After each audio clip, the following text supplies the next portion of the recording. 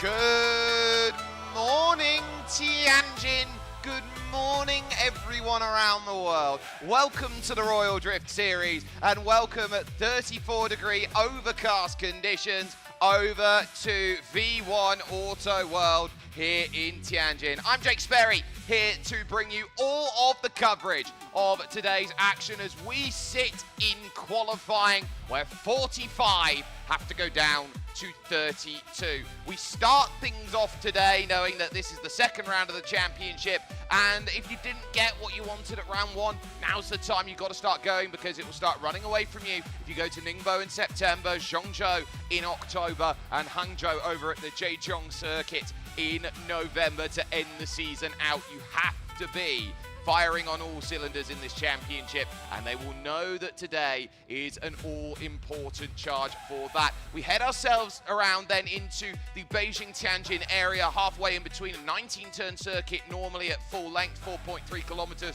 and a Hermann Tilke design track that has been oh so important as far as we have got ourselves sorted. So it's going to be really fun. We'll be running along from around turn 4 all the way over back on what is the original circuit layout as far as drifting will go. So that's going to be a really fun challenge that we're going to be seeing over the course of our action here today at V1 Auto World. They will go in 6 groups and it will be the best of your 2 runs that gives you your score and gets the ultimate scenario in. But before we move ourselves on any further, we had a chance to look at Thursday and we'll take a look at the ads that have all been set in and said, how did everyone's Thursday go and work?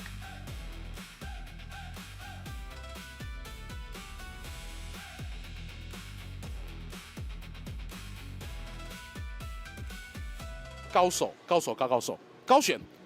我跟你讲，很多人没看过，我们来看它多漂亮，你看，完全看不出来。喂，安全帽戴起来了。我要练习的，好热。Yeah, we're having a lot of fun in China. The team is working great. The car's doing good. So yeah, we're enjoying. Очень крутой, мне очень нравится. Локация вообще бомба. Скоростной трек. Вот. Сейчас вот прикатываюсь к новому автомобилю. На первом этапе я был на Марк 2, сейчас на Супре еду. 第一个车手上去开，然后我觉得这个赛道可能我也是第一个在上面漂移的，然后感觉整个沥青的抓地非常非常的好。他们的比赛让我们带去高速的赛道，我觉得是一种晋升，非常好。现在我就比较少开嘛，要适应一下。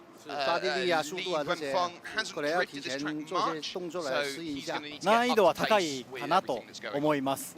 なんかまあ普通だと減速するとか加速するっていうのがいっぱいあるんだけど、ここのコースはずっと加速しっぱなしなコースなんで、ちょっと独特なリズムだから難しいなと思います。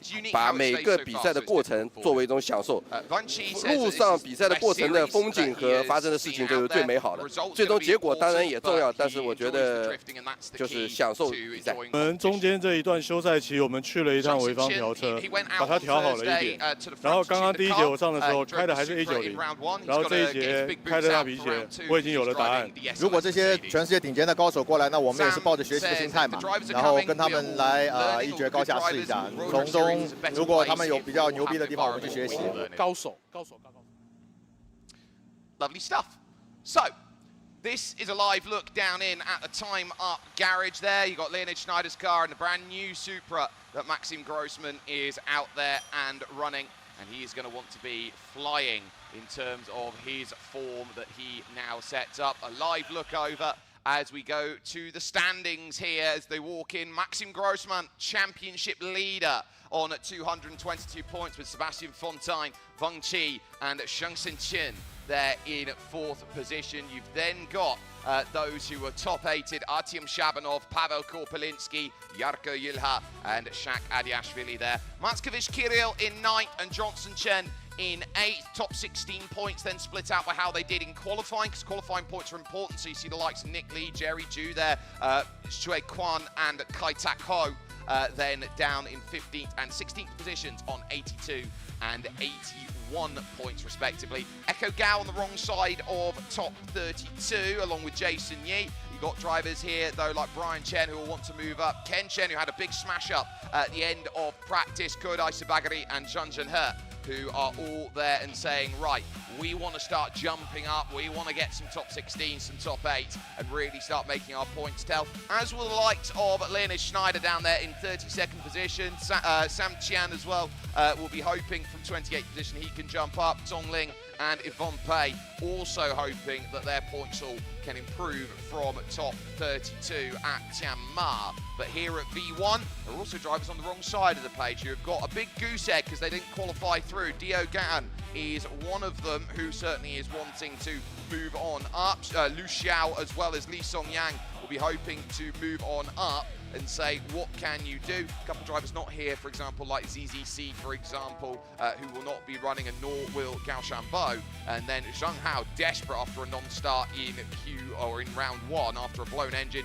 He's getting the chance to go, and so too will Kevin Lam out there. No Ling Gaoyuan then for running. Teams-wise, time up on top with Rydans 441 BW up, drift second, then Zero Mileage Lubricants in a scrap with Champion Speed Sports DRS drifting team in 4th. Shanghai Apex not running as a team today, but 1087X and Marvi looking for the way to jump up in 6th and 7th positions to climb up the order. So, it's one thing to talk about, oh, we're just drifting, but how are we drifting? Because we've got 5 judges here today that's going to help, and most places run 3. We like to run 5. There's a lot more consensus when you have 5 rather than 3. You can't be swayed as much. Stepan Zentsev on the line, Denis Denisov on angle, Staj Dolgic on commitment, Danila Vorobiev in charge of fluidity, and Vernon then who will have the control of pace as our stand-in pace judge for today, with no Erasmo Rios then who was over at Shanghai Tianma. So we like that we bring someone new in every single time. It adds that extra element of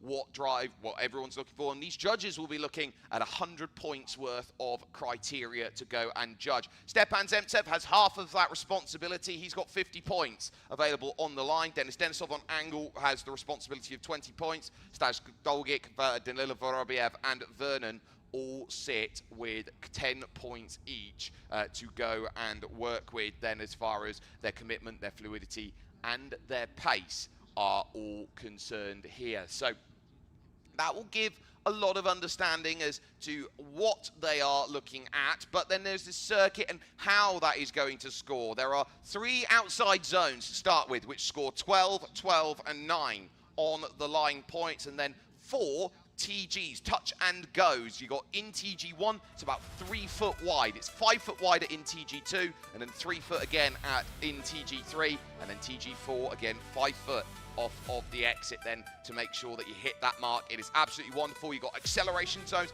1 big deceleration zone over the brow of the crest at OZ3, which gets you into in TG1 as you move from slightly downhill to slightly uphill. It is not a majorly, I would say, hilly circuit, but there is just enough that it's going to cause a little bit of trepidation. Your fluidity, all about how you can just blend the zones, have lovely quick transfers in through, make it look like it's poetry and the car is meant to do everything that it needed to. Commitment shows how aggressive do you want to be through the area, and then pace, how fast you are traversing through the marks. That is going to be absolutely ace as far as it goes, as is our look here, courtesy of Assetto Corsa, in terms of how this run is going to set here at Shanghai Tianma. So you come out of the acceleration zone around the corner, and then you've really got to start kicking it up into gear, sliding it about here into OZ1 underneath the bridge, and then you're immediately back into OZ2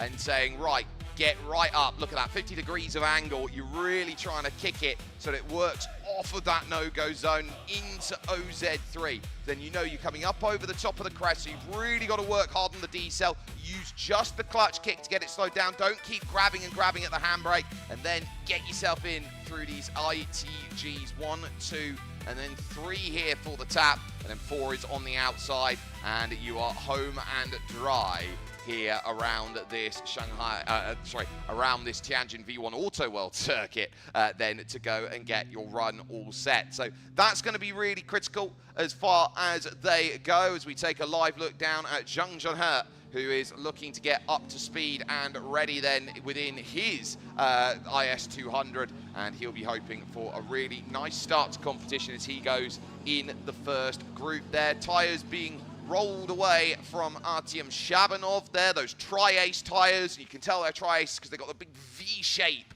then in terms of the tyre tread pattern, so that's how you can tell it's a tri-ace out there, and not really that much of a restriction in terms of what you need to deal with on the tyre front. So there is going to be a huge amount of, I want to burn that tyre up, and I want to burn it up as much as I possibly can as we are getting ourselves ready for action there. We're going to be getting going in just a couple of moments, so we're going to step aside, and when we come back, first group will be out and running at 9 o'clock local time.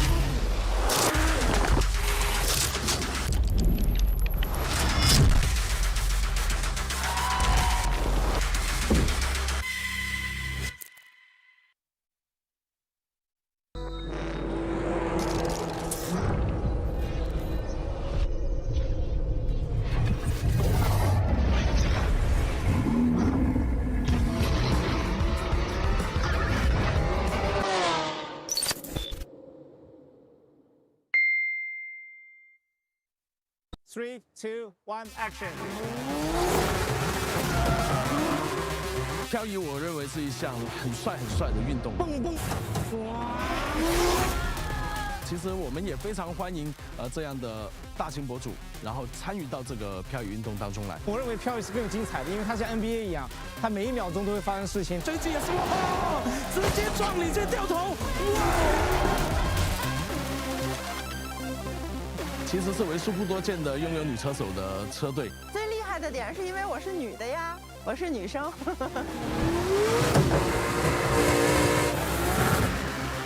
再折身过来，我们法拉利杀到内线能不能顺利出完？这一次是有总共超过有100万美金的奖金全年度。它对我来说是一个巨大的挑战。 这就是 Royal Drift Series， 而这不过是一个漫长故事的开始。This is Royal。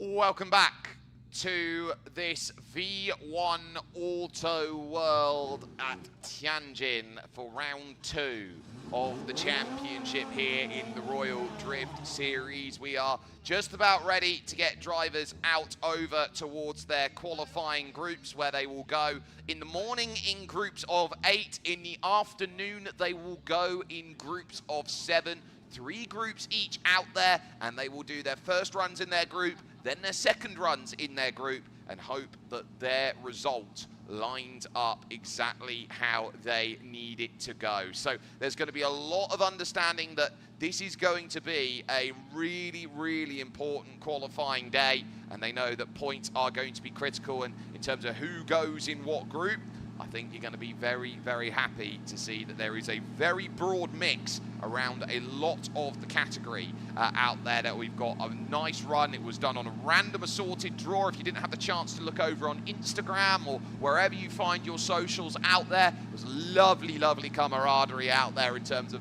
who was going to try and pick up what, who was going to get what draw done and what number they were going to get. And critically, it had to go all the way down to the very last few runs to know who would be going number one, first overall in terms of their running. And you can see right at the front, there he is in the number 11, looking to get sorted. Jerry Jew ended up picking the number one hat out from everybody else, and had basically a lovely section of Price is Right. Trying to go through the higher lower game. Do you want me to go over here? Do you want me to go over there? Do I gamble? Okay, I gamble. And picked the hat and ended up with the number one. It was like, oh, I can't believe that all set itself up. Lovely look here at the Nissan 350Z then of Tianjin, who is looking to try and push on forward. Taking a look then through the extended garages here, through the second amendment of pit lane. You've got one side of the building, then the other side of the building for the garages actually that go all the way to 39 here at V1 Auto World. So for those who want to get in for endurance action, that is going to be key. I would say the protective fire safety gear and equipment going on then from DRS, as that will be by the looks of things over here a very, very important run coming up for Li Qianghai, who is going to be running in that Nissan Silvia S15 then in this opening group. So he's getting his last preparation sorted to put himself ready, as we're about 3 minutes away from the opening of qualifying. And then that opportunity to say drifting competition has begun in earnest. Those Sabelt seatbelts then making sure that he is in on the 5-point harness then, and we'll have two of his team out there to help connecting the radio in and around at that. The leaf blower out then into position as scrutineering takes a good long look at the cars for one final time to say, are you ready? Are you prepared? And these drivers will be happy that it is slightly cooler than what it was yesterday. It was nearing 40 degrees. One of our cameramen, unfortunately, ended up picking up heat stroke. So fortunately okay, sought medical attention, and that was dealt with in a timely manner. And we're very thankful for all of the ambulance crews here, and as well as the fire crews that are here and ready at any given moment for what could potentially happen over the course of running. And we love seeing you all out here and around in YouTube land, so make sure that you get the biggest opportunity to go like, share, follow, whatever you need to do to give you up to date on all of the action. Tell your friends that this is where amazing drift competition happens, here with the Royal Drift Series. Li Qianghai then leaving by then those wonderful domes then that are set up for the zero mileage team. But Jerry Jew making his way now out onto circuit and getting himself the opportunity to warm up the tyres then, and burning it down with real sense of opportunity as he sits on the start line and ready for his action. He understands what today is going to be for him. It's all about getting that BMW E92 into the top 32 cut. 44 years of age is Jerry. He's been around the block quite a bit. He knows what he needs to do in order to get himself qualified through. 850 brake horsepower in his 2JZ GTE engine.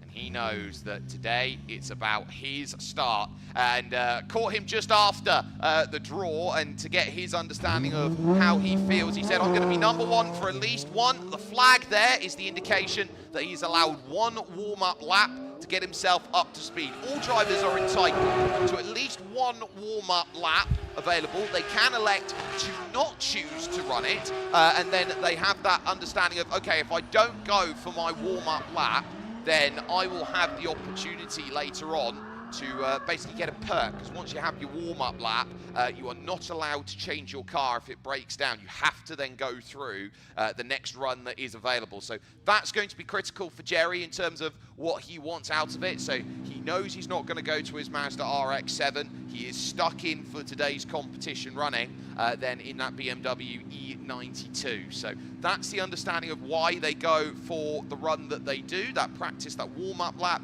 that is there, and then he'll be allowed to go back around the circuit, get himself into position, and his first run proper then has him on the start line, ready for racing action. He will know just how important of a marker he is for everybody else in this competition. Li Qianghai pulling himself then along Hu and Hao, then number 27 behind, as well as Charlie Luo, the 918 that sits there in the back for Marvi Racing, and waits, holding the mark, and Jerry will not have to hold himself into line because he is allowed to pull over to the left-hand side there, the marshal moving around and saying, look, come on through. You're at the front of this crew, and so this will be an easy opportunity for you now to get yourself up to situation. Right. A first chance then to look at what Tianjin has to offer. A very fast tale of two drifting courses melded into one. Jerry Ju with the role and responsibility of taking us forward to the first effort of attempt. And I tell you what, we are going to be in for an absolute treat's worth of drifting here today to say who can book their place in the top 32. No pressure, Jerry. Number 11 car. He is out there in that E92. He's got to be absolutely on it, and he knows the opportunity. He gets a call to say, look at the LED light boards. When they light up and get those 3 red lights and they turn green, you are more than happy to go forward. Jerry Ju kicks us off for qualifying then here in Tianjin, and let's get ourselves in, initiating into OZ1. 3's on the mark and we'll be very happy. And again at OZ2, just about carrying enough speed. Now over the top for the deceleration. Oh, he's a little shy there going through OZ3. Hits the ITGs 1-2, just about clips 3 and comes over the line. Oh, that was just about on the points there. I would say I'd be very happy then to be where that is in terms of position. Lovely stuff. You can see 3-3, pulling in 2. That will count you for 3 points. And then it just shallowed off. Couldn't get the speed to carry. Had to go back to the handbrake to get it to angle on out a little bit more. So they'll look at that on the line and say, okay, I am going to be needing everything and then some to go and navigate through. It's a very, very good marker, though, to start. And if you want to just shy away and settle the nerves, that settled the nerves there. And he got a very, very good start to his run. I'd be very pleased if I was Jerry Ju with that one all set up. So I would be very much keeping a firm eye. If that's the benchmark everyone has to set, I'd be a little bit concerned if I'm in that line going, well, I've got to try and beat him first and foremost, and then everybody else that follows on, I think, is going to be really, really critical. Lining up then next into line. Not ready to go yet because we are still awaiting 2 judges to put their score down in, but the practice is going to be done then by Kevin Lee, who will be next on up for Marvi. Ended up running into top 32, Pavel Korpelinski last time out. So that was the way that his top 32 at Tianma ended here in Tianjin at V1 Auto World. Getting his practice then already up to speed and saying, look, this is what I need to do to get myself ready. And we just await confirmation now on Jerry Ju's run. And I think the judges will look at this and go, this is a very, very nice section in terms of how they were all looking to put that into play. So it's going to be marked 84 out of 100. There was adjustment in OZ2. OZ3, there was a slight adjustment in there, but it was only a couple of small corrections, and then 3 points gone on OZ3 then is where the mark all set. Out of that, you know, the biggest thing really is commitment. It was one that was a safe run to start off proceedings, but nothing more than that. But I would be very happy with 84 points as a start. That will be more than enough in my book to get you in. Now, whether that will be top 16 or not, or in the top half of the bracket, that's going to be the next question that I think everyone is going to be looking at. But a very nice start there for Jerry Jew, who I think is going to be looking at that going, right, I've just got to get a little bit more aggressive with it, and the mark's going to be there. So to have a 19 out of 20 on angle, only 3 points that Stepan Zemtev could take away from it. Pace maybe a little lacking then, as Vernon said, for them, but now Kevin Lee, he's going to have to get that Sylvia absolutely purring here as he looks to go and sort this out. The 910 from Marvy Racing, 700 brake horsepower then in his 2JZ engine. Let's get ourselves ready for action. And so, this is going to be where you go. 3 lights, Kevin Lee takes this run and says, I need everything and more. Over into OZ1, then hitting the marks and trying to carry that speed more and more. Just fighting against it there. 1-1-2 at OZ2, and now into OZ3, really trying to fight through here. It's almost like you've got to run through treacle. Kevin Lee hits the mark, wide again, but fighting for it, and gets the ITGs and the TG4 all sorted there. Nice run by Kevin Lee, and that again is another fine marker to put on the board. The lack of power showing, but this is just about, can I go and get this mark in? Over the top then as we take a look, perfectly on the line here at OZ3, decelling nicely then into the ITGs, and basically it's like having a Viking long table, those ITG zones, because they're only about 3 or 5 foot, and saying go and hit the coaster down on the bottom of it. That is a very, very good start. OZ2 obviously needs some work, because the speed wasn't able to be carried the way it needed to, but it did set up well on that transfer into OZ3. So Kevin Lee, I'd say that's, again, another really good start to his competition. Speed's going to be down, so pace mark's going to be a little bit lower, I think, than what we saw from Jerry Jew. So, I think we're going to be talking about this one being somewhere, I think, in the mid to high 70s in terms of where I think that places as a run. We are waiting for one judge before we move forward then with that result. So I'm sure we're going to be saying, how is this going to be in terms of where they go, who and how, getting one of his mechanics over there from 1087.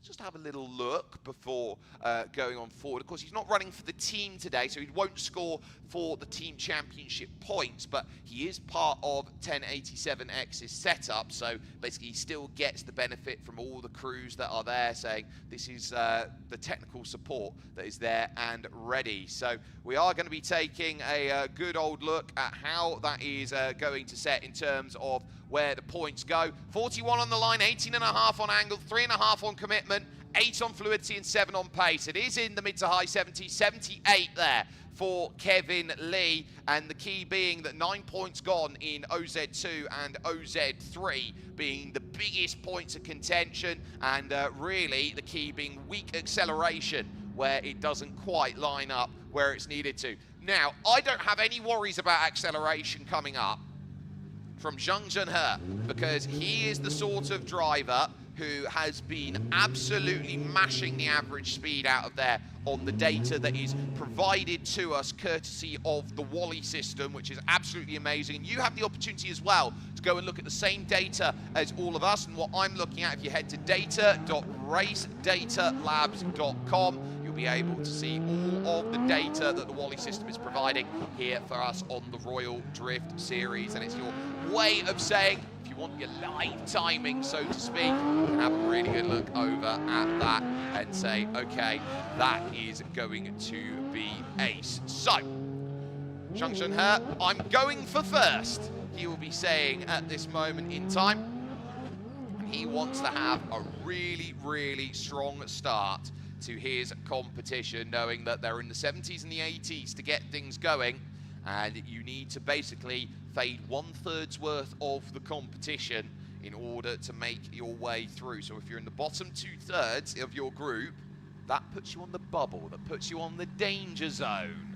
Then to say, okay, what more am I going to find as we take a look then around that Lexus IS 200. And there's so much style and personality with the way Zhang Zhenhe drifts. He only made it to top 32, got knocked out in double OMT by the Tiger at Tianjin, then Zhang Zhenqian in the Battle of Zhangs that went through. So Zhang Zhenhe is going to be someone who definitely wants to go and get things sorted. Tightening the belts then is Gleb Meluzov, then just giving it till the 11th hour to get out there and running, knowing that there is a little bit of time here between the runs that are all setting themselves out. Zhang Zhenhe then, Lexus XE10 or an IS 200 as it would also be known, now hoping that his day is going to be ready, electing not to have the practice lap. So we'll be now going for it full bore. Zhang Zhenhe, how is this run going to work out for you? This is going to be about showing that personality, or very shallow on the line to start. Got there in the end. Massive angle, and one tyre dips out, maybe two. Going through OZ2, really trying to compensate. Here at OZ3, misses ITG1, and so it's just pushed a little bit too hard through the second run. That was commitment in terms of that, so I don't think he got any worries on it, but he's had to really fight that one back in terms of it, and it's a couple of compounded mistakes, and he'd probably want a better run two than this run one. There you go, tyre dips through OZ2. Has to try and gather it back here at OZ3. Line marks look great. Look at this on super slow-mo, ladies and gentlemen. Very, very beautiful at OZ1, OZ2. Oh, I think he's got away with just one there. Looking at that rear tyre, I think he's happy that he's held himself stationary in that. You can see the massive lock of the rear tyres there, grabbing that handbrake to try and get it to turn. Going through those ITG sections. If you enter the no-go zones on them, and I think these drivers understand they definitely don't want to hit them, it's a loss of 5 points for one wheel, and it's a loss of 10 points and the TG zone if you get 2 wheels off or more in that section. So basically you get a 5-point loss in your first part if you get 1 wheel off, and then it's 15 effectively through the second part. Only 12 for the last TG zone because that's only worth 2 points. So Zhang Zhenhe pulling himself back around then to get himself back in line. Not bad, but there's definitely a lot of room to improve on that attempt, and I'm sure that Zhang Zhenhe will be very happy to find that as he dials himself in. And that also goes to show you what a lack of a practice run also brings. So that then for the 68 ultimately shows you might want to take that practice run in the future, because it certainly will help you out.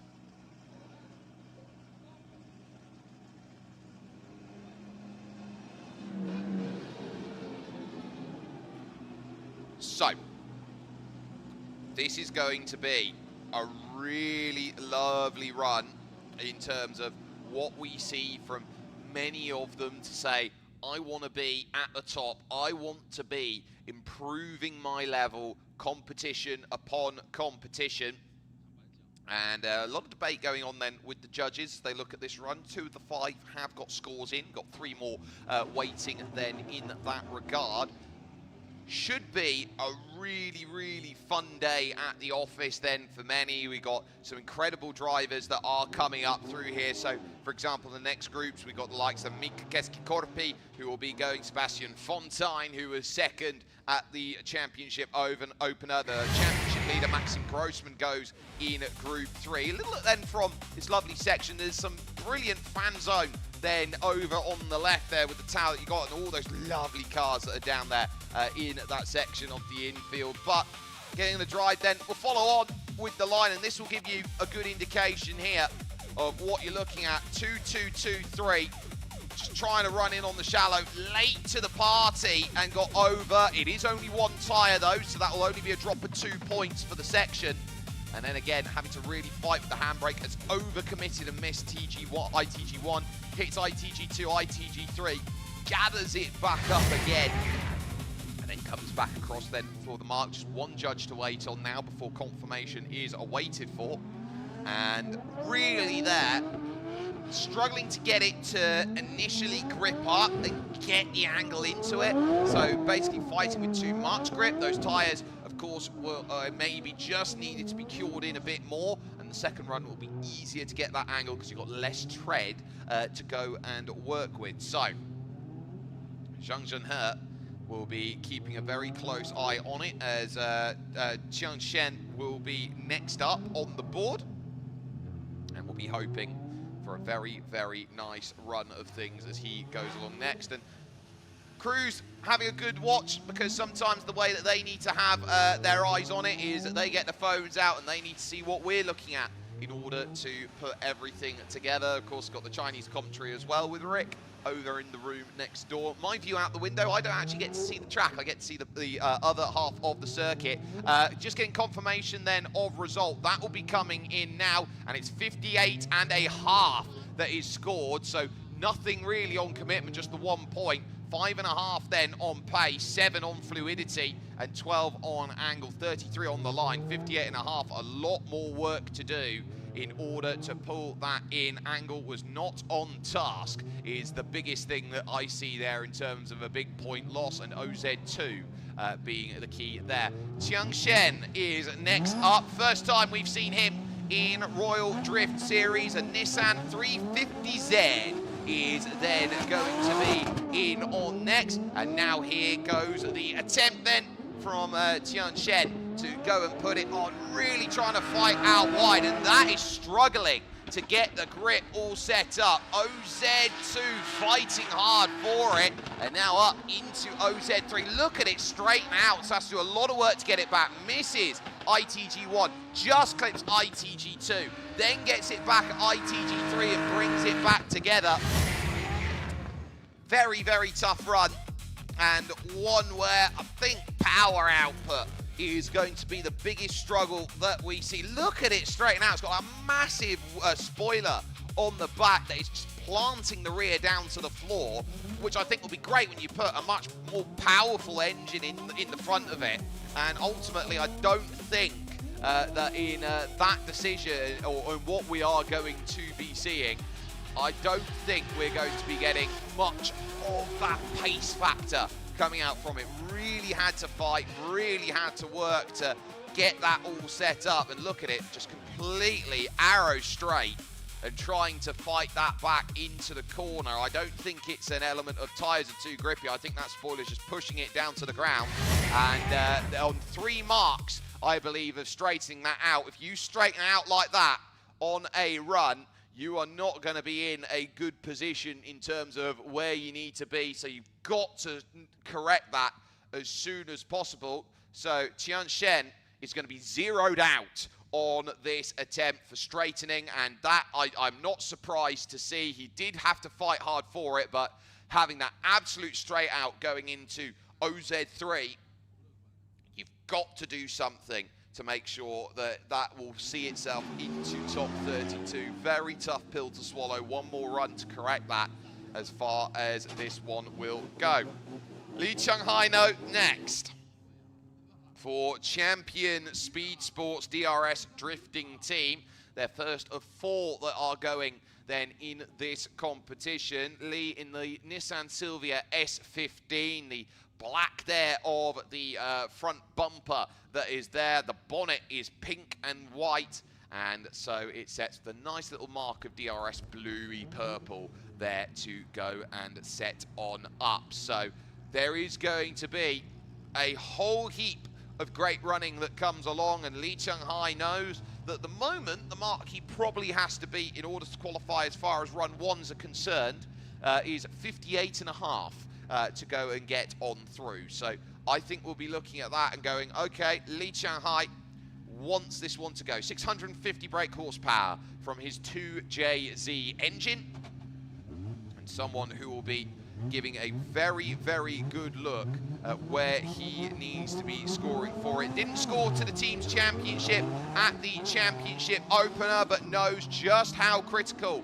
it is for Lee Chung-hai that he can go and get a good run down on the board. Here at OZ, oh, he's missed all of it almost there at OZ2. Too early on the transition, gathers it back well at OZ3, but he's missed a mark. Now he's got 2 tyres in the no-go zone, and that's going to be stuff on the board there. Kicks a cone up off for the exit. There might be 2 there that also gets docked for that on the line. Look at that, OZ1 completely missed. OZ2 just glancing and not really carrying the speed through that. That might be a gear ratio issue there, that he's not got enough of a gear that's going to kick him on into the run. But yeah, too early there as he carried too much speed, trying to gather it back, not necessarily getting everything that was wanted and then some. So Lee Chung-hai, who is 30th in the championship coming into today, yeah, that ain't it, sunshine. Needed more from it, and if you don't get your OZ1 and your OZ2 correct, you are chasing pavements on the way back, because that will be 24 points that will be gone in the, straight down the bin immediately. And I'm sure that they will look at Lee Chung-hai's run and go, yeah, look, I probably think we need a lot more out there. Practice run being taken now by Hu Han-hao, who was at the welcome round but did not participate round 1 of the championship. So ultimately was there in April, wasn't around for June, but here in July has found his way to Tianjin and is going to have a very good go of things now. You're definitely going to have to correct that. There's a lot of angle being thrown about then through ITG2. You go all the way around to the final sector of the circuit, pull yourself around, you go through little service roads around the back and get yourself set on for that. But judges' result is about to come in then from Lee Chung-hai, and it's 42 points. So 15 on the line, 16 on the angle. Staz says there's no commitment in that at all, and ultimately 5 and 6 for the fluidity. Really, it's a case of, for commitment, shallow lines being the big key. Small corrections needed on the angle, so the angle's fine. It's just a lot of line work that needs to be done. Some losses of fluidity then as well that put themselves into play. Back into the paddock, getting very much into position, saying, look, I've got to have a good old look at that. And they do have the option as well, if they do have damage, to forego their run. And at the end of the session, in terms of morning or afternoon, if you declare my car's damaged and I need time to repair it, you then get that one last chance run. You abandon any runs that you've done. You are locked in with the run and attempt that you have. Hu Han-hao, here the 6th run to go through, the opening 8. We're now looking to try and really get this Toyota GT86 out there and singing. For those who understand the GT86 lineage that is out there, it is the spiritual successor to the Truno AE86, the tofu tax car. For those who watch Initial D, that's the car that basically follows, and the spiritual successor to that main protagonist runs a GT86. So we see a lot of GT86s out there. It's one of the most perfect cars to go out there and race with. But here in Drift Spec, it's also very, very fun. It was piloted by Frederick Orsbo over in FD to say, that's where I got my success. Hu Han-hao right up on the line and shallows off on the exit. We'll lose a couple points there. OZ2, oh, that's gripped up so much there through OZ2, fighting at OZ3. That's gone and missed a mile for ITG1. Tyre over ITG2. ITG3 a little bit better there and over the line. So we're starting to see that come away at the seams there. The glue just looked nice to begin with here, but again, it's just gripping up too much on that initial run. You can see it just comes across the circuit too quick, and that might just be a case of I need those tyres to work in a little bit more. Misses zone then and having to do a lot of work on the transfer because you're carrying the speed, and with a circuit that's as quick as this one, where you've only got one decel zone, if you don't decel enough and you go sailing on, you're not just abandoning ITG1, you are abandoning ITG2 as well, and that is where you get the doubly difficultness that does come on in. So Hu Han-hao sees that as an attempt and goes, yeah, that did not quite hit the marks that he would feel comfortable saying makes top 32 a reality, but You never know. That was one where I would be very much intent on where everybody sits at the moment and go, I think that's going to be somewhere around Zheng Zhenhe, who is on a 58.5, if I had to hazard a guess there on that. So missing a fair few marks,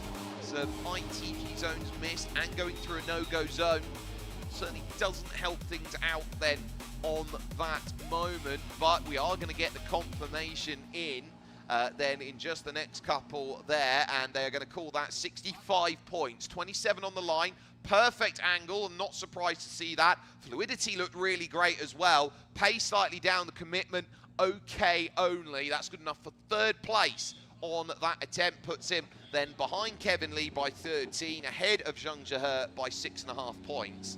And says at the moment it is still Jerry Ju who has set the benchmark out there of what the talent level has to go and find.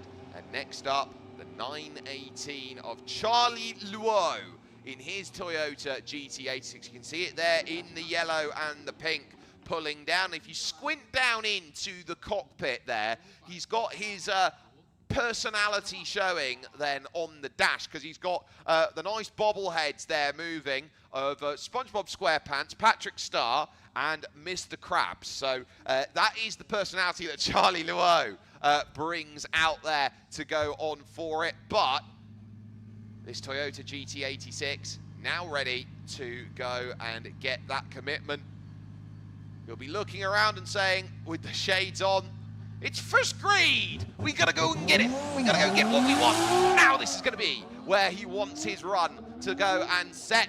Give him his money and give him a good banker to say that goes by. Misses two zones completely. Two tyres go over at OZ2. Now over into OZ3. He's fighting to get it on the line. It was shallowing up, but he has hit the mark at ITG1. Lots of transfer through. That will scrub all the pace then, and really struggling to get it over to ITG4. Fear of it straightening up. He had to do a lot of work to get that to rotate around there. So Charlie Luo drifting parts rather than as a whole, and they will look at that fluidity and say, look, it was bitty towards the end, like what you get, the premium orange juice that you buy in your supermarket there. It was bitty in terms of how it needed to come about. Charlie Luo, 2-1-0-0, two tyres over, you'll get dot 10 for that.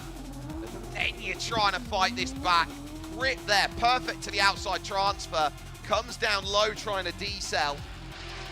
And ultimately, you can see this under the bridge. Doesn't take any cones, so he's only slightly over rather than massively over. I think, again, it's left points in the pocket. Angle marks are going to be absolutely fantastic. But look at how much there the steering rack is doing work. Having to get all that angle to get it to transfer the weight. Absolutely excellent. Pulling himself back then through the garages. Nice look at the tower blocks there in the background as well. And the door open, it's still very hot, 34 degrees there. Everyone will be looking at these temperatures going, ugh, another hot day, 3 in a row. What can we do for a bit of cool here in the summer conditions? So I think you'd be looking around at this for Charlie Luo. 3 judges have their scores in, waiting on the final 2. I'd be very intrigued to see this. I think we're talking again in and around the 50 to 55 point mark. There, it wasn't too far off of who and how.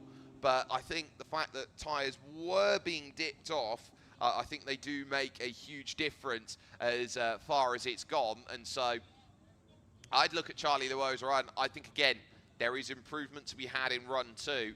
And I think a lot of it is coming down to drivers are missing the marks at OZ1 and OZ2. I think everyone is so scared that they're going to miss OZ3 that they are out there. And a lovely line of 4 digger trucks as well that are there to go and help on out We are going to get confirmation in the next couple of moments of result here that goes on through, and they're going to call that 53.5, 1.5 on commitment. Staz is saying nobody's committed in this first group. A lot of corrections having to be done on angle, so that's why those points are down, and line, a few corrections having to be needed then in play. Now, BMW E92's top and tail is opening group, because here is Gleb Melizov then, who is going to go for his run. No practice needed. Look at that then as he looks to get himself ready. 750 brake horsepower from his 2JZ engine by way of St. Petersburg in Russia through OZ2.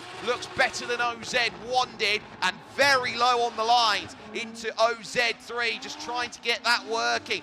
Really trying to fight for rotation and over across the line. Pace looks a lot better than some of the runs we've seen there. That certainly was starting to romp up in terms of element there, and commitment, I would say, was certainly into play as well, but low on the marks there. Look, fighting to get that around, had to grab the handbrake to get it to rotate because it just wouldn't get the slip angle required otherwise.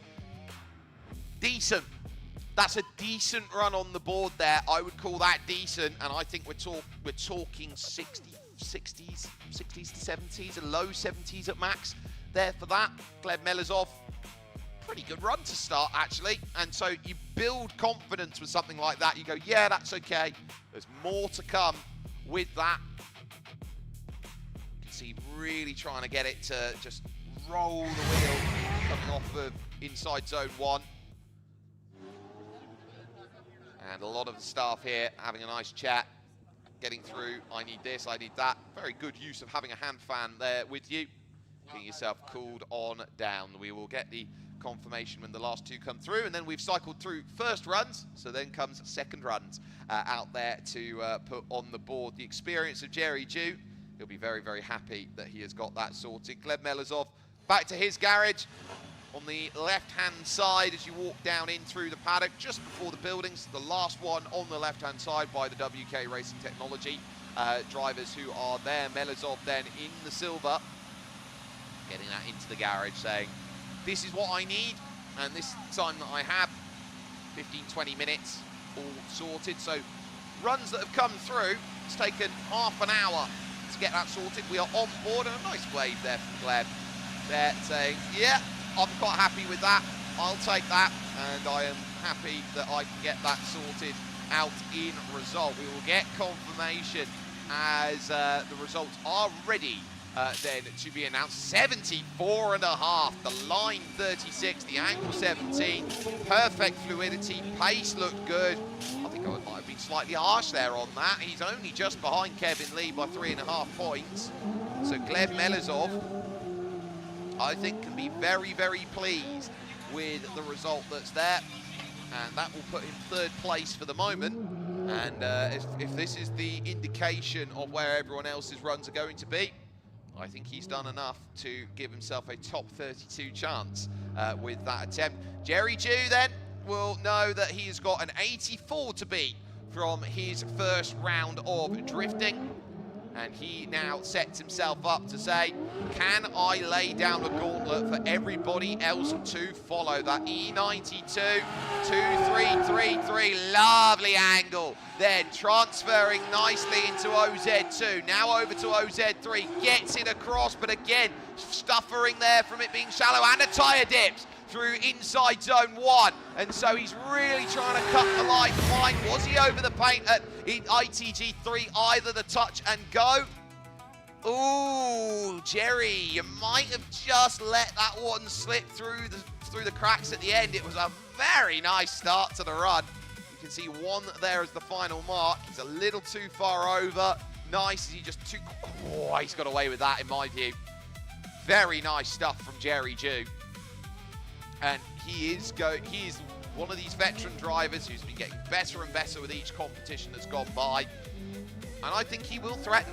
I think that on the right circumstances, Jerry is going to be a very tough one to crack in terms of later on in the competition. Not bad.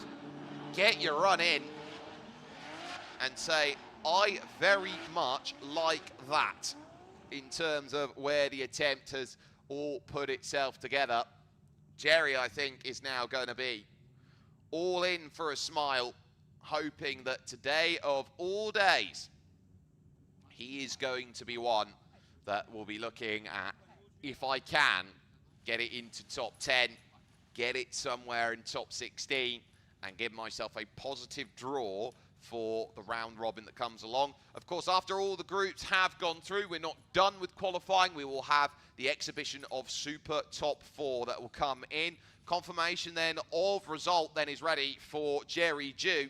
And in terms of the way that it looks, he's only had 16 points wrong in the first run. Well, he's got 26 wrong in the second. And that one there, losing 12 points on the line and 10 of them going in the INTGs. Then, and after that, you start turning around and saying, okay, there was a shallow line then for commitment out there and a couple of corrections that had to be done. 6.5s then from pace and commitment, 7 on fluidity, 16 on angle and 38 on pace. Jerry, job well done. Nice smile there, and I think he realizes 84 is actually going to be quite a good score on this course. And so Kevin Lee looking to improve now on the mark of 78 to then set up for this second run coming up.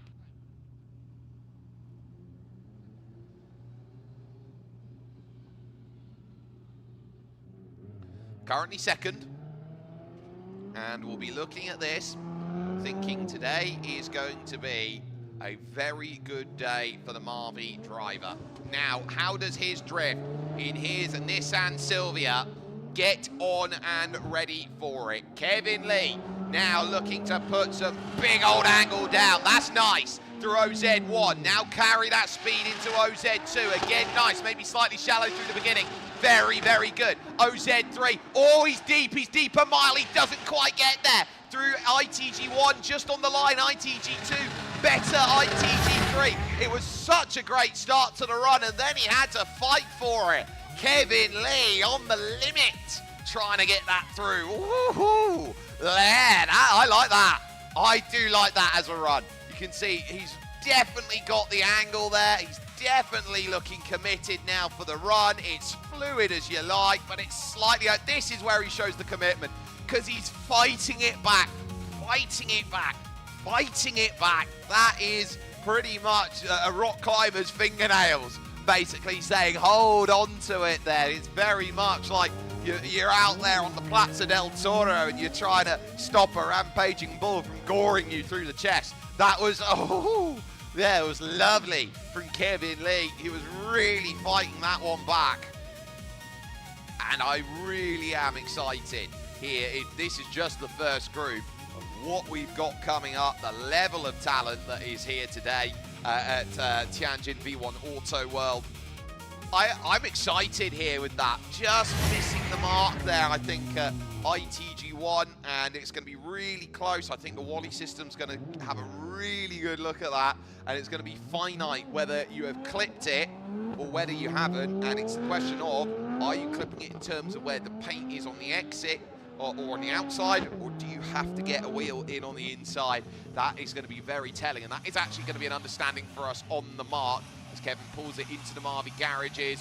One of the first one. Oh, they're going to mark that really well, actually, and they're going to say, yeah, he has hit the marks. 87 and a new high score for Kevin Lee. 45 on angle. There it is, 17. Then into the 45 on line, 17 on angle, sorry, 8.5 on commitment, 9 on fluidity, 7.5 on pace, 87 out of 100. Kevin Lee can be really, really happy with that drift, and that is a much better performance than what we saw from him over in Shanghai Tianma. So lovely stuff, Kevin.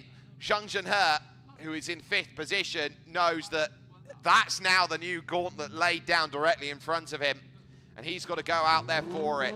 Now, Zhang, you're going to have to find something out there, 58.5. If you look at some of the caliber of drivers that are coming up, I would say is a bubble score. Nice stuff through OZ1. OZ2 again, it's early to grip up, couldn't get what was needed. OZ3 is right on the line. just misses ITG1, misses ITG2. Oh, it's going to get back at ITG3 and misses TG4. Oh, Zhang Junhe is going to have now one of the most nervous and long waits, I think, in this competition to see whether he makes it or not. And he's a driver who should be making it into top 32 on a consistent basis. Just there, you're just feeling that that run was just getting desperater and desperater as it went along. And that is going to be critical. Red Sparrow out there in YouTube land. Jarkko Ylhä is here, by the way. He will be going out there for action over in Group 6. So he'll be one of the last ones going in this competition. But Zhang Junhe, oh goodness gracious. Oh goodness gracious, 58.5. I think he was better online, but he's missed some TG zones. So he is going to see that score drop dramatically. It's 5 points for every one you miss, and then the last one's 2. So I think he's dropped at least 12 points in that regard, and probably we're talking about 20, 30 in terms of line. I wonder, Zhang Junhe, how this is going to set out for you, buddy. He's a lovely character in the paddock, and someone who I think personifies what 1087X as a team is all about. But I'm not sure that's the run he was hoping for on that run too. And I'm not sure he's going to improve. Judges having to deliberate here on what they want as a score, as a result, how much of a deviation some points, because they can give sometimes 1 point, 1.5 points, 2 points on a deviation that makes on the difference. It's a very lovely livery out there. You've got the pop of the green there, the eye that stares back. There's Echo Gao having a little look over and saying, right, how was that run? Give me a lot of sense then as far as that one went. And I'm actually going to be quite surprised here by the score that is about to come in, because the clear understanding here is that is 76.5. Did enough at OZ1 to put it together. All about fluidity and pace. Definitely kept it up. Angle was great as well. And they said that looked quite committed and hit maybe more than was needed. 76.5. I think I've judged him harshly there. It'll get put into 3rd place. It should put him through into top 32 with that effort. And so Zhang Junhe, I think, will look at that and go, he's got time to get even better with it. Wally System clearly loving the run. So, not bad, 76.5. And saying, right, here goes. Tianjin zeroed out with a car that straightened up through OZ3 in run 1. Has been struggling with getting it to grip up. And so this run in that Nissan 350Z with that massive spoiler on the back is going to have a lot more effort to go and put it together. And it's just not getting up to speed, and it's fighting hard again to make it sit. Out there again, it's trying to straighten up there through OZ2. Again, that's straightened up fully. That's going to be zeroed out again. Oh, it's a real shame for Tianjin. Working on through. Clears on the line. And that's going to have to be back to the drawing board in terms of attempts. This will not see it through into top 32. And you can see here, it's just way too grippy. Settings on it, look, it's not got enough steering angle on it. Just cannot get it to get that full lock of rotation. And it's really tough when you're not putting enough steering angle in to get it along. You've got to be really dragging that one out, and it's just not getting enough. And yet once again, opposite drift and straightening. It's more than enough to say that that is zeros across the board, and a shame for Tianjin, but we'll go no further in competition. But a good learning experience here at Tianjin V1 Auto World. Straight back to the garage, and so that will all set. And yes, we do use the Wally system, and yes, it does work really, really well for what we need to use it for. It gives an understanding of what everything is about, because judges can see what they have with their eyes, and they'll be out on the cherry picker at around OZ3 where they can get an eye on everything. But it also feeds them more information, and they've got the cameras as well that's provided by the Huzhou truck. Then with the wonderful team that's in there, Tan and Jimmy, who do an excellent job out there producing this show for everyone across the world. And so this is going to be ace in terms of that, but 0 run for Tianjin. Then is going to be in a position. Lots of great competitions coming up then around the world over the next couple of weeks, and we're going to be really excited here as we are fully into the height of summer drifting then, and this second round of Royal Drift Series just about accentuates that. Lee Chung-hai next up and looking to improve on a score of 42.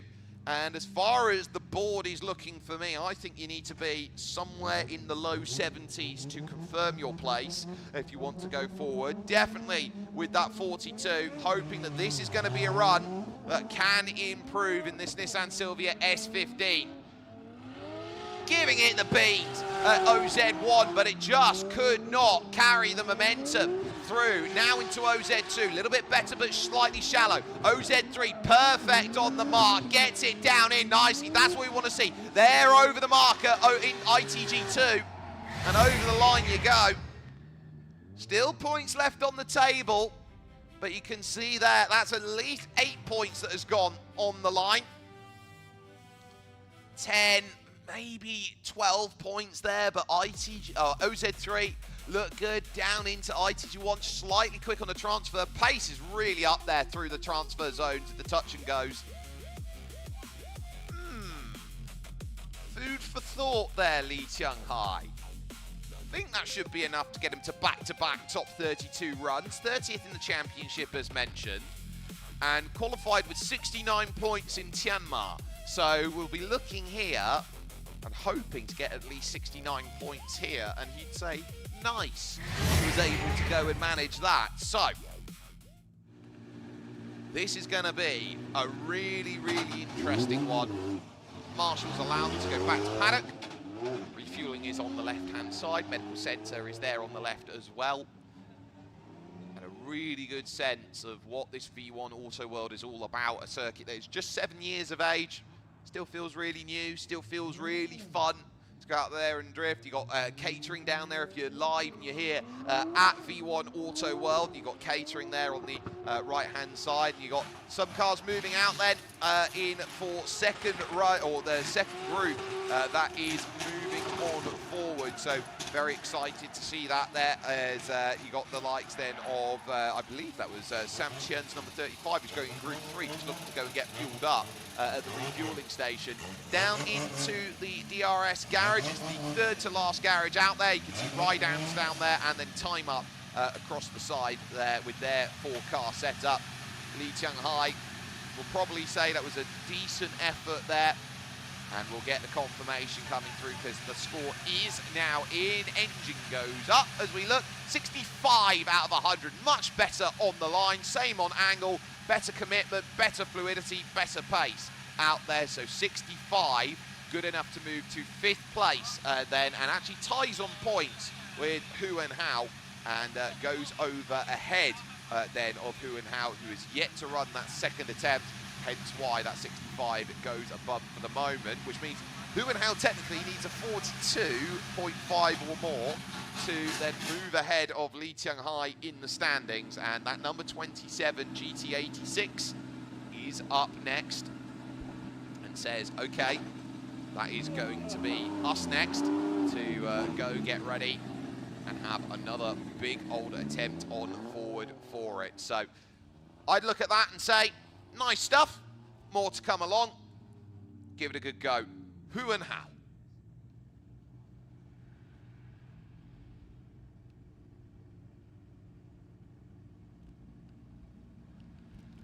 Settling it up, ready. There's a little bit of moisture there on the camera, so I don't think it's raining. Definitely doesn't look like rainy conditions out there, just overcast, but a little bit of moisture, maybe a bit of sweat has got onto the camera or something of that ilk. Let's get ready then.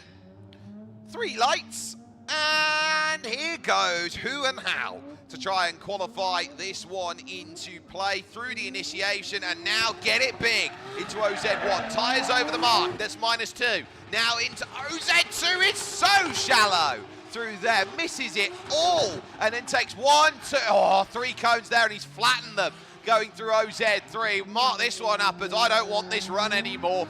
Put it in the bin. 2 more for just showing the disdain there on that run. Oh, hey, yo, that's not the run that you wanted. No way. I didn't want that. That was not quite a moment there for Who and How.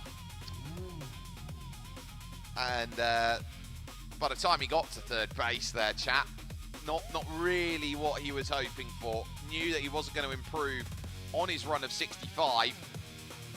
The tyre just spitting out rubber through OZ1, under the bridge, into OZ2, and then here at OZ3. Slow it down, slow it down, slow it down. Front tyre trying to lift off of the ground over the brow of the crest, which makes that decel zone even tougher. Going to be very tough to judge this one in terms of what you're going to score it, because there's a lot there that could have put itself in a position of, okay, that's quite nice, okay, maybe that didn't quite do what was necessary, but still a lot of great stuff then coming along here in this qualifying. And pulling on away and going on and getting the movement sorted. So next up will be Charlie Luo for his 2nd run attempt, as the judges have 2 more judges to confirm on score. And getting that all set. A lot of love for the drone pilot, and absolutely there should be. It's a very, very difficult job to get that to work, because you're going to have to go maybe under the building, over the building. And actually on that building, at the top of the building, is where the spotters all are as they get themselves ready. Who and How pulls it over to the side. And we have score waiting, 37.5 points then. So angle was great. Line next to nothing given on it. Commitment then, fluidity and pace all up, but the big key being nothing on line, and 3 out of 50 doesn't cut the mustard. Stays then with that 37.5 in that 5th position overall.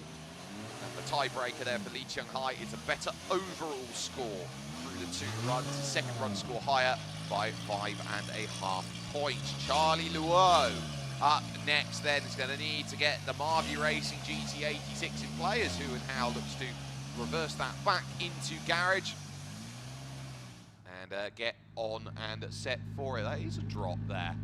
I would be concerned if we do have a little bit of moisture in the air now. Haven't seen it on any other camera out there, and I haven't seen it outside my commentary box window either, so a little bit of cause for concern. Charlie Luo. How will this now set as we get ourselves ready? 3 lights, 2nd run. Need to improve on a 53.5 to move on up, and I think there is definitely that opportunity for Charlie Luo to make that happen. Oh, he didn't want to initiate there at OZ1, just about got the ones, and oh, nowhere. OZ2 transition just absolutely nowhere, and down low, you're gonna have to zero that one out there. Oh, what a shame for Charlie Luo. He's gonna have a long wait now. He is gonna have a very, very long wait. And basically he's gonna have the junction her weight that I thought he was gonna have earlier. You can see that something just did not want to click there as he got it around and just couldn't carry the pace and couldn't get it to sit up and do what it needed by the time he transitioned back round, because he did all that work to get it back to straight. It's just not going to come back. He's way too early. Oh, that's a shame, Charlie. Oh, that's a shame, Charlie. Zeros across the board, and ultimately it's not there. We are going in groups, so as far as it sets, we'll see this first group of 8 in play, and the 2nd group of 8, the 3rd group of 8, and that makes lunch, and then you got the next group that comes along, group of 7, group of 7, group of 7, and that gets you to your 32. Not running the Drift Masters way, for example, which is you do all of them first, and then all of them second. We split them up a little bit, and no shocks for Charlie Luo. That is going to be a case of a 0 on the mark, and that is not going to be there for this at the moment. So ultimately, not what the doctor ordered. And you're going to need a new prescription on that, which is a long old wait and a douse of anxiety on whether you can get through or not. So, final run of Group 1. We are on schedule, and nobody has really run into any massive dramas out there in terms of any blow-ups or engine parts that haven't gone well out there. But there is Gleb Melezov. Now, I am very interested to note, next to no camber there on the wheels. There is some, but not as aggressive as some of the others that we have seen. If you see Jason Yee's Safiro, for example, that thing has a mile of camber and caster on the wheels. That thing just is made to just go through tyres there, giving the sign that he is set and ready in the nice bright white helmet there with the OMP on the front. Gleb Melezov, what do you have, buddy? 74.5, currently 4th place. A good opportunity to go and improve. Has seen some improvements from some of the competition in and around. And I think he knows he's ready. Green light then on the LED. And let's get this run ready. Kicking it about into OZ1. 3s and 2s. That will give him the maximum point. Now here into OZ2. Oh, yes, Gleb. That's what we want to see. OZ3 drops down, and it's going to miss ITG1. And it straightens, so goodbye run through ITG2, ITG3. Oh, that's a shame. Gleb had a really nice start to it, and it just fell away at the most difficult point, the moment where it changes the story. You can see it really fights it in. This is the perfect view. Oh, I think he'll get away with that from straightening out. He might get a score, but it's definitely not what he wanted. Massive miss at OZ2. Sorry, ITG2. Oh, dear me. A lot of grip. Trying to fight as they go. And they don't really have restriction on their tyres. I looked in the rule book, that it's a case of what they've got. They're basically running tyres with as much grip as they can pretty much put on them. And some get it to work and some don't. And it is a very grippy surface. It's been very hot. There's 2.5 days worth of rubber that's been laid down on it. So they've had 2 full days of putting it together. So the track, basically I walked the track this morning and I was sticking to it ever so slightly through everything that has set. So very much there, just a case of there is still so much that you can get out of these runs, so keep an eye out on it. So Gleb Melezov, I don't think that's going to be an improvement on 74.5. Judges are having a real deliberation, which indicates to me it is going to score points, but I don't know how many. See there's some of the tyres there in the back, those that are in the yellow stickers or in the yellow trim that is there around it. Can't really see much there. Hi Gleb. Putting off his hands device, getting out of his fire suit, saying jobs are good and should be enough to go into top 32. Potentially a wait to see how far down. I think it's going to be a second half score, 74.5 rather than a top half score. So I'd be looking at this for Gleb, going, keep an eye out on your opponents, who you might be facing moving on forward. Second group that will be coming up afterwards. You'll see then the likes of Mika Keski-Korpi in here, Sebastian Fontaine. Shui Quan is going to be out there, as well as the likes of Tong Ling, Luca Liu. Ding Guantier is going to be out there going as well in his GT86.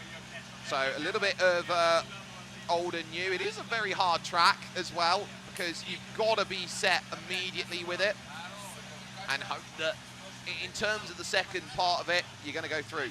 Now, zeroing out on that for the mark of critical deceleration. So it's not a case that it's the angle that's done it, it's a case that he dropped well below on pace, and because of dropping well below on pace, they tell the mark if it's anything under 60 kilometers an hour through the run of the ITGs, they're going to zero you out on it, and that's what they've done it through. So into Group 2, we come along, 74.5 scored then for Gleb Melezov, remains then in 4th position on the board.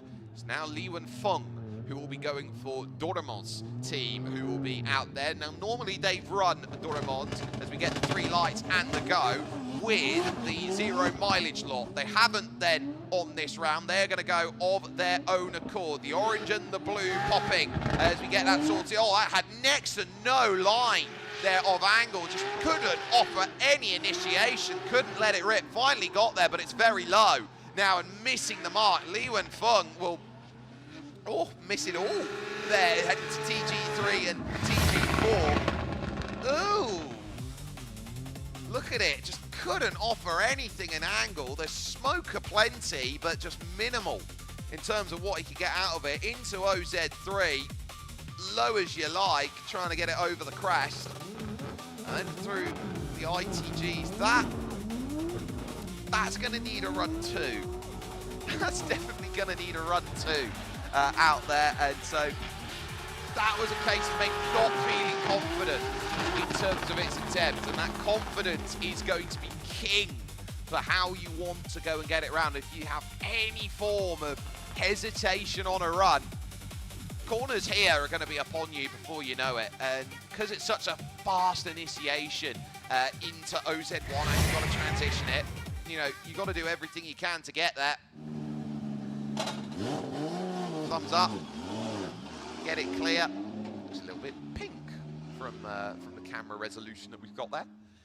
Not bad, but big old name coming up next now, and someone that I'm really excited to see out there drifting as you take this lovely drone shot up and see the circuit. I'm in that building on the left, ladies and gentlemen, that long line. I'm in the race director's office at this moment in time, so if there's any problems, come talk to me, drivers. But pulling back into the Doraemon's garage, they're so nice over at Doraemon's out there. Nick Lee is a wonderful person to talk to, but ultimately for Li Wenfeng, I'm not too sure that was what he was hoping for. He's going to need a big round 2 in his BMW M2 or F87, trying to go and get that one set up. So I would be maybe arguing the case of, chat, we might need a diagnosis on this. Some arguing you need a softer rear, maybe higher springs out there could be the way that that's going to get that to grip up. Ultimately, in the practice runs, Li Wenfeng was struggling with gear ratio, couldn't get it to hold, and so now that he's got it to hold, he's now got to get it to engage, basically. So he's now got the exact opposite problem of, from practice, it was a case of, I can't get it to hold, I can't get it, I can engage it, but I can't get it, you know, to last. Now he can get it to last, but he can't get it to engage. So he's got both sides of the spectrum, and now he's got to try and find a middle path out there. So that's going to be really key. Good question actually coming through in the chat from Coulter. Why are we seeing quite a lot of BMWs out there? And I think one of the big keys of what we see from the BMWs is the fact that when you're in China, BMW actually sell their equipment as a knockdown kit. So the body shell and the chassis and all of that comes in, and that's about $25,000, $30,000 US is the amount that you get for a knockdown kit. And that's why you see so many BMWs over than maybe you see from Nissan Silvias or Toyota GT86s. And we're going to see the result come in a moment.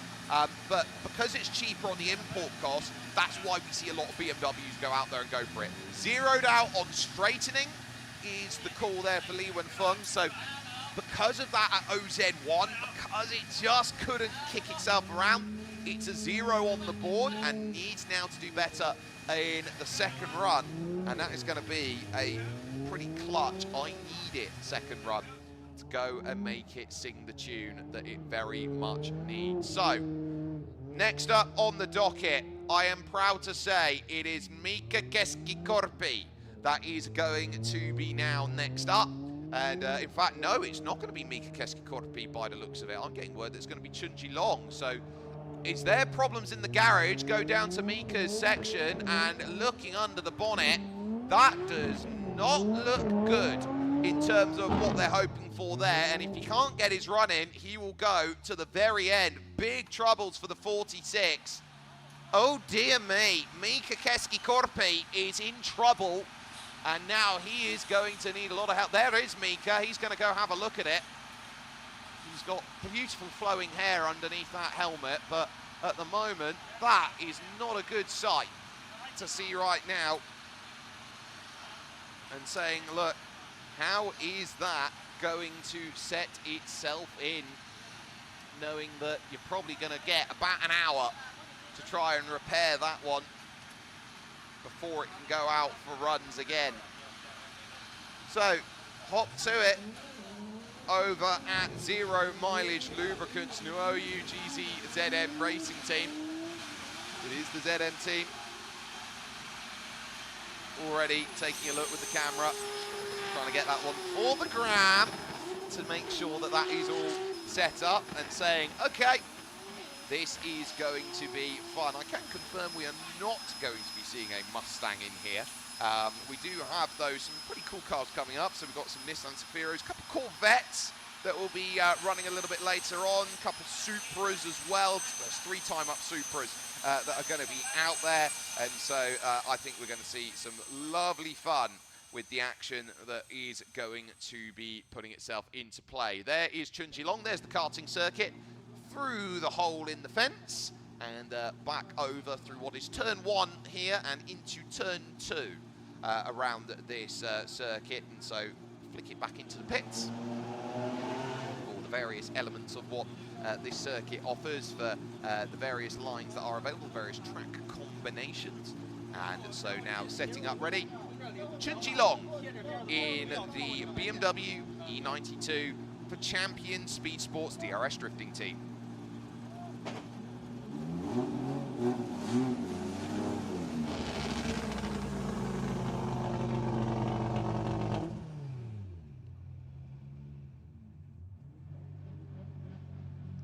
Right then, how is this going to fare? Are you going to find what you want and more from this? It's been a tough little period of runs, but Chunjilong, 650 brake horsepower from that 2JZ engine, that E92. He's got to really try and say, I've got to make this one sing. From Xiamen City in China, he has now got to try and put this one together, trying to get it to gear. And here goes Chunjilong, and he's fighting there with correction through OZ1, and again at OZ2 you saw the little stutter of the front wheels. Now at OZ3 again having to use the handbrake to get it to engage into ITG1, ITG2. Look at a tyre squeal coming out of it, but it does straighten off the exit there of ITG3. Ooh, interesting from Chunjilong. Trying to get that one to work. Hit the marks lovely. And now here, look at it. It just pitches down in. And he has to do a lot of work to gather it back. ITG2, ITG3. Oh, he's done enough in my view that it's not straightened out. Really, really fighting hard for it.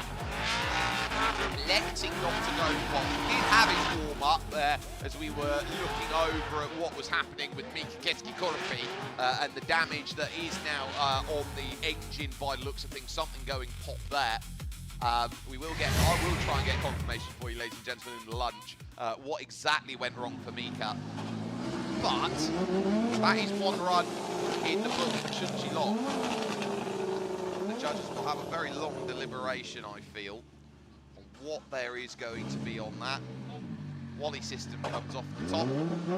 They will have a sticker mark where they put the Wally system and they put the tracking on there. It has to be absolutely straight as a die on there, otherwise it's not going to mark the way that is going to be set on out. But that is a run over for Champion Speed Sports. Very lovely people over there. Had a chance to talk with their representative Candy, who is out there, and she's lovely to talk to. Very, very helpful out there. Von Chi as well. Very, very good drifting talent out there. Has done it for many years and will be a threat in this competition the longer that it goes. But Chunjilong, we go down into the garage and take a little walk on down the paddock. see exactly where that is all going to belie. Stop mark being held. And the second of the 4 champion speed sports cars out there, the third in the team's championship as far as it goes, and Chun Jilong turned around over at Shanghai Tianma, the championship opener, and is 21st in the championship. Scored 82.5 in Shanghai in his qualifying attempt, was good enough for 17th place there. His run has just come through on my screen, so you'll see it in a moment, 45.5 points. So nothing much there for fluidity and commitment. Pace and angle really down. Line was good though. That was the big run that pretty much set itself up, but really having to fight. And guess what? Corvettes. We have a couple of Corvettes. This is Shui Kwan's Corvette that is out there. Lovely specimen of drifting car, this C7. Believe it or not, it's the first Corvette to ever have the double flags on the back. And there it is for 0 mileage lubricants. Popping red that is there and ready to go for it. And a little wave then to say, right, I want that one in and play.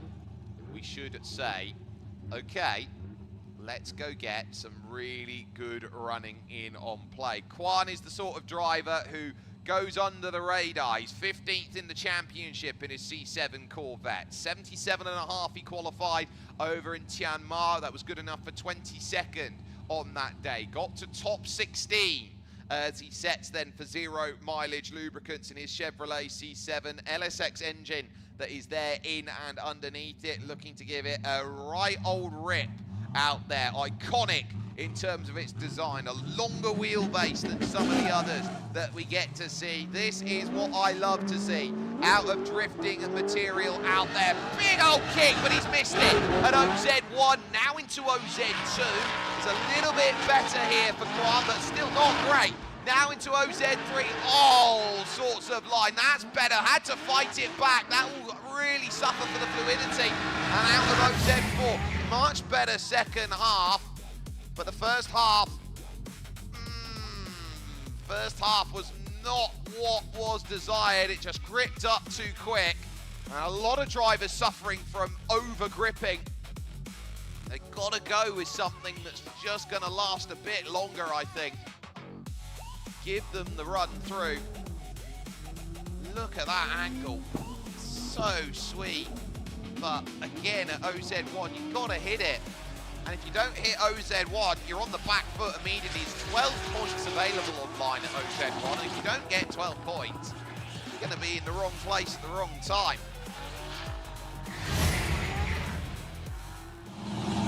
Kwan pulling himself back in. And saying, okay, not bad.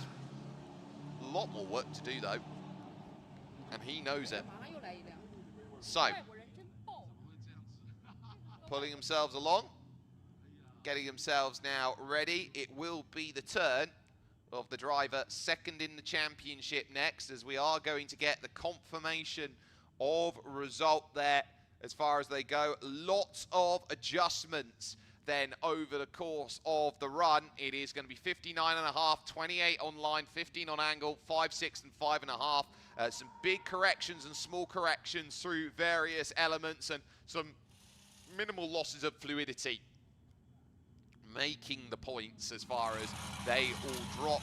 59.5 at the moment as far as that will line up in points.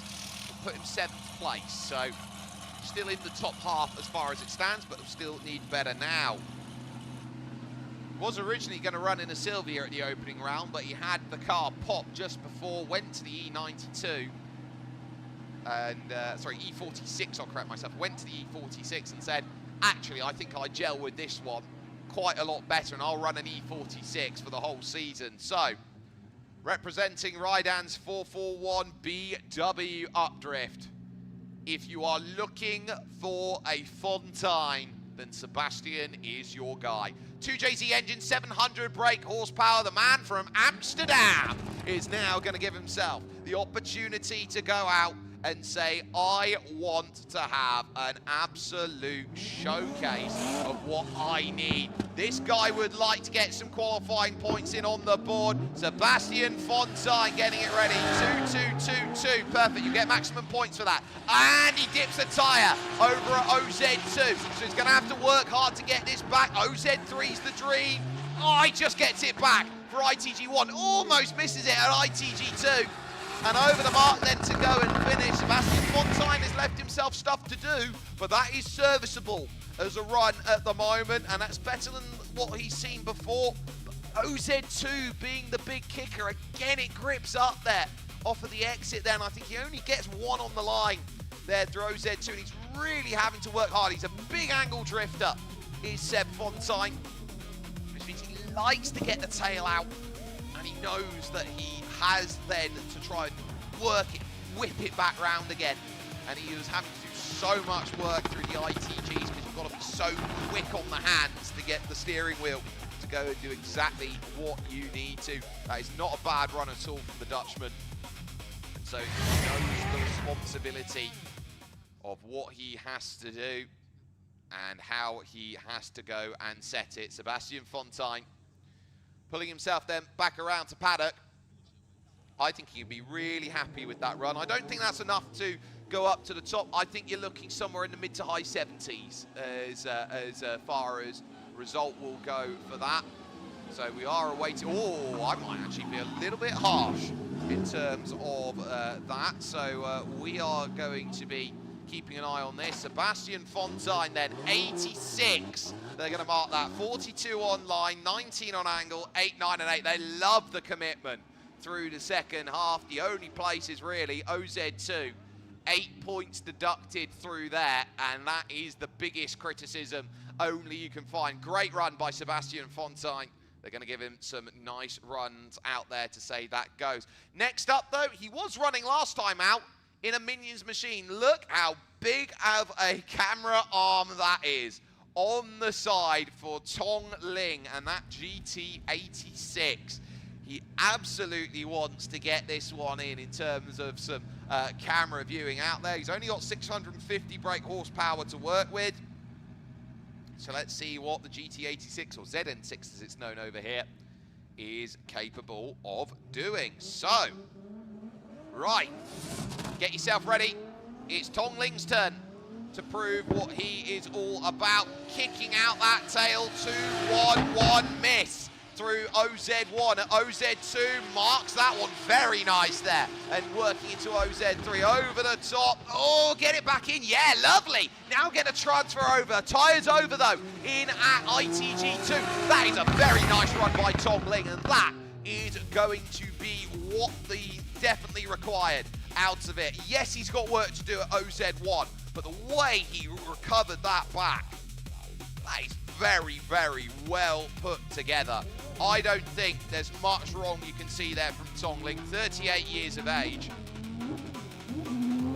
Yeah, that is pretty much a pride drift if ever you want to see that. Next day delivery and all of that. So, very, very good stuff. And I'm sure that we will see just how this is going to set itself to play. Okie dokie. I want to get in to the nitty gritty. How is that going to set itself up? I think Tong Ling's got a very, very nice run. Okay, line looked great, commitment looked great. Judges, I think you are going to be looking at this one being another high score on the board. 86 from Seb Fontaine, by the way. Good enough for second behind Kevin Lee. I'd be keeping an eye on this one and going, I think it's in the 80s. It was acceptable in the 80s. It was acceptable at the time. We're going to see whether that's going to be more than enough. 80 on the dot. It is in the 80s. Full fluidity marks, but line is the big getter. Full on angle. Tong Ling, just get it in the zones and you're going to be up there in the high 90s and challenging some of the very, very best out there. Puts him 4th place with that attempt. I would say that That is enough to get you top 16, 80 points at the moment. So you want to be inside the top 16. That will give you a better bracket draw for top 32 cut tomorrow. Tong Ling showing what he's all about. Next up, coming up next, Luca Liu. Then in for the BMW E92, his first run of the competition.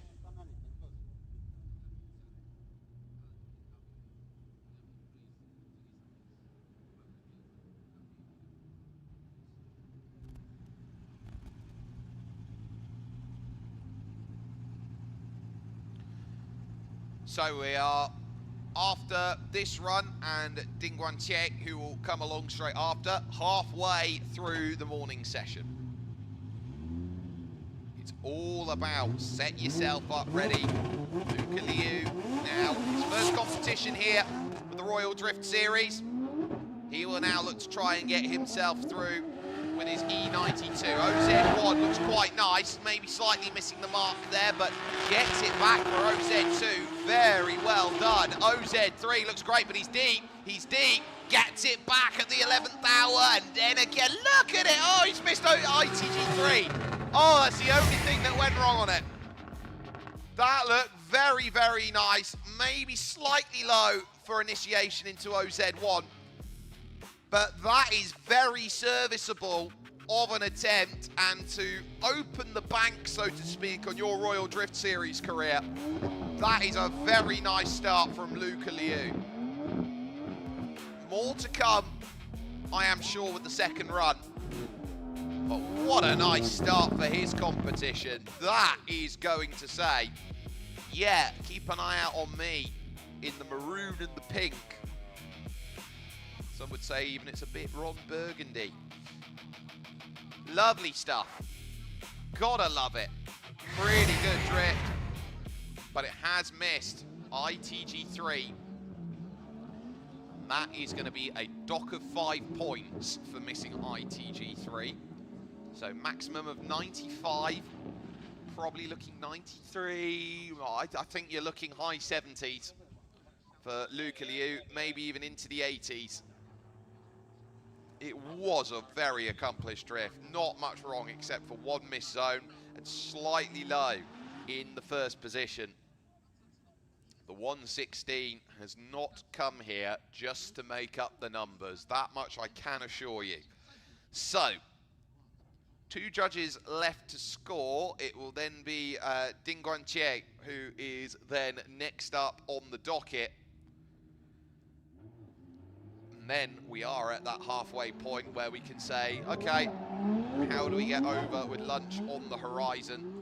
Luca Liu will keep a very firm focus of it. Gotta love the starting zone as well, on a corner, which means that you have to navigate through, then engage. And so that is going to be a very, very nice attempt. 82 on the docket there for Luca Liu. Full angle and fluidity marks. Line is the biggest thing again. It's very much like Tong Ling. It will usurp Tong Ling's position right now, put him into 4th place. Very much equal. 87 the top mark, 86, 84, 82, 80. Equidistant. Very much what we like to see. So next up is the 718 that will now set itself up. It will be Ding Guanqie. Also his first start of the season, but that looks like waiting in to get to position rather is going to be the #1 again of Li Wenfeng. So if that is the case, then I ask the question, where is Ding Guanqie? And that might be another one who will have to go at the end of running then for this, for lunch. So I'm going to be very interested to see how that is going to play, whether we are going to see Ding Guanqie out there. And yeah, there he is, just pulling through. He's had his practice run to go through, and we'll now get that all ready for it there. Lovely stuff then, as he will be in his GT86. White and black, big old scoop to get the air to the engine, keep the engine cool as much as possible. They're running really, really aggressive. If you want to think you're going from 0 to 100 on these engines, well, basically as quick as you can click your fingers, you are hoping that you can go and get every amount of drive that you can. Pulls to the back of the line. No, sir, you will have to go through everyone. Get your run sorted and make sure that it is all there. So that will be an await for us to see all of that go and get sorted. There's the pull away. Yeah. Can I go straight to the front? Yes, sir. You may cut the line. You may get the VIP Express to go and push on forward for it. So we are going to be seeing so much out there of saying, right, I want everything to be key. And this is a very international series as well. I know you got some of the best here from China, but you got those from Finland, you got those from Norway, you got some from Australia, Japan. We touch all borders out there in terms of competition running out here in China. Ding Guanqie, 400 brake horsepower from that 2JZ engine. He is really going to be limited in terms of how much raw put out he's got by comparison. So give it your best shot. Ding Guanqie, off and away. Trying to get it to go up. Oh, you can see how much it struggles. Oh, that's gone. That's gone. And so this will be a case of, can I offer anything? Okay, I'm going to show that I've got something. It didn't initiate. It's going to be a 0, but ultimately for Ding Guanqie, I'm now going to have to go for it again on that second run. Now it works, but you've used a run up to try and get that to go forward. It's a shame, but you see it here, just didn't want to go and kick on, and then finally it did at OZ2. Critical deceleration, straight lining. Not much you can do there. They'll zero that out.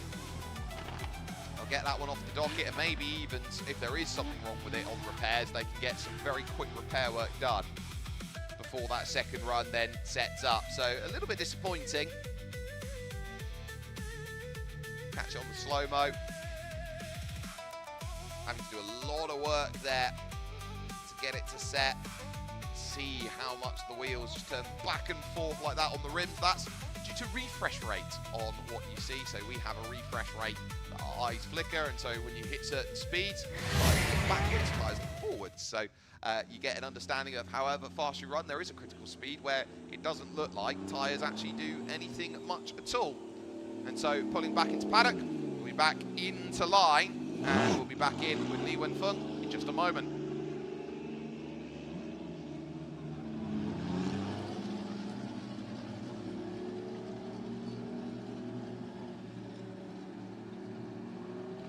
So, ladies and gentlemen, you can catch an eye on all of our drivers by heading over to the Royal Drift Series Instagram, where we have posted out who is here today and who is battling out then as we go.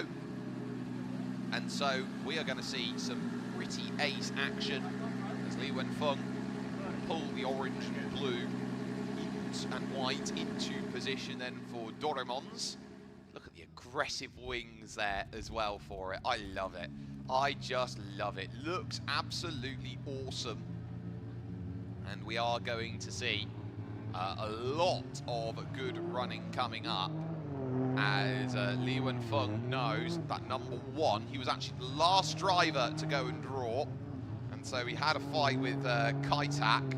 They stood together in front of everybody at the driver's briefing saying, look, we've got to move that around and say, look, I've got to go and get this exactly where I want. And he drew his position there of number 9 overall in terms of running. Okay, through OZ1. Oh, he had to engage there with the handbrake through OZ2. Now you've got to try and clutch kick it down here into OZ3. Hopefully you're going to get yourself into play. Oh, it's missed the mark. Now trying to fight it back. Gonna get there. Gonna get there. It's gonna be points, but I'm not sure how many. And again, okay, nice through OZ1. You're gonna get all the points there, but it's 1.5 really over the line. I think they'll only mark that as 1 tyre dit. And then 1, 1, 2. Yeah, just tried to gather it back and it hasn't tipped in for ITG1. my. Oh my, indeed. Look at that. Working hard through, trying to get this one to settle in the way that it needed to be desired. Ultimately, Liu and Feng probably looks at that and goes, did I do enough? Did I do more than enough to put that in a way that goes and makes it tick, sing, everything that I want and then some? I would be concerned for that point score and where that is going to be. 4 of the 5 judges have put their score down, so we await one more decision before we get that result and we get the next run sorted. Confirmation in, and so we'll see that score momentarily pop up on the screen. And again, this will be another one, I think, where you're going to have a long old wait at the office here, because it's 50.5 points, 23 on the line, 15 on the angle. Commitment low, fluidity average, pace slightly below average. And really, the big thing is that pace-wise, there are adjustments everywhere, and that certainly doesn't get exactly what you want from it. But out there for a second run, Mika Keskikorpi has been able to fix the machinery there for 0 mileage, running out there today in a BMW M2, and is going to be absolutely going forward for it. So now this is going to be a whole heap of fun, and saying, right, can I get this in and marked up? Nice stuff for OZ1, gather it back, OZ2, everything holds on the line. Mika Keskikorpi, then at OZ3, get it to gear in, yes, lovely. Now gonna work through ITG2, ITG3. Oh, this is a lovely run by Mika Keskikorpi. Did you expect anything less from a Finnish talent like him? OZ1 looked great, OZ2 was setting itself up nicely, natural all the way, trying to get it to decel, and just it hung for an eternity as it walked into ITG1. Oh, Mika. Oh, Mika.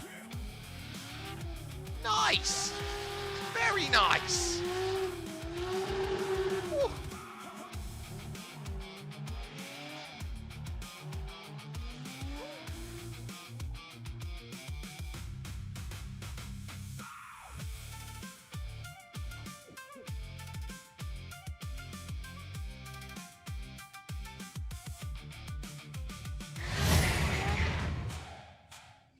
I think Mika can be very pleased, especially after what happened, which cost him his first run. Ooh, that's squealing.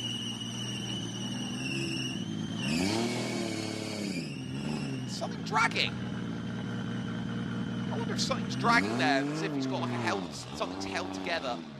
Okay, looks better. But Mika Keskikorpi will be very, very happy with that one. I am looking forward here to this competition, and drivers like Mika is the understanding why. So he will go back to the 0 mileage team. He's running as part of the ZM branch of it, because you've got the ZM and the GC. ZM for 0 mileage, GC for Gold Core is how it goes, and he will get over and past our cameraman here. Please, sir, you are in my space. Goes by, keeps it round, and he's going to reverse that one back on in. Just one score judge to wait for before we put ourselves in. Yeah, there is definitely something not right there, the way he's squealing about like that. There is something that's not quite 100%. So, there's the look underneath. And I think we're going to see a nice new mark up at the top. 91 for Mika Keskikorpi, 48 on the line, 19 on the angle, 9, 8, and 7. So the key being later throttle through the second part, OZ3 -2 on the line, a slight adjustment in sector 1 on pace, and a small correction on the angle. Lovely stuff from Mika Keskikorpi. Did you expect anything less than that? Chunjilong then for a second attempt, looking to improve a 45.5 score. 14th at the moment, out of a possible 16. Definitely needs to try and up the game. Chunji, what are you going to do? Chunjilong. Now, here we go. BMW E92 looking to engage this one and does so all early. So it's only ones on the marks there through OZ1 and a tyre dips at OZ2. Now trying to work here for OZ3. Oh, it's a lot better there and is going to hit the mark. Oh, a dream. Now it's just going to lose the speed slightly, gets a lot of angle and slightly misses ITG3, but over the mark there. That's good. That's a good old score out there, and we will await to hear what that score will be as it comes.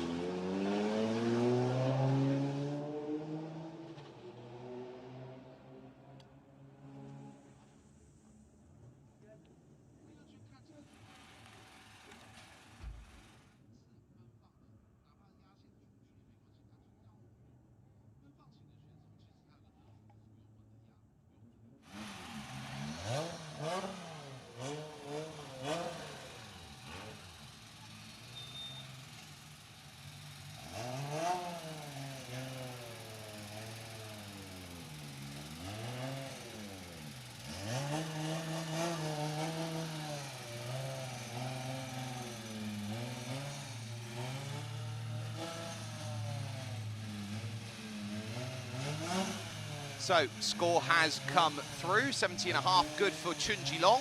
We'll be quite happy with that then in terms of the attempt that had put itself on through. And so, the key there to the run for Chunjilong, a couple losses of fluidity there and a few adjustments needed to be made. A shallow line in Sector 1, and so we'll be hoping that there's going to be a little bit more, but 70.5 is serviceable and could be enough here to make that top 32, or should be enough, but whereabouts is going to be the key. Shui Quan is now next up for 0 mileage.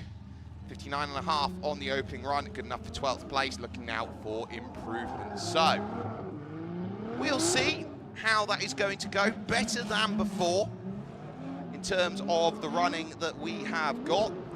And so I'd be looking here at Quan and saying, what more can you do? OZ1 right up on the line and into OZ2. Does it grip up a dream? It does. And that's a lot better here from Quan. And again, slightly over and gets it shallow into ITG1, and tyres are now starting to dip over the mark. Then that'll be a loss of 5 and misses ITG2 for the final 2. TG4 for the final 2 points. Well, look at that, Quan.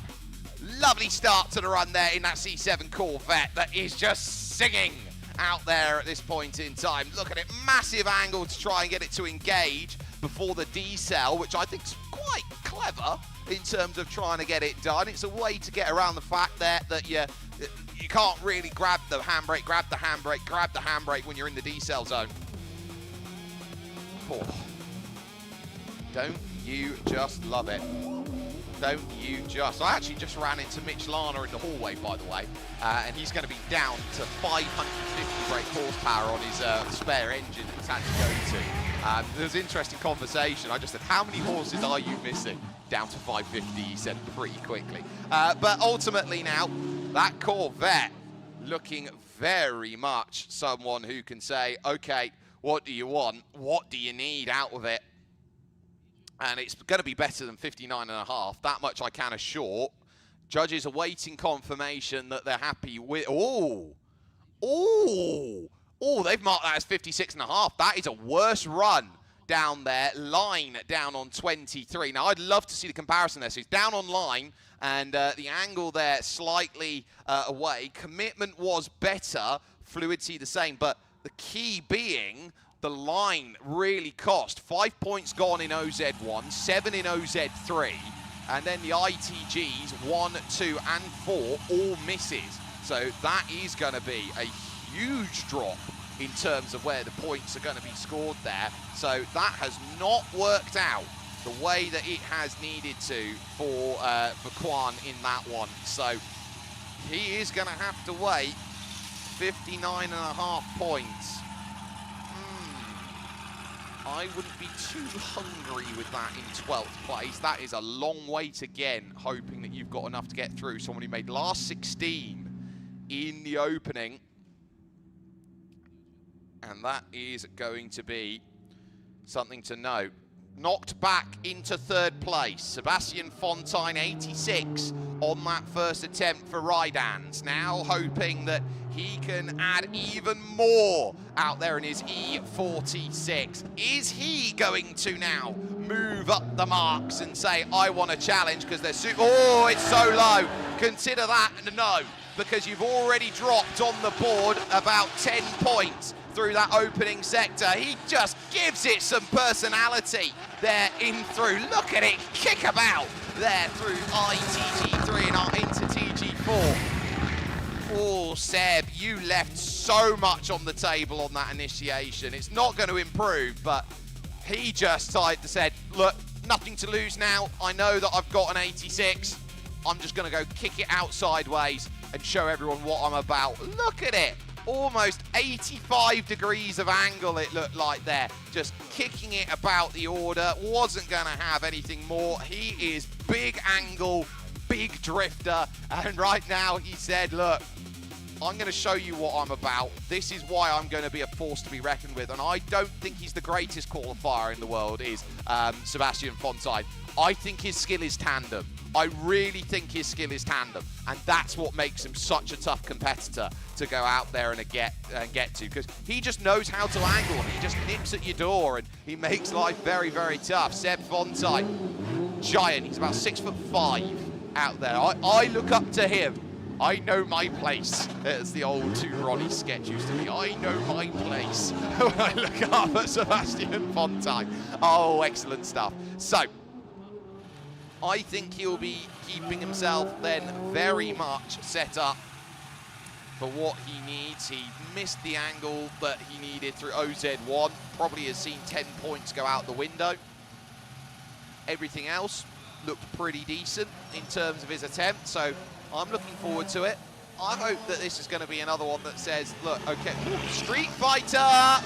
Moving on by Johnson Chen, looking to get ready. Another one of the right-hands guys. 68 is going to score, 34 on the line, 14 on the angle, 6.5, 7, 6.5. For those looking at where the angle is, commitment was 3.5 for the shallow line to begin with.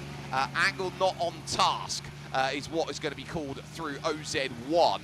So that's why he's got knocked back for the angle there. So that is going to be a whole heap of love, and there's going to be a lot of people who's out there saying, what's up, Mike Lake? How you doing, man? How is it all going? Tong Ling up next, 6th place after his run, and out there on some very nice points, 80 of them to be precise for the number 92. Kick it on into gear and get ourselves in for this qualifying run. Tong Ling now really looking to try and improve the mark. It is absolutely pinned through OZ1. It is absolutely pinned through OZ2. Gets to OZ3. Oh, this is looking great. Tong Ling hits the marks. Oh, he has to really work to get that back at ITG2. ITG3 looks great. Oh, what a run. What a run by Tong Ling. That is a lovely run by Tong Ling. You have got to go and bring that one in. Oh, yes. That one will be a true smile across the face. Ace. Absolutely ace. In you go. Get it around into ITG2. Had to fight. Got that back. Yeah. That's the Tong Ling that we didn't quite get to see over in competition in Tianjin, which he was running a Nissan Safiro that had minion-coloured yellow all over it. But he knows as Tong Ling, 26th in the championship. That was a must-make run, and he needed that one. He needed that one. 91 is the benchmark set by Mika Kesikkorpi. And Tong Ling here might be threatening that, and should be threatening that in my view, if not surpassing it. So, Tong Ling, the number 92 car, I reckon he could get 92 points for that. That was a beautiful drift, and that is what we look to threaten. I will say in round one, we had someone score 91. His name was Artyom Shabanov. He's here today. So that's going to be our qualifying benchmark. But Tong Ling, excellent stuff. We wait for one judge's score as he will go over to one of the garages on the right-hand side rather than the left. A lot more on the left than there are on the right, because you've got this massive building here on the right-hand side. And all of the courtesy parking then for some of the people there are now setting in. Just waiting confirmation here from Tong Ling on what that result is going to be. Oh, it's 86.5. It is an improvement, but line is the big thing there. So they're going to say OZ2 lost 5 points out there. So that could be a case it was just shallow coming off of the exit.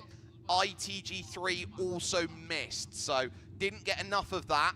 And so ultimately that's going to be another 5 points, and ultimately 86.5. Still really, really good in terms of score. It's good enough to go to 3rd place on that attempt. Luca Liu now up on 82 points, had a very nice opening start, and now is going to be needing this 2nd run now to go through. And it is a bit harsh, but that is ultimately this competition. You have to hit every mark, and you've got to be right through the middle of all of it. Luca Liu then looking to gear it. Oh yes, OZ1 a dream. OZ2, get it, get it, get it. Oh, and he's slightly shallow off the exit there. Maybe they'll only mark that down for 2. Oh, massive angle, but he's going to miss ITG1 there. Luca Liu then is going to see that as, oh, I'm going to give it all of it and a bit more. The angle is massive,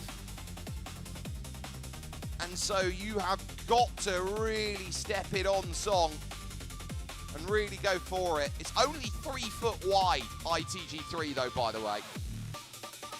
So ITG2 here, and there is ITG3. It's only 3 foot wide. Oh. Suddenly this competition is just starting to raise that bar a little bit, isn't it, ladies and gentlemen? It's just starting to raise that bar. Can't fault the commitment from Luca Liu. You can't fault the commitment. He is absolutely gunning for it. Knows he's got a mark that's in. It's just, can I find that style that goes and improves me to that next level? -5 more for missing ITG1. There's not much you can do about that. It is a bulk I'm missing 5. But it's then the question of where are you going to find those points back? And there aren't going to be many places where he drops in terms of his result. It is in, by the way. And so you're going to look at this. And I would say if you want consistency, you get consistency. 82 in run 1, 82 in run 2. Better on the line, slightly worse on the angle out there, but it was enough to say he goes through. So as far as pace goes, there were some slight adjustments there with the throttle, so he wasn't able to get what he wanted. Angle, the big thing, sector 2, he took a -2 and then a half for a small correction then as he went by. So small differences there. Now, critical here for the end of the 2nd runs of Group 2. Ding Guantier couldn't offer anything in his 1st attempt. Now he's desperately going to need something here from his 2nd, because he is currently on a 0. Red light's now going to be going along on the LED boards. And here we go. Only 400 brake horsepower, so he's really going to need this one to gear into OZ1. Get it up, get it up, get it up. And again, it just doesn't want to go, and they'll 0 on it because that is just straight flat. God, he's fighting against it to get it around. He almost needs twice as long as everyone else to get it into position. Really tough to deal with there. But ultimately, they'll 0 on that, and Ding Guantier is going to see this competition over and done with. A learning curve, but one where judges very quick to it. 0s.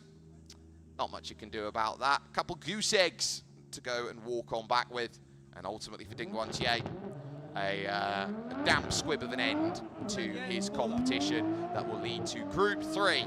Then going out, and I would say for Group 3, we've got 7 drivers in here who competed last time in the practice, being done by the man from LA, Johnson Chen, the street fighter himself, looking to get out there for ride-ins and getting competition sorted. So that is going to be very close to see next. Get enjoying it with it. 8 more to come here in qualifying for your morning session.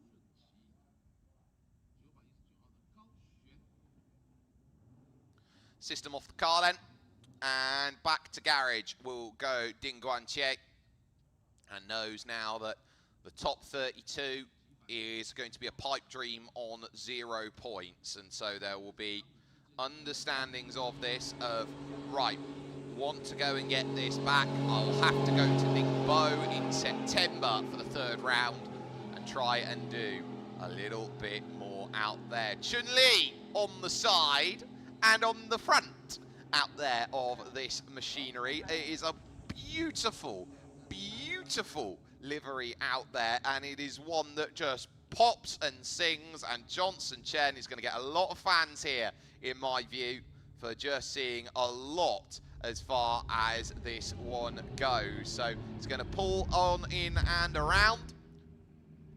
Choose your fighter. Choose your drift wisely. Johnson Chen knows that he is out there and he can go out there with the best of them. Nissan S15, 2JZ engine, 800 brake horsepower for the California kid.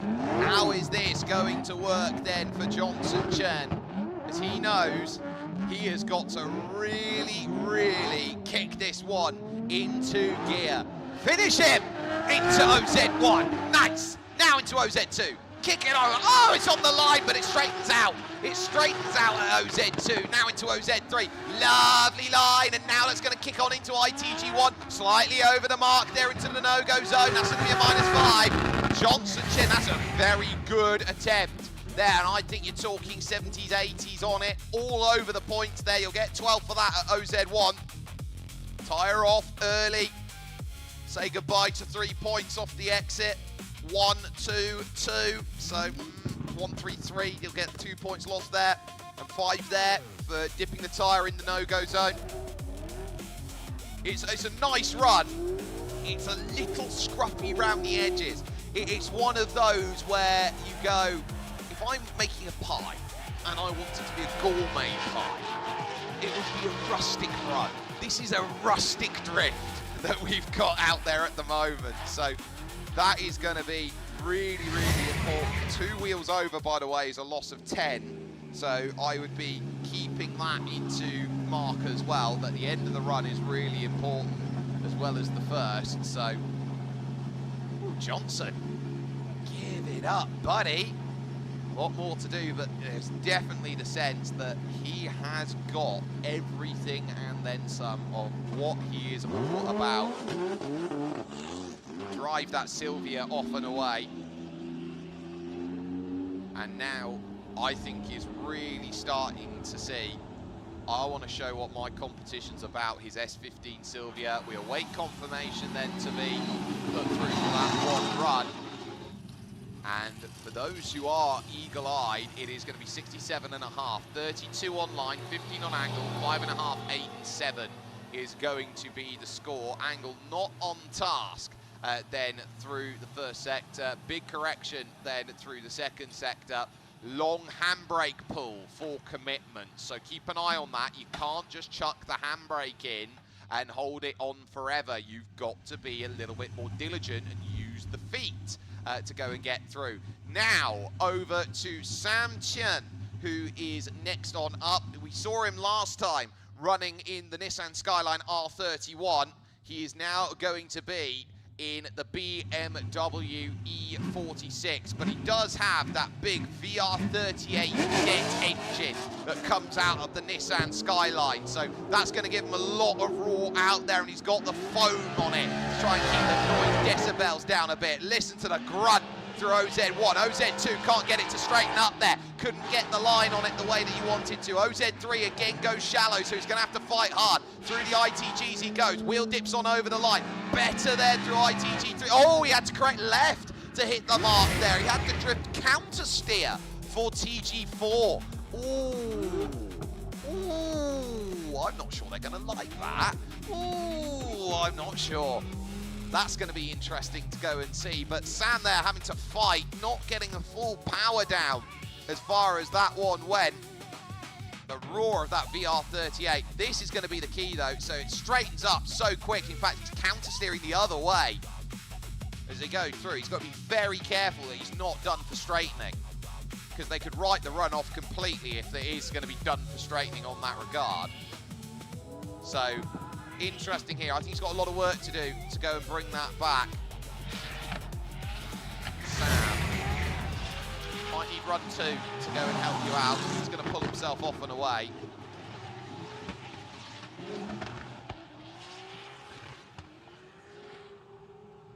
Interesting.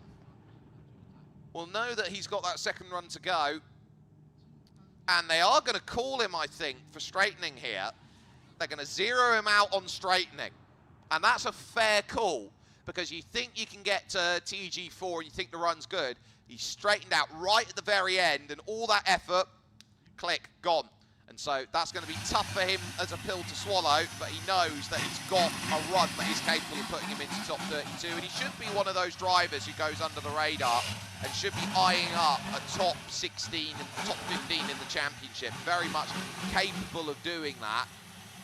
And so now, next up on the docket, the championship leader is going to be going, and with a change of car from Mark II Supra over to the Toyota, Mark II Toyota to the Supra, I should say, that comes up next. There he is, gold banner for the mark of the championship, or the round winner from last time out. Maxim Grossman is going to be looking for an all-important go on next. And so he knows how he wants to go and set this up. And he says, let's all go and give a big old drift. The stars are out looking for big opportunities here, and Maxim Supra now ready. 2JZ engine, 1,000 brake horsepower available to Maxim. He had to fight really hard through his competition in Tianjin, which included a one more time against Jarkko Julha in top 8. And now he knows what he's got to do. He was 6th in qualifying in Shanghai. Can he go better than that? 3s across the board at OZ1. 3s across the board with the exception of that final mark, which will dock 2 points. Now into OZ3, it's just getting it to sing and trying to transfer. He's fighting hard, he misses the mark at ITG3. It was just getting away from him at the end, but it's still very lovely in terms of how he was putting it together. There's a reason why he's the championship leader, because when he puts it together, he puts it on song and he asks questions of everyone there. Really fighting hard here, and this is where he was just seeing the back lead the front rather than getting control of it. Dog wandering away on the lead there. The lovely blue and black Supra. Very much setting its mark and saying, hey look, we're part of this, we're leaders of both team and driver. I've got the responsibility to put the runs together now as I lead the championship. So, nice stuff from Maxim Grossman. We will see whether that is going to be the result that he is eyeing up from Moscow. He comes from, sorry, I'll correct myself, from Irkutsk. He comes from Artyom Shabanov from Moscow, from Irkutsk. He resides from. There's the gap in the garage where he goes. Leonid Schneider's car on the right. Matskovich-Kirill's car on the left. And they are already measuring the tyre pressure on the right-hand side. Very good look at that. And the tyres that are available on the right. Please move over to one side. Our car is arriving. Slow pan over. Here I am, Maxim Grossman, pulling himself into garage, driving it on in, saying, hey look, very good run for me. Puts the wheel up on the rack on the top. We'll step out and we'll say, comfortable starting drift for me in my competition. They will change his rear tyres and give him two new rear tyres to go and work with as he will walk into the back. Give a nice wave. Job well done. So, still waiting on one more for the score before we can set that off and head on over to a lovely Nissan Safiro that will be coming up next. Tri-Ace tyres. You can see there with the V shape that is on there. Formula R1s. 5 bolts to put it all back on again. Take another look then. Drone view. Underneath the bridge. Into OZ2. Just straightens out a little bit quick for my liking. And then slightly low into OZ3, but I think he's all right. But then the back leads the front. Not much you can do. And it's just going to step away at ITG3. He's got to be a little bit more diligent than that if he wants those 5 points.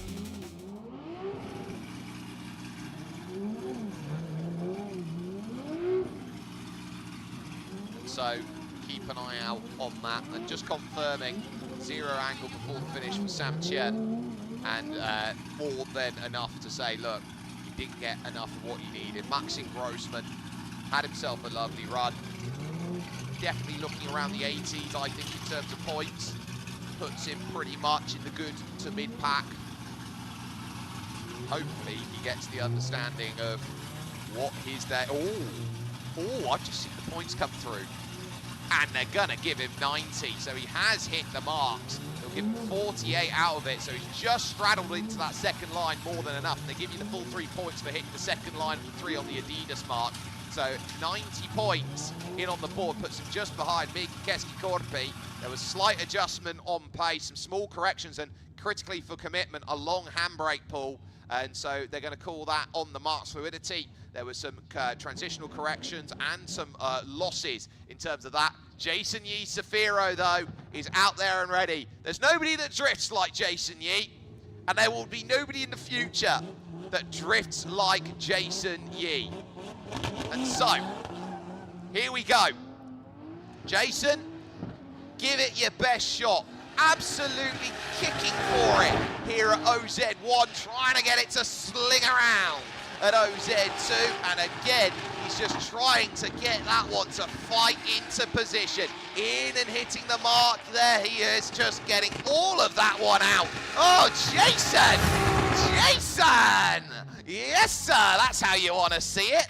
There, just getting it on the 2s, and he's going to go and say, look, I want everything and more on this run. And he is pretty much like a swan when he's out there and drifting.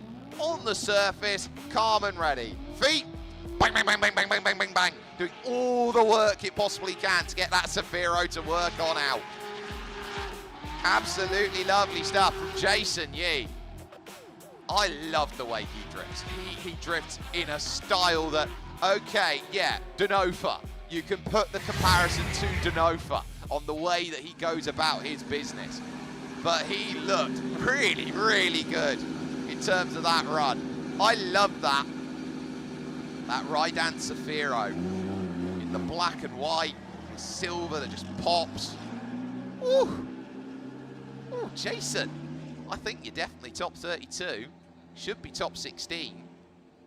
How far up do you want to be, buddy? How far up does Jason Yi want to be with a run like that? Oh, I look forward to seeing what the judges look at here on this. Just one more to confirm. as far as we go, and that will be halfway in this third group. And that will set itself up a treat. We are running through this right now, 11 o'clock. We've just ticked over here at local time as we see Nick Lee then pulling himself in. He'll be next up for the Doraemon's team. Not running in the team's championship, but Nick very much knows what he's capable of. Right down to the far end, please, for Mr. Jason Yee, who will pull himself into garage. We'll reverse it on back in. And what a day we are starting to get to now, and we will await our confirmation as he will pull it on back. Very lovely run, and I quite like the score here because I think it's actually quite fair. 88.5 for Jason Yee, 45 online, 18 on angle, 9s on commitment and fluidity, 7.5 on pace, which is fair. OZ2, a drop of 5. It's the only drop on the line was OZ2 off the exit. Commitment, just 1 handbrake pull. Yeah, it's hot. Yeah, it's hot in there. You'll get over 45 degrees in the cockpit today as you go through. Just slight adjustments for the pace, minimal loss of fluidity, and a couple of small corrections on the angle. Jason Yee, that result puts him 3rd place.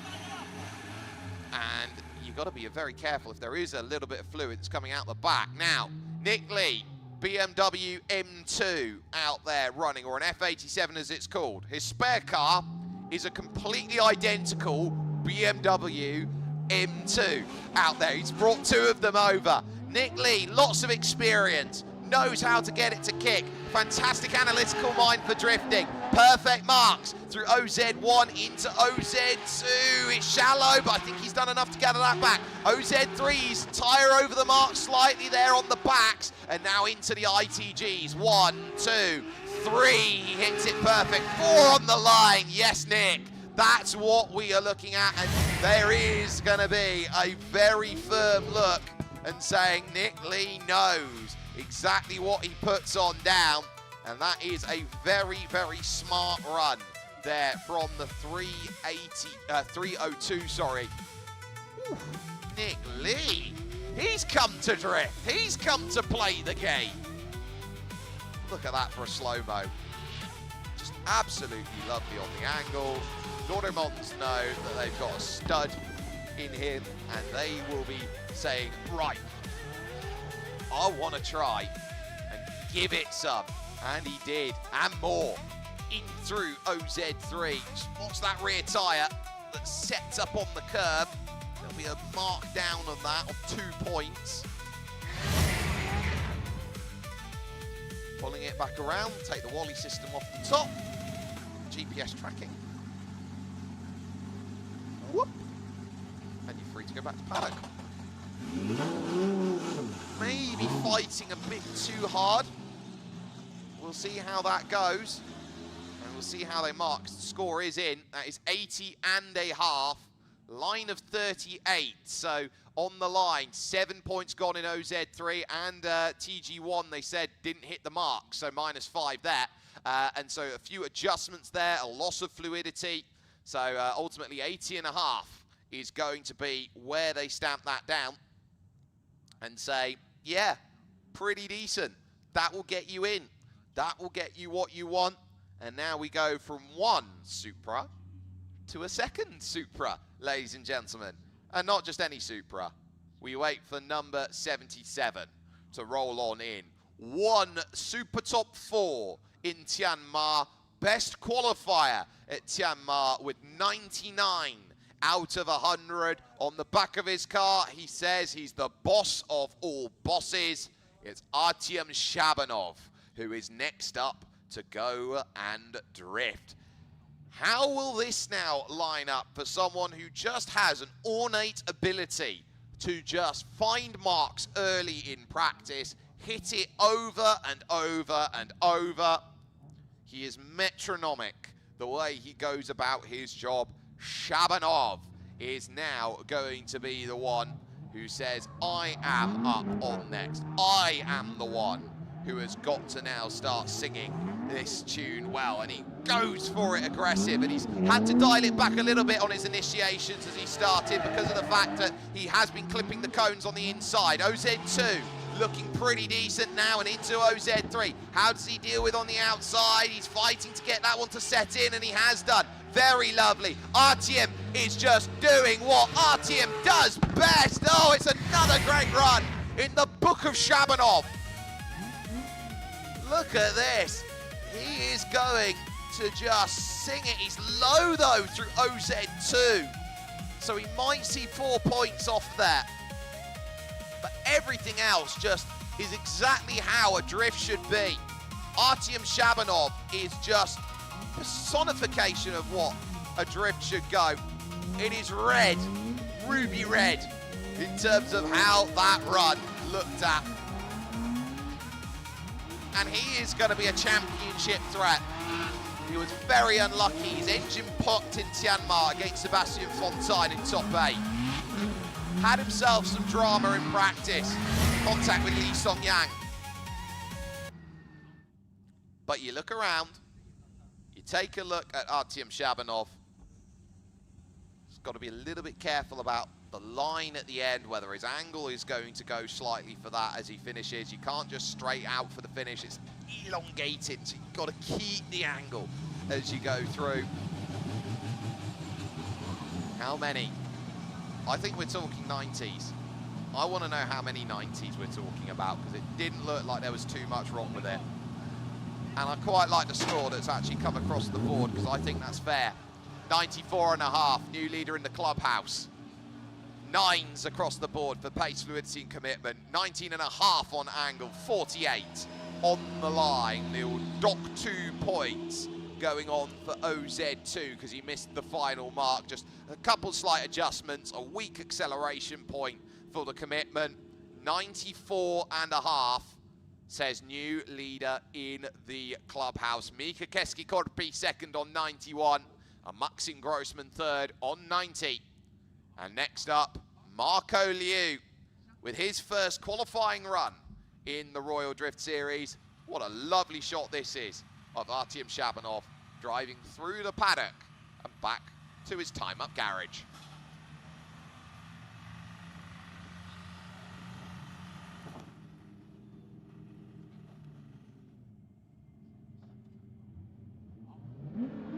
$1,200 for this Corvette. It is going to sing a dream. Look at it. Looks absolutely beautiful right now with the red and the yellow into OZ1. Look at the pace of it. Trying to get it to kick back round. OZ2 on the line, has to straighten out and make a correction. OZ3 again having to work hard to get this one to sit in. And Marco Liu, oh, that's so aggressive on the transfer. Maybe even too aggressive that it clipped the no-go zone. Oh, it's another lights run. Oh, Marco. Marco. Yeah, buddy. Look at this. This Corvette sings a dream. Absolutely singing for pace. It jumps down in very quick for the line that's wanted. All over it through the ITGs. No team represented. Well, actually, sorry, yes, team represented. Champion Speeds for the DRS drifting team. If you're going to want to play Teams Championship, he is the replacement for Shalva Antiashvili. I like that too. I like that too. Maybe had to do a little bit of correction work. There's a lot of that that's come across the run. OZ2, OZ3. Little steering happy. To the point where he actually just wants to go straight back. Says, run's fine, I'll have another go with it. Marco Liu. Awesome stuff. At 42 years of age, comes from China, Hong Kong. And so he is someone who knows what it takes to go and drift the number 66 car out there. And so now I look forward to seeing what his score is going to be. His confirmation now has just come through. We will get that one on the board. Ooh, interesting. Interesting. They are going to mark that down as 77, 38 on the line. OZ2 and ITG2 told as a no. Couple of corrections out there. Weak acceleration on the handbrake pull And quite a few pace adjustments as well. Saw that one go down on the mark. 77 though, more than serviceable out there as far as points go. It'll put him 11th place overall, and on average right now, you'd be saying he'll be top of the second half of the group, I reckon. But Echo Gao up next. Not her normal car, she's normally in an R32 Skyline, but not for this one because she still hasn't had the parts come through from what she broke earlier on in the year in about April and May. So we'll be looking around at this saying, right, I'm gonna have to get this GT86 to move. It's got an LS3 engine in it, and so it's a little bit different in terms of that regard. As Echo, she will try and give herself everything she can. Low on the marks though. Through OZ1, she's really going to have to fight back here for OZ2. Gripped up a little bit too much, so correction factor going to have to be key. Big angle in, and that's going to be all the cones taken away at ITG1, ITG2, ITG3. Oh, Echo, that's scruffy. That's not what Echo's about. She is talented at the solo. That is her skill set. Rocket Bunny is going to need to refire. Down through too early. Boom. You'll lose 15 points for that. 2 tyres over, and you don't get the gate for it. Ooh, Echo. Leaving yourself work, Sunshine, to go and get everything to go through. Needs more power. She's just going to have to make do and mend. She's probably got 2 months before the parts come in, so she'll probably be back in the R35. But she will not be participating at round 3 of the championship in Ningbo. She's got a schedule clash. She'll have to go back at round 4 at Zhongzhou to try and get everything she can. She needs all the points possible to try and get herself a top 10 in the championship. So this is looking pretty desperate for Echo Gao now. This is going to, for her season, I know we're only at round 2 and we're talking a season. For her season, this second run is going to be everything. Absolutely everything for her. So pulls it back to the 1087 boxes on the right hand side. She'll look to pull it back in. She is very negative in terms of her personality. She always feels she can do better. She goes, I need to do this, I need to do this, I need to do this. I mark it in a certain way. So she needs to do a bit more in my book. But we'll see what that second run can give. Already trying to relay some information back, saying, look, I didn't quite like how this went. I need this to work. I need that to work. Comes from Beijing, so a local circuit, this one, Tianjin. Xian Jiwen, who'll be going later on. Hometown boy. Comes from Tianjin himself, so very much a case for Echo Gao. She will be probably eyeing this one up, going, yeah. Oh, why did I do that? Silly me. Look at that. Love the personality out of her. Right, 4 of the 5 judges have declared that score. We will now await confirmation as the 5th one has gone through, and that is everyone through, and they are not going to mark this one very highly, ladies and gentlemen. 44. There, 17 on the line, 13.5 on angle, 4.5, 4.5. A lot to look at. Big losses of fluidity. Long handbrake pulls talk about. Shallow lines and weak acceleration. 20 points gone in TGs, 13 in OZs. Back to the top of the board. Second runs are now going to be next. And the Street Fighter Johnson Chen with the Chun-Li livery for Raidans, now looking to improve on result of 67.5. Walks into this one right now, down in 15th position of the top 24 that have gone on through. So we'll feel at the moment that this is good enough to feel safe, but we'll like a little bit more than that, please, as far as the result is concerned. Johnson Chen, kick it on, get it going, get that Sylvia singing. OZ1, oh, gives it a lot, but it's only ones off the exit of OZ1. OZ2, late to the party and wheel over the line. OZ3 comes along, oh, does a lot of work on the handbrake to get it there. Misses ITG1, hit ITG2. Oh, just on the line, ITG3. Look at that. Johnson Chen, I think, will improve on a 67.5. Maybe into the 70s in my board. But you're going to have to give it a pretty high kick.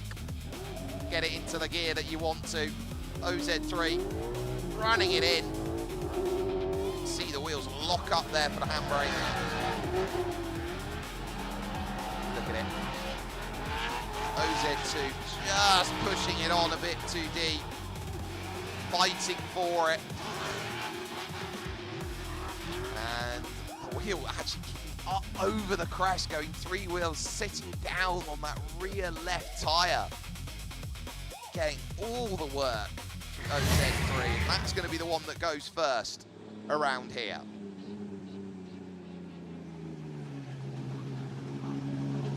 Massively good stuff going through. So we'll be keeping a very close eye on performances then. Johnson Chen, I think he can kick it with some of the best of them. On his day, he can challenge. He is an any given weekend driver. On any given weekend, he can be a threat. Sam Chen moving down in his Beamer. Trying to get his E46 into line. One of the older makes the E46 as we await Johnson Chen. We do like a good E46 here because it is a car that was able to sell 500,000 units in its prime.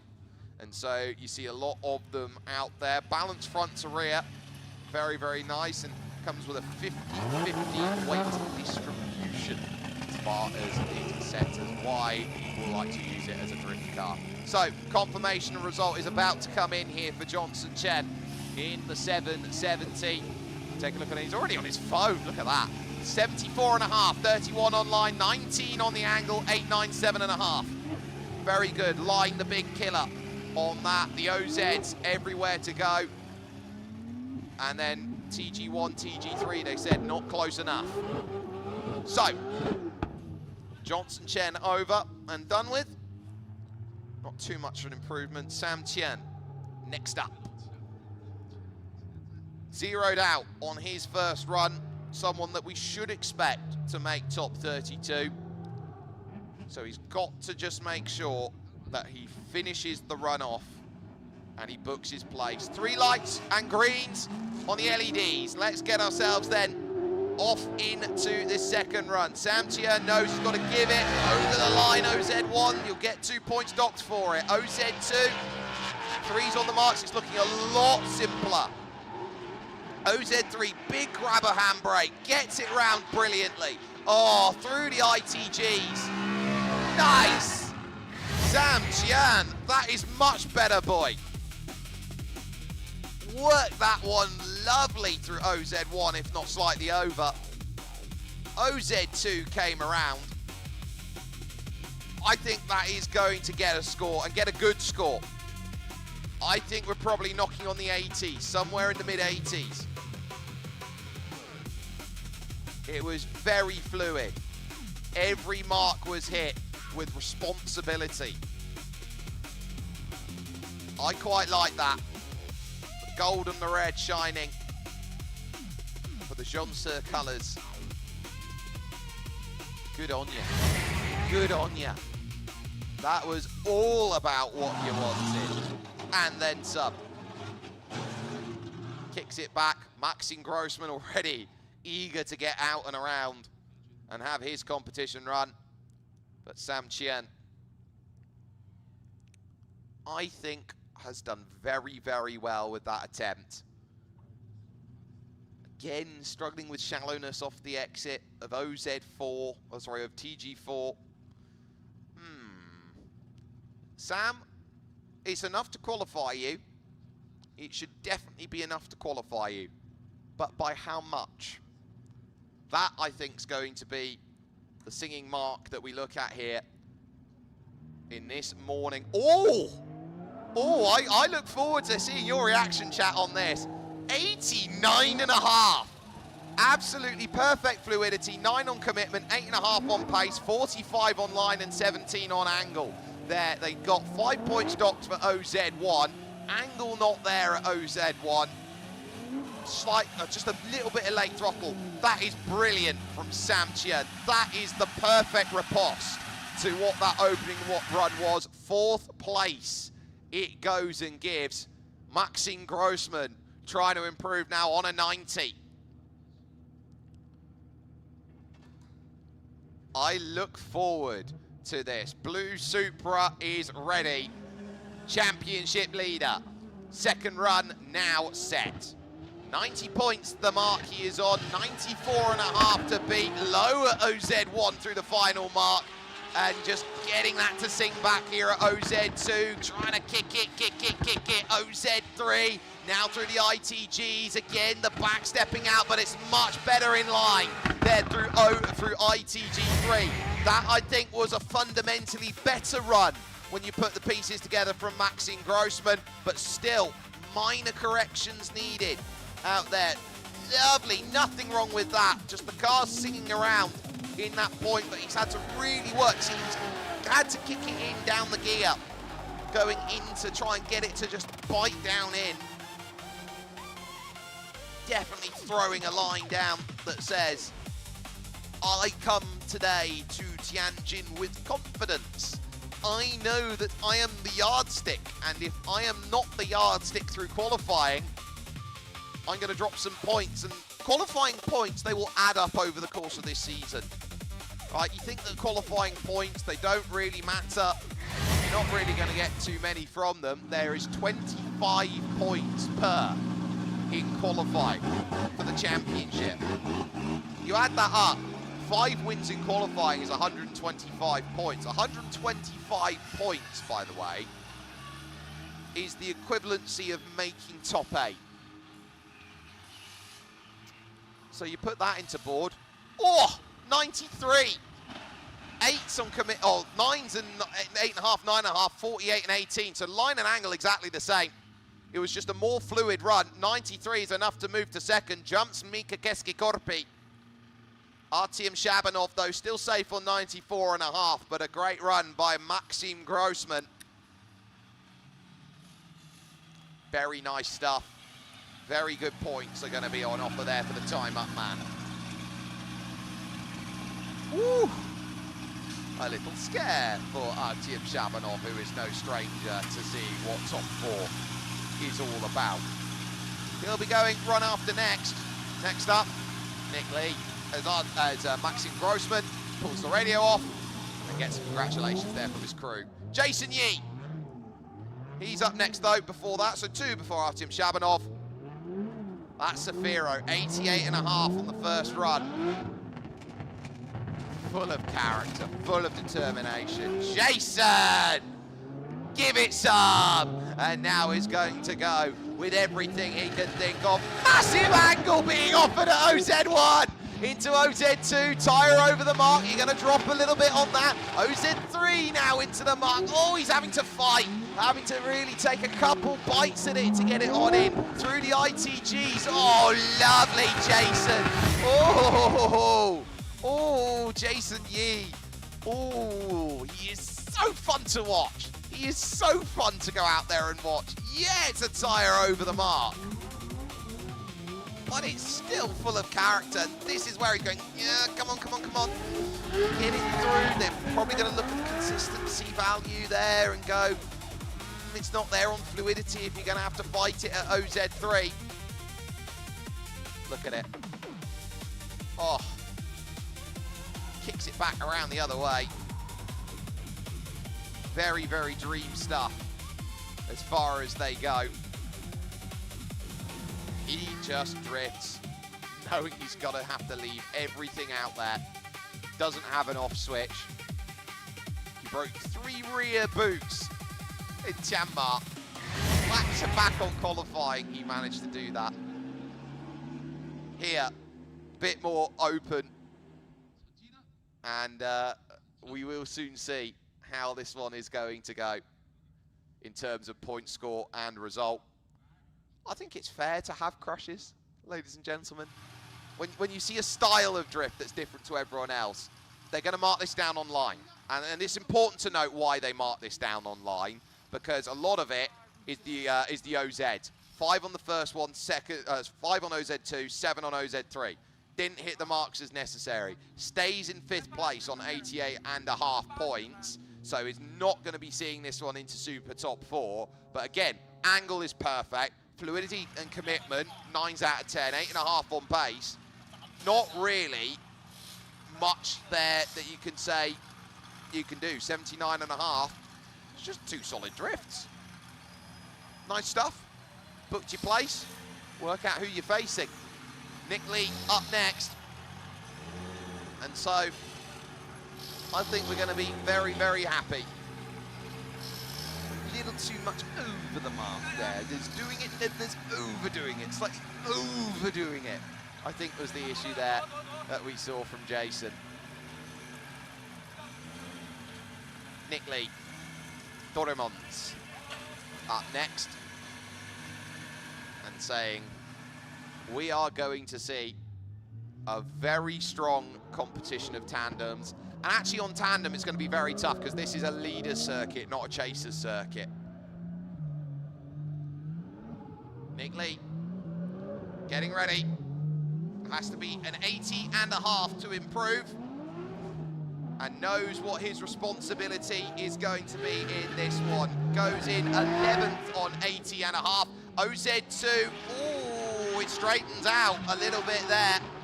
Into OZ3, again, over the mark. Just pushing it a bit too much here is Nick. Fighting hard for it through the ITGs. Over the line. Look at it, 4-4-4, pinned it. You get jackpot dollar signs when you go through there. 1 and 1, that's 4 points gone there immediately. And then tyre over the mark, OZ3. There'll be another 2 points that go off the back. Very, very nice from Nick Lee. Probably in and around that 80.5 that was scored. Not sure whether there's anything that's out on there that is making life tougher. I don't think there's any fluid out on track. I just think that he's just tough running.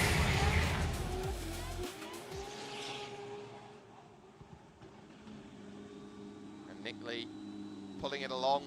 Local times for you, where you're watching, it'll be 4:30 back where I'm from.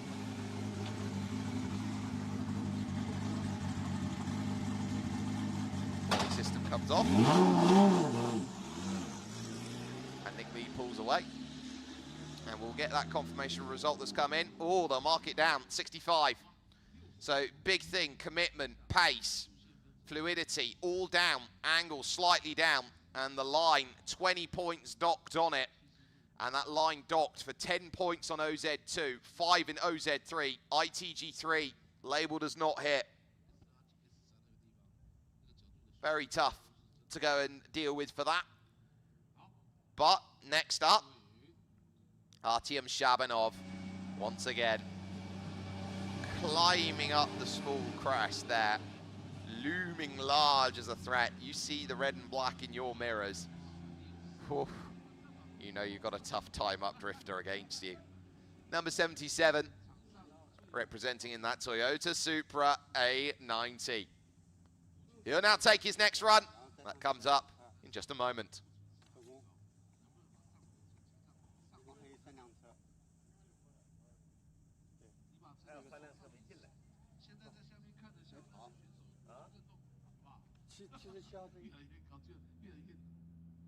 So then, Artyom Shabanov, 94.5, leader in the clubhouse. Knows that he is an ace qualifier. Knows that he should be challenging for this championship. Gives a wave. Now what can he find with his second attempt out there? All on the table. He doesn't make many mistakes. He is someone who is a danger to this competition in the sense of he could go and win it, and he knows he can. Shabanov on his run. Now looking to kick it on into gear. OZ1, 2s and 1 off the exit there. Not as strong as a start. OZ2 looks very nice though, so he's gathered it back nicely. OZ3, oh, angle, all of it, give it all of it. Oh, Max, oh, Artyom, yes! Artyom! Maybe ITG3 is slightly out. I think he just clipped it enough. But he fought for that. Full of poise. Look at that, look at it. Oh yes, that's what you want to see. And then here, had to just do everything he could to come and brush it.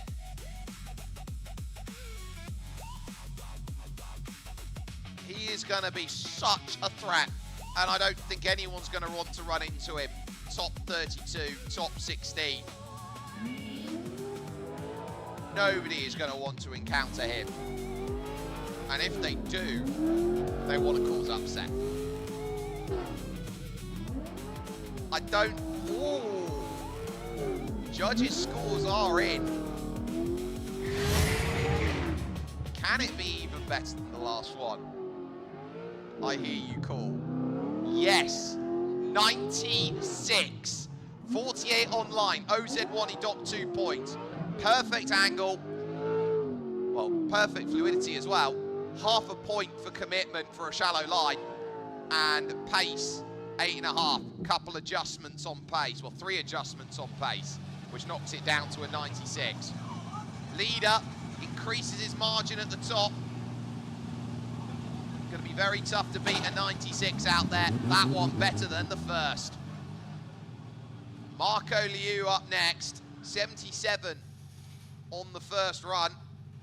I'd wave if I was in that garage. Look at him. He is absolutely working. For Champion Speed Sports DRS drifting team, Marco Liu, now with the responsibility of getting that Corvette around. Lovely long wheelbase. How do you get to manage that? And he gets that claw around and says, let's go and get it. Trying to gear it up, but it stays low. Through OZ1, it didn't want to respond. OZ2 is trying to straighten up. Whatever they've done to it, it's not singing as well as it used to. Get it into the ITGs. Yes. 3, yes. Pace down, yes. Marco Liu over the line. Solid. Respectable. 4 points gone. Just had to do a lot of correction work to get that through OZ2.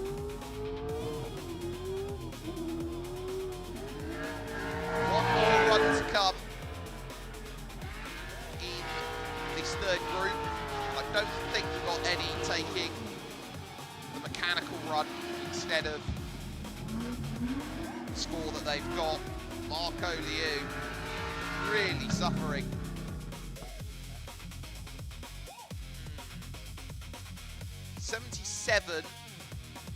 I think fundamentally marks were hit. It's not as quick, it's not as flashy, it's not as committed. He's going to score somewhat similar. Off goes the volley system. Out of the car goes Artyom Shabanov. A lot of love. Oh, they got the music out. Oh, they're very happy with him. I think he's very happy. Helmet comes off. There he is. Artyom is all smiles, and as you should be with a score of 96 out of 100. He is money the way he drifts. Absolute pure printing press.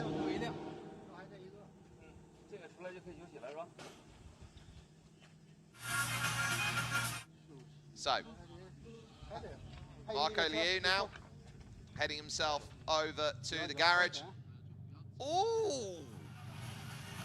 There we go. Zero's out. Critical deceleration. Couldn't carry the maintained speed going through the second part. So obviously it dipped below somewhere, not committed enough. So stays on 77, will be 12th.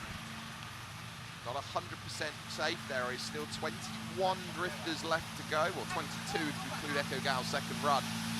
So 12th, not yet safe. So it's only got to fade a couple on that 77 and very much in. All smiles and waves, the yellow and green, very centre-ish.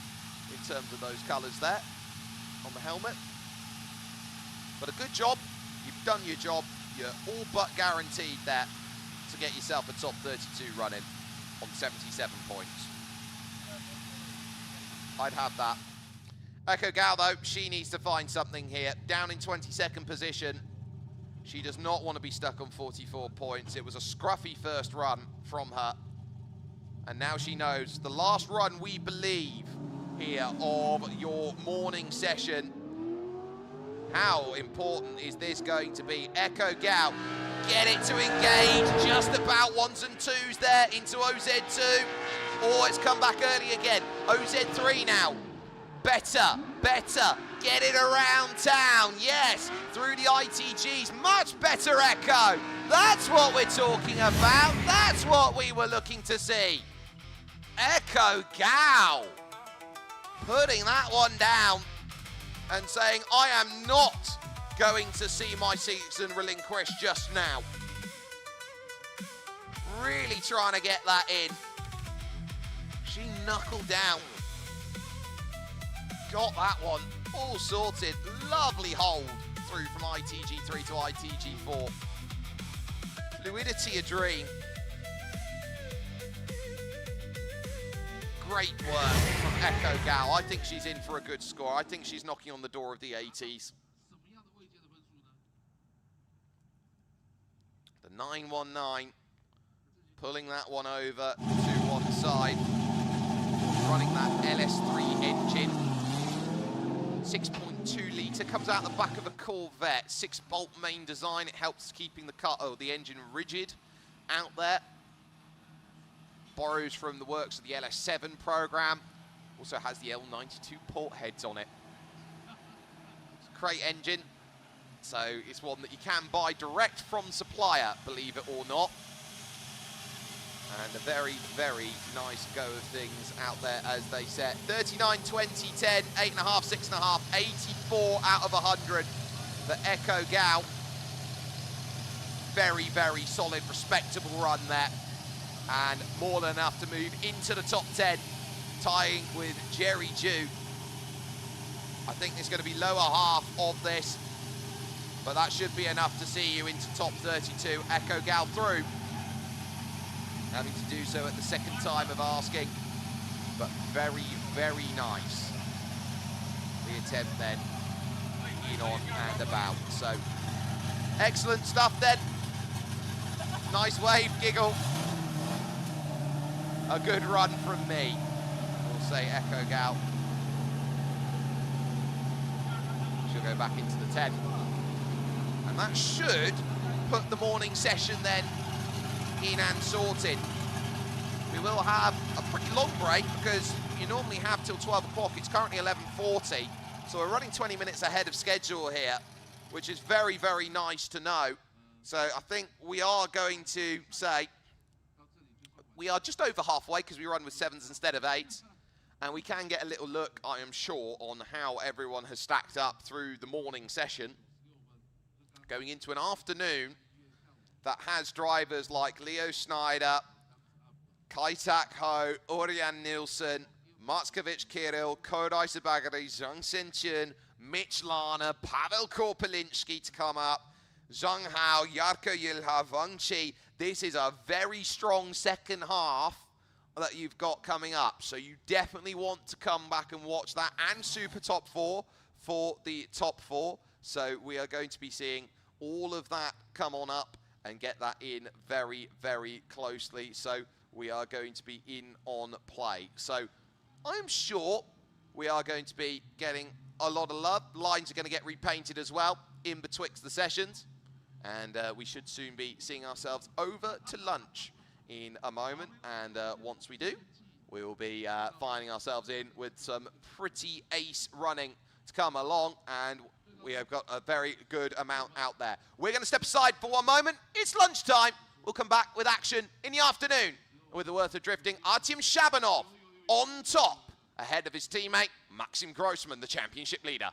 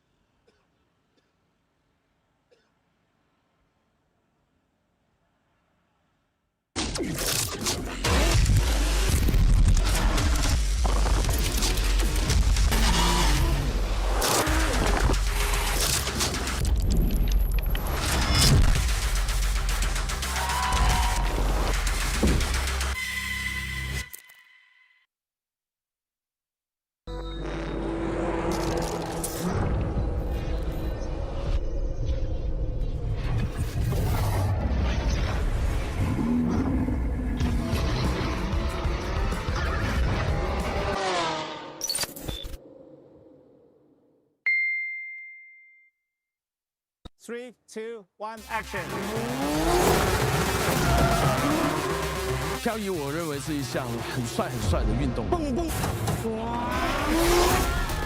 其实我们也非常欢迎这样的大型博主，然后参与到这个漂移运动当中来。我认为漂移是更精彩的，因为它像 NBA 一样，它每一秒钟都会发生事情。这次也是哇，直接撞领这掉头，哇！其实是为数不多见的拥有女车手的车队。最厉害的点是因为我是女的呀，我是女生。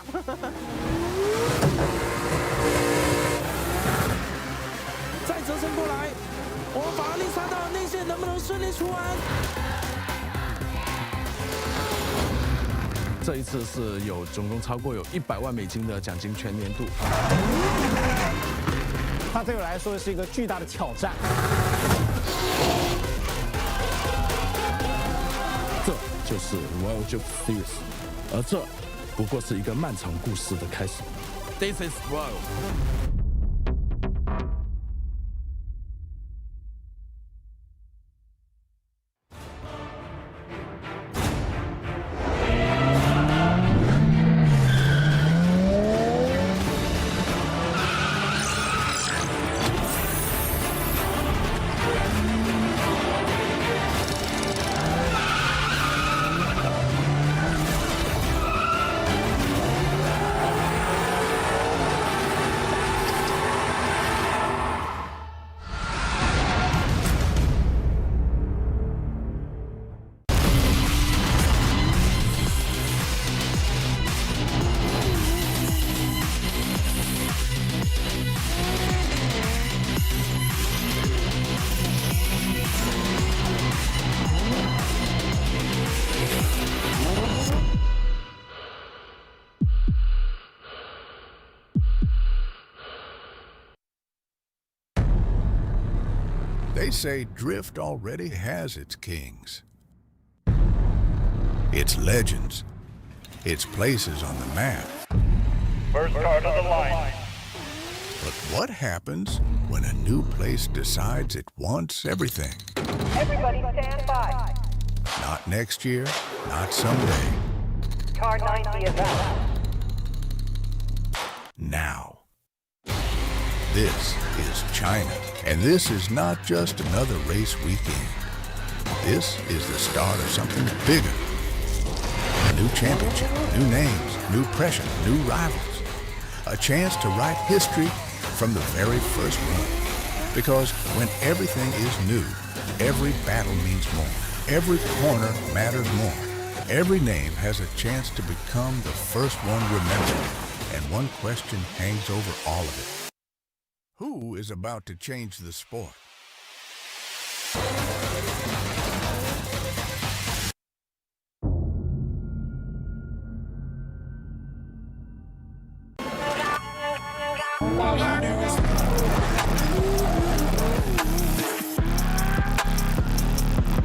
Hey, look out.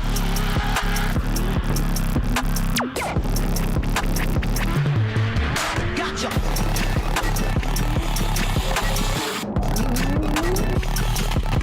Hey, look.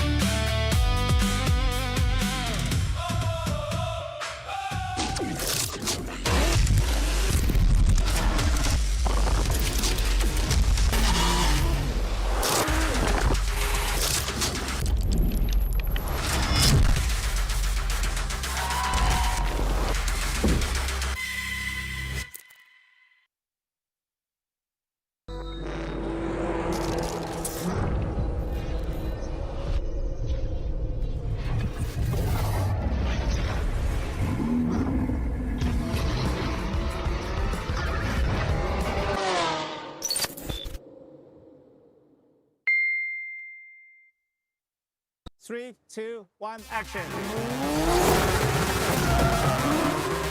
漂移我认为是一项很帅的运动。蹦蹦！哇！其实我们也非常欢迎这样的大型博主，然后参与到这个漂移运动当中来。我认为漂移是更精彩的，因为它像 NBA 一样，它每1秒钟都会发生事情。这一次也是哇，直接撞领先掉头，哇！其实是为数不多见的拥有女车手的车队。最厉害的点是因为我是女的呀，我是女生。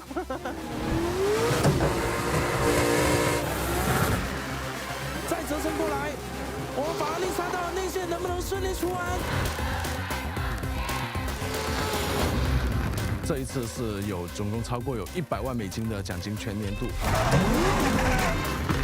它对我来说是一个巨大的挑战。这就是 World of Series， 而这不过是一个漫长故事的开始。This is World。They say drift already has its kings, its legends, its places on the map. First car to the line. But what happens when a new place decides it wants everything? Everybody stand by. Not next year, not someday. Car 90 is out. Now. This is China, and this is not just another race weekend. This is the start of something bigger. A new championship, new names, new pressure, new rivals. A chance to write history from the very first run. Because when everything is new, every battle means more. Every corner matters more. Every name has a chance to become the first one remembered. And one question hangs over all of it. Who is about to change the sport?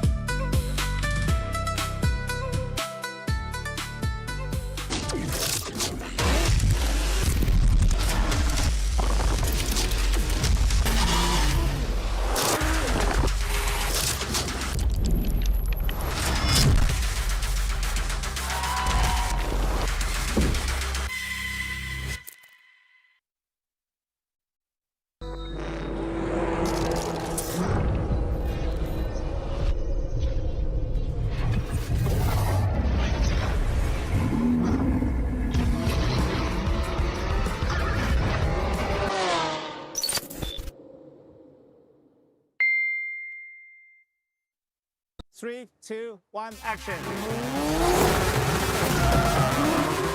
漂移我认为是一项很帅的运动。蹦蹦！其实我们也非常欢迎这样的大型博主，然后参与到这个漂移运动当中来。我认为漂移是更精彩的，因为它像 NBA 一样，它每一秒钟都会发生事情。这一次也是哇，直接撞领先掉头，哇！其实是为数不多见的拥有女车手的车队。最厉害的点是因为我是女的呀，我是女生。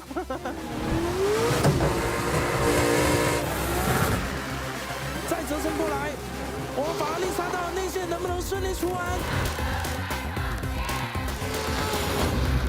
这一次是总共超过有100万美金的奖金全年度。它对我来说是一个巨大的挑战。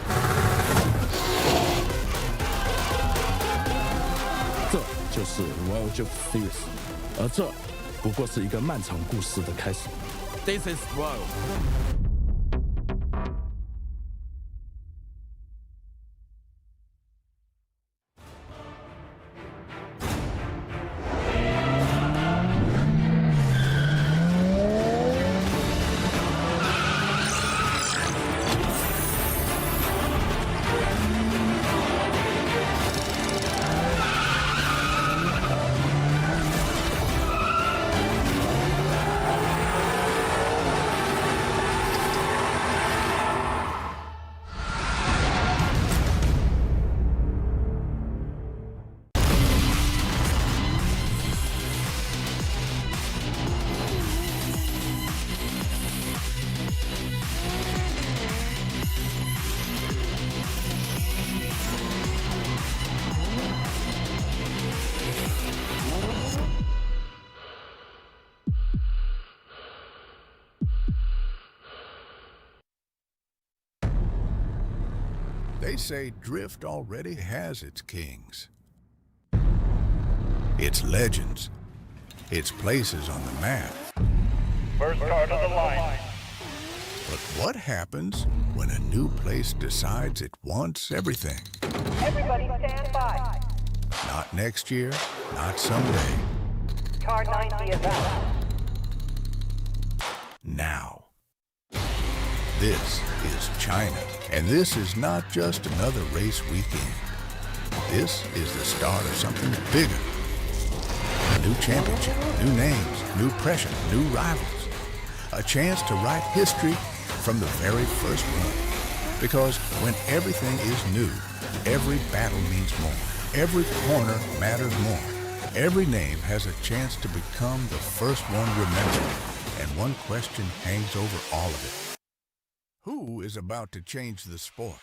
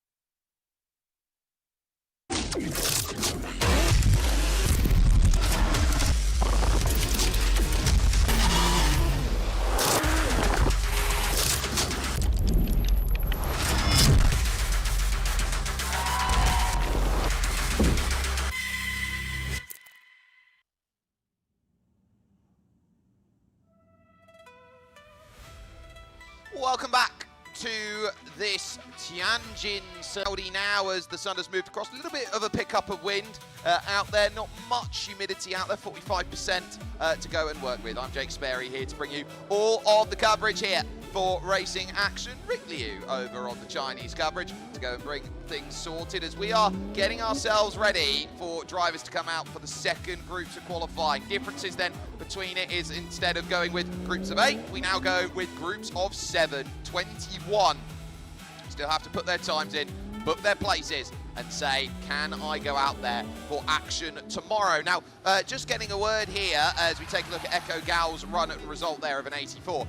We do have a couple of little updates. I'll just touch upon that as we go through qualifying. Artyom Shabanov and Maxim Grossman, then the top two out there with Mika Keski-Korpi, who actually had his belt break, his engine belt break on him. That's why he couldn't get his first run down. Second one just about held. That's why you heard all that squeaking, because the belt was going to go, and so he's got a brand new belt in. Sam Chen with a great one in 4th, Jason Yi 5th, Kevin Lee 6th, and Tong Ling 7th, with Sebastian Fontaine then making up the top 8 with some very nice drifting in the early stages. So that's the top. Jerry Ju in 9th place, the first to go, with Echo Gao 10th, Luca Liu then in 11th and Nick Lee 12th. Zhang Zhehe has been raised 3 points.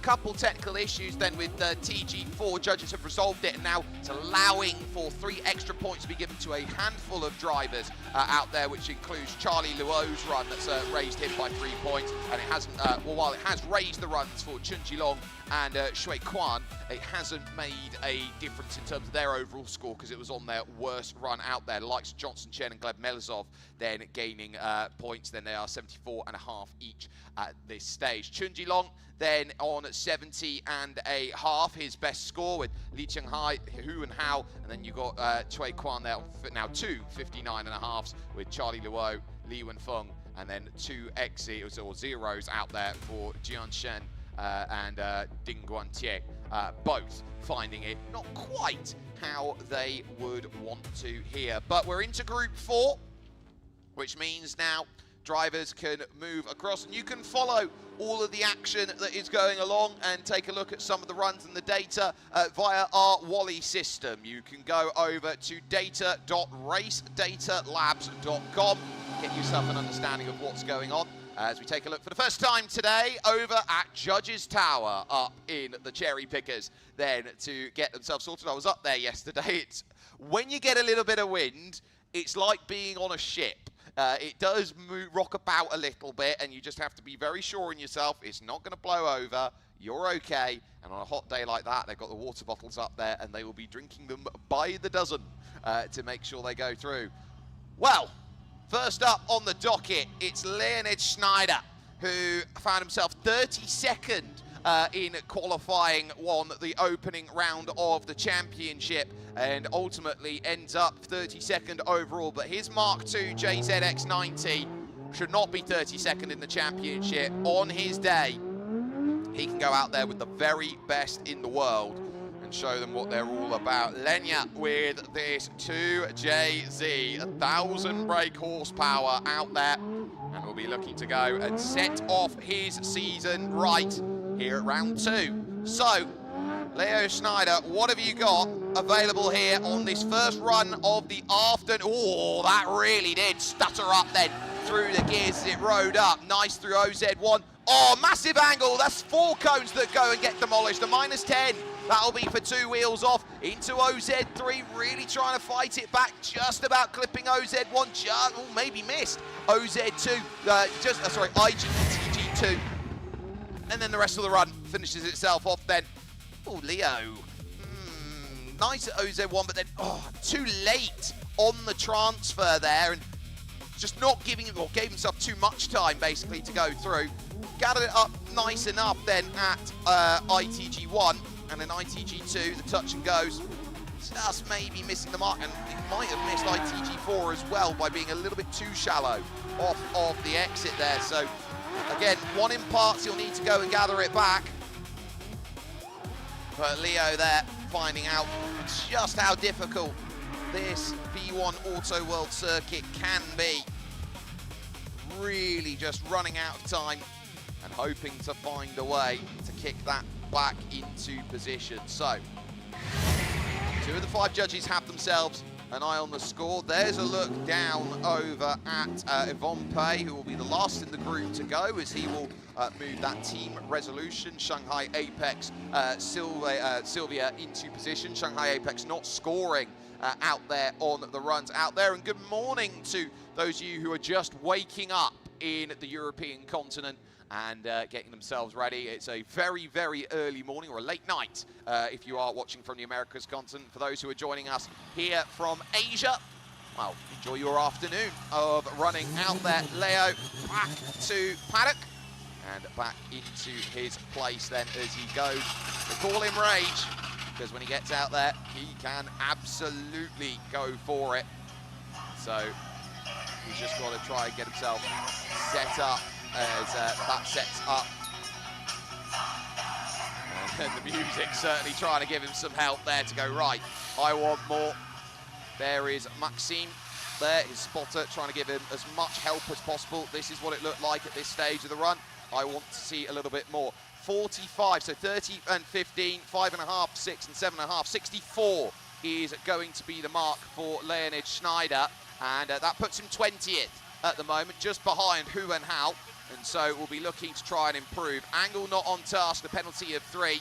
A few adjustments. OZ2, 13 points docked then on that. And for commitment, some weak acceleration, a long handbrake pull, and a shallow line, then creating the dramas there. Leo Lee, then 700 brake horsepower for his Lexus IS200.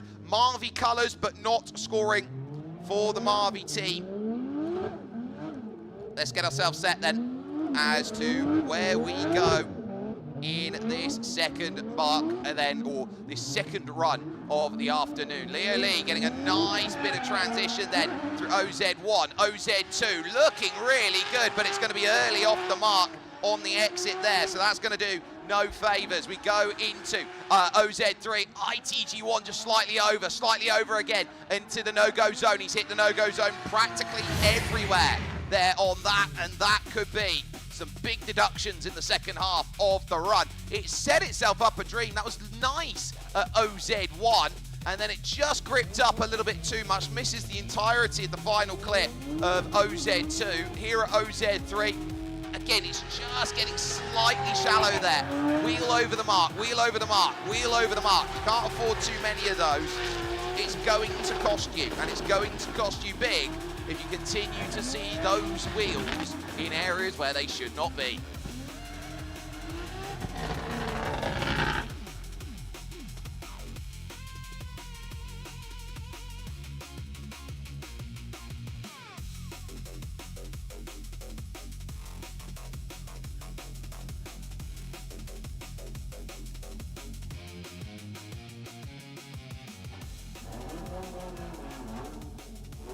Very nice stuff, Leo Lee.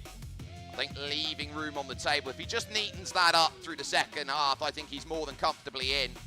And so we'll get confirmation of that. That's coming through in the next couple of seconds. And it's going to be a case of 27 points on the line, 15 on the angle, 6.5, 7 and 7 makes 62 and a half.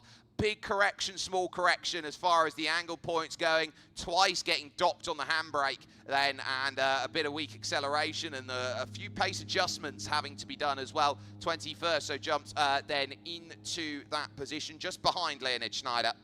And so we'll feel 21st right now.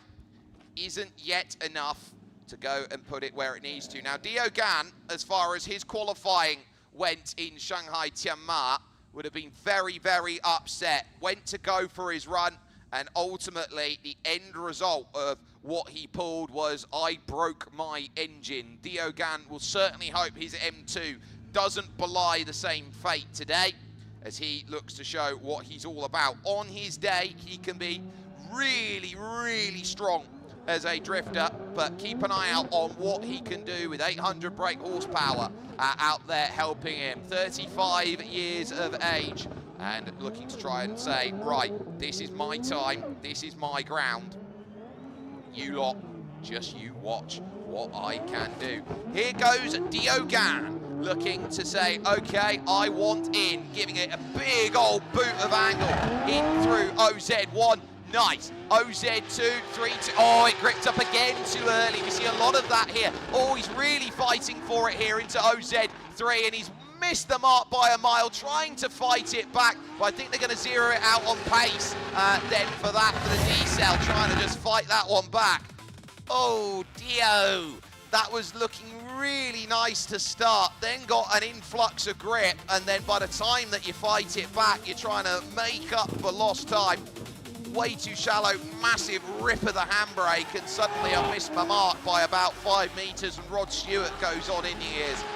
We are sailing way too far, and very much being a very, very tough moment there. But I think because all of that pace just completely disappeared, I think you'll be turning around and saying, look, you're not going to be scoring the point there. It's going to be a case of more to be done if you can at all find it in the second run. So, tough one for Diogan. Definitely has the power, the pace, just needs to find the precision, and it will be there. Judges are awaiting confirmation of the score to say, yeah, that's okay. We'll get the Wally system off the top, and it is going to be as expected. Critical deceleration for Diogan. That's going to zero it out. And so that is going to be very tough out there, and very well pointed out as well. Keep an eye on gear ratios. If they're not quite right, and you're going to be in between gears when you're trying to slow it down and then pull the handbrake, you've only got one hand that's going to help you, and so you can't do both at the same time. You're going to have to be choice in terms of how you set your drift up. Moving now on through car number 3, it's Kai-Tak Ho. There for the gold core in the white and blue. First time we've seen gold core then as part of Zero Mileage Lubricants out on track.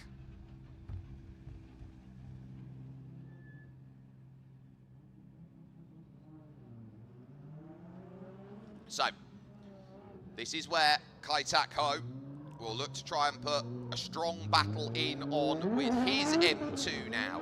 He now sets himself up for opportunity in this 4th group, lighting them up, getting them set. Let her go.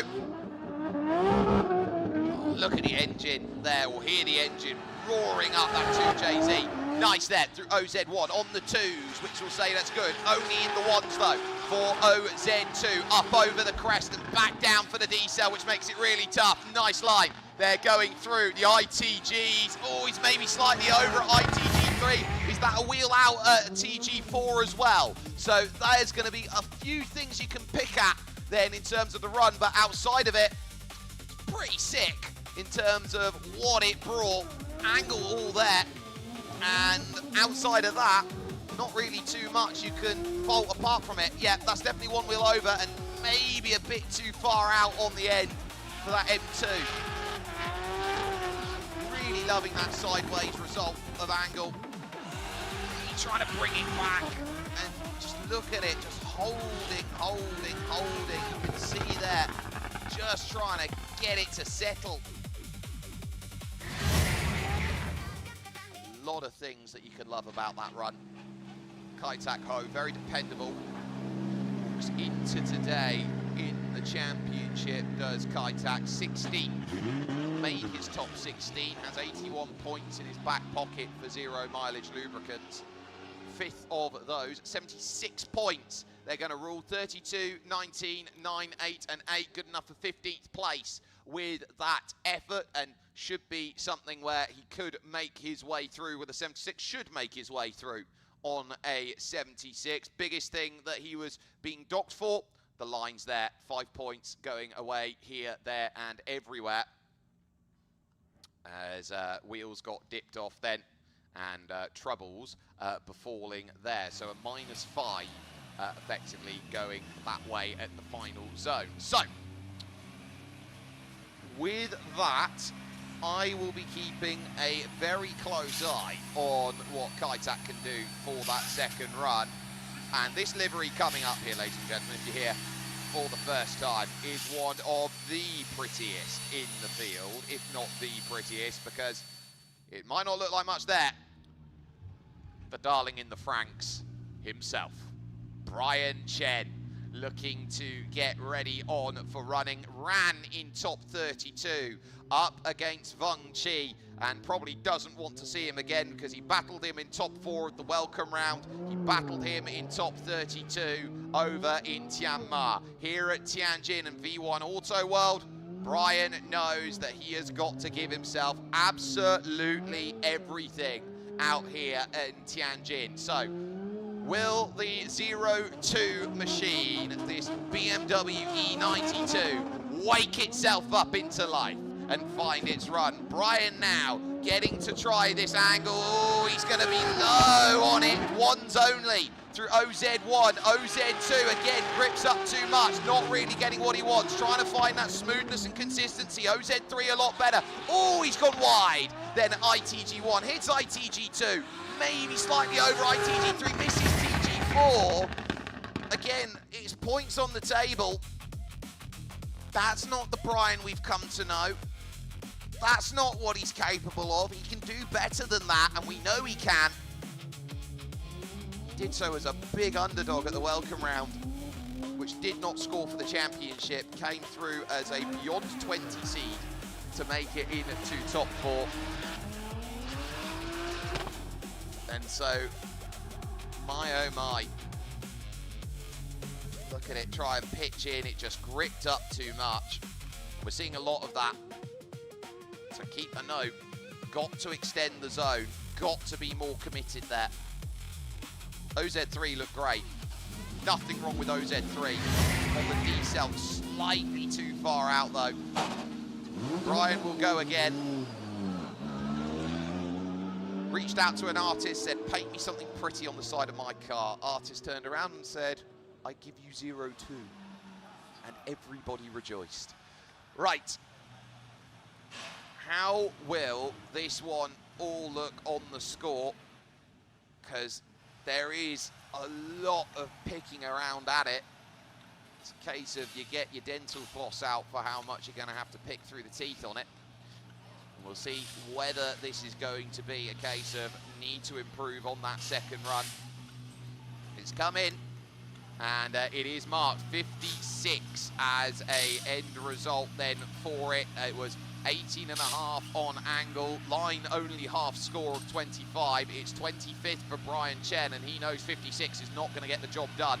2 only on the commitment, a lot of it for weak acceleration, shallow lines and late throttles, so going to need to be a lot more on it. Now, this guy's been very unlucky over the course of his drifting. He's now looked for a sabbatical, and he said, no, I'm going to come back. Right at the very end of practice on Friday, he caught an upturned metal gate somewhere out there on circuit, chopped a bolt off and dumped oil everywhere in the paddock. That's why you still see a little bit of sawdust down there. But Orion Nilsson is going to be hoping that today is going to be his day, and he can show us what he's all about representing Marvi. Lovely character to see is the Norwegian representing from Bergen in Norway, and he is absolutely on the line at OZ1. Into OZ2, on it again, looking lovely here at OZ3, trying to get it to turn around. Oh, he misses. ITG1 fights it back, gets ITG2,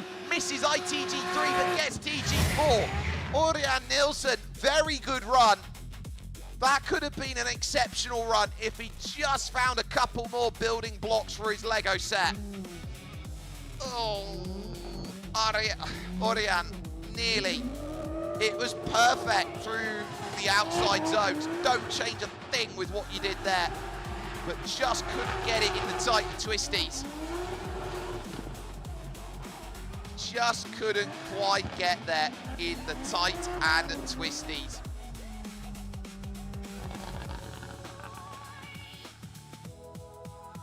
I think he's got a lot of potential here. There's been, in terms of Drift Masters, he's been in and around the top 15 in the championship for 3 years. I think he shows he's got a lot better, and he actually can challenge those who are up there, like Pavel Korpelinski, the leader of Drift Masters, for example. But here in Royal Drift Series, he gets that chance, he gets that opportunity to go and face some very stiff, strong competition. But maybe he wouldn't get to face normally just in the European Championship here in China. He knows he's got a great chance. Door open, pull over to the right-hand side. I'd be very happy, 4 of the 5 happy in terms of where they have set this as the judges all look. And a little look in at those watching in the paddock and doing so on their phones, saying, am I happy with this? Am I not happy with this? If we zoom out on top of the 910, and we saw the 910 going out earlier on, that was Kevin Lee. So watching on Kevin Lee's car, oh! They're going to give him 95.5 for it. So he's just clipped a couple zones there in the TGs. So they're going to say he got the line, he got those in. 95.5. He is half a point shy. Half a point shy of Artyom Shabanov. And super top 4 looks like it might be looming for Urian Nilsson at this point. Oh, they did say he clipped the line. And he got it, and that's going to bring a smile to many, many people there. And he will be looking at that and saying, well, what can I possibly improve on? Little bit of fluidity, tiny little correction on the angle, pace, maybe there's a little too much on adjustment, but Tianjin, 1's on the board, just moving to 2s, and now needing to fight it back off of the exit into OZ3. Oh, nice. Just about clipping the edge there. Lot better inside gate 2 and 3, and 4 he hits the marker dream. Yvonne Pei has come to play. The initiation low, fighting on the angle. Didn't get enough of it in my view, so they'll dock on angle points as well. OZ3 having to really fight to get that around, that Sylvia. And then very nice technicals. Finishes it off really strong. See it here on the super slow-mo. Smoke pouring out the back of the wheel arches. Quintessential drift seeing a Nissan Silvia S15. No feeling like it seeing a Silvia go. Nice stuff. Knowing just how critical it is. And understanding it. Oh, mind yourself there, buddy. Almost tripped over. Oh, almost did it again. Right. Oh, that'll be white. Foot in the gutter. Find out. The metal guttering. That's what, of course, cut Urian Nilsson out with the gutter out. But a nice run then, to say the least, for Yvonne Pei. That one full of confidence, and I think he'll be quite happy with what he's been able to do. Judges taking a bit of time to deliberate. First garage, though, along. Very quick on the run was Yvonne Pei. He really got that Sylvia singing. And so I now see where the result is, and he just pulls it over to one side. Is it good? Am I happy? The slow walk, the nice wave. Oozing confidence. Oozing confidence out there. There's a teammate, look, there's Johnson Chen on the left-hand side there, just sitting down with some of the other drivers. I think Chunky Hurt was over there for a little bit as well during the lunch break. So obviously, drivers hang out with whoever they want to. And they're all friends in the paddock. No real arguments, no fights. 32 on the line, 18.5, 6, 8, 6.5, 71 points. The score on it. And the big things in line, OZ1, OZ2, and the 2 in TGs are -5s. Didn't quite hit them the way that was wanted to. Good enough for 19th, then 71 points. And so you're looking around at who's around you. Probably at this stage, 14 left to go. Make it easy for yourself. Get into the top 15, guarantee it. Leo Schneider will want a better second run than 64 points. He's currently 23rd. He would then have to fade from the final 14 as it goes. He would have to fade 5 drivers effectively to make sure he goes through. But I honestly look down at that list and go, which 5 are you going to fade? Now this is where Leo is going to have to gear it up again, give it some more. 3, 3, 2, 2. Just about got away with that one. OZ2, lot better from Leonid Schneider. Now up into OZ3. Oh, he's having to fight for it there. One big grab of the handbrake. They're allowed a grab, but you're not allowed more than one. Nice then through the ITGs and across the line there for Leonid Schneider. That is much better in terms of an attempt. Very, very nice. as he worked through that Mark II JZX90. Grabbing it around, hits the zone, smacks it, clips it, just about gets there. Rear tyre just about there for TG4.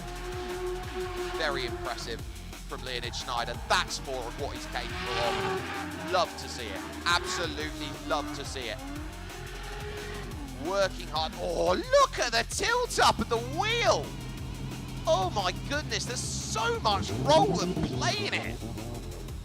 Oh, so much play. Get your 5 minutes of golden time with that amount of play. Woo. It's a lot better of a run.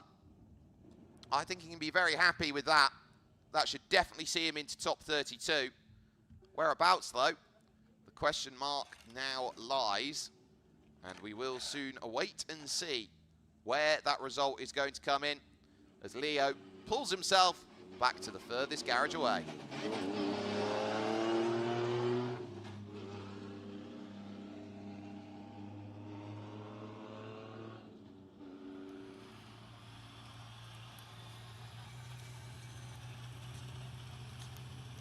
Lots of people keeping eyes on their points. Some say 80, some say 87, 85. I think it's in the 80s. I definitely think it's in the 80s, in and around. We'll see where that goes. It might be on the higher side of the 80s here from my point of view as we await confirmation of the result. Has gone through, all 5 judges have put their score together. Oh, it's going to be up in the 90s, 90 and a half, 48 on the line. He hardly missed a thing. 20 on the angle, it's 886 and a half. The biggest things to look at of that weak acceleration was the key, and quite a few pace adjustments out there. So good enough for 5th place. He won't make it into Super Top 4, but what he has done is he's given himself a really good seed for action to come along tomorrow. So Leonid Schneider can be really happy that he's put that one down on the marks. And he says, right, I think that that is going to be a really, really nice attempt there. Leo Lee, 24th, 62.5 points. He's also someone who's probably going to need to fade some drivers out there. His run looked so good until it fell apart in the ITGs. Leo Lee's turn. Giving a lot of welly and some sideways out through the turn, and now looking to initiate. Nice, strong initiation. 3s on the marks again. Very nice. How's the transfer over again? Is it gripping up quickly? Oh, it held. It held very nicely here. Having to do a lot of work to get it to rotate then at OZ3. Now for the ITGs. Gets it, gets it, gets it. Maybe slightly over. Ah, have that. Leo Lee. Thrown out wide. So he's having to do a lot of work to make the car sing and do what he wants it to do. But ace stuff. Ace stuff. And Leo Lee, I think, wants this one. Really wants this one to go up high.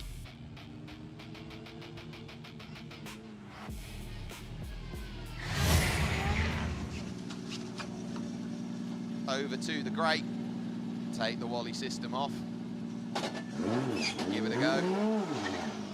And off away again.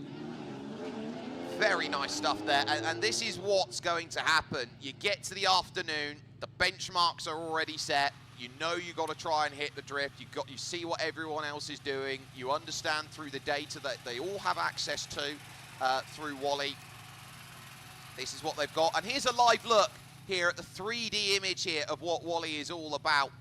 Just making its way over to the zone. I think we're going to be a little bit laggy in terms of how it goes. There we go. And going through OZ1, transferring into OZ2, and then really pushing hard then for this OZ3, fighting all of it there, just on the hold. No acceleration, no breakthrough there, and then he's having to fight hard. Now that bit of brake that you are seeing there, anytime you see brake, you shouldn't be decelling, and so keep an eye on that, because if you're having to hit the brakes to make it turn around, you're going to be seeing a few point drops on it. But that's really nice from Leo Lee. 86 points and well deserved. on that attempt there, as he knows that he has hit the line marks, and only thing being one little bit on OZ2. It's 11th place on an 86. Wow, that's going to give you everyone trying to go and score, say, right, I want points, I want placement, I want everything to go and work the way that I request. So very, very nice stuff there from Leo Lee. He knows that there was a little bit of angle that wasn't on task in the early stages, but he's got more to do. Diogan zeroing out on his first attempt. This is must make for him for 129. Twos across the board through OZ1. Z2 absolutely there again on the twos, and now he's looking at this here at OZ3. Can he get it to gear up? Yes. Now here through the second part, yes, at the and it goes over ITG3 into the no-go zone. That's 5 that's going to go away. It was looking great until that point, and unfortunately it just started to shower at the point it was looking like a bright sunny day for him. Very nice, just early to the transition. Slightly more patient than that. Okay, he's only on 1 on the mark at OZ1, so he's going to dock 2 points there. Is Stefan Zemtsev, line judge, head judge. Look at the hold and the slide about there in through the twos. Diogan really trying to give himself as much as they can.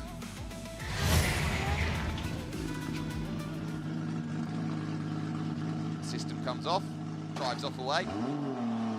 Very big in with KW is Diogan. Big brand representative over in China for the company. Well, a sponsorship actually of KW from my window box, which says it's made for winners. Very lovely suspension, KW, out there to go and work with a little bit of elf signage as well. There as it goes by in terms of the signage hoarding out there. But I'd say Dio has done more than enough in my book. We'll see what that score is going to be in though from the judges. That M2. So we roll on out the afternoon, and everybody wakes up and wants to see competition out there and showcasing. Yeah, I want a good run. I want a strong run. I want to show my run is better than everybody else's. Optimism going to be really, really key to how this is all going to set out. So, confirmation then of score. It's going to look really good here for Diogan. 83 out of 100, 41 on the line, 19 on the angle. They love the commitment, 9 on commitment there. I think that's a really nice attempt from Diogan. Suffering a little bit then from adjustments of pace, and that's probably the biggest criticism you can take away from it. But 83 more than gets the job done for the 129. Next up, Kaitak, now put into 19th position. Probably wants to improve that 76 to be absolutely 100% ironclad safe. He needs to get into the 80s.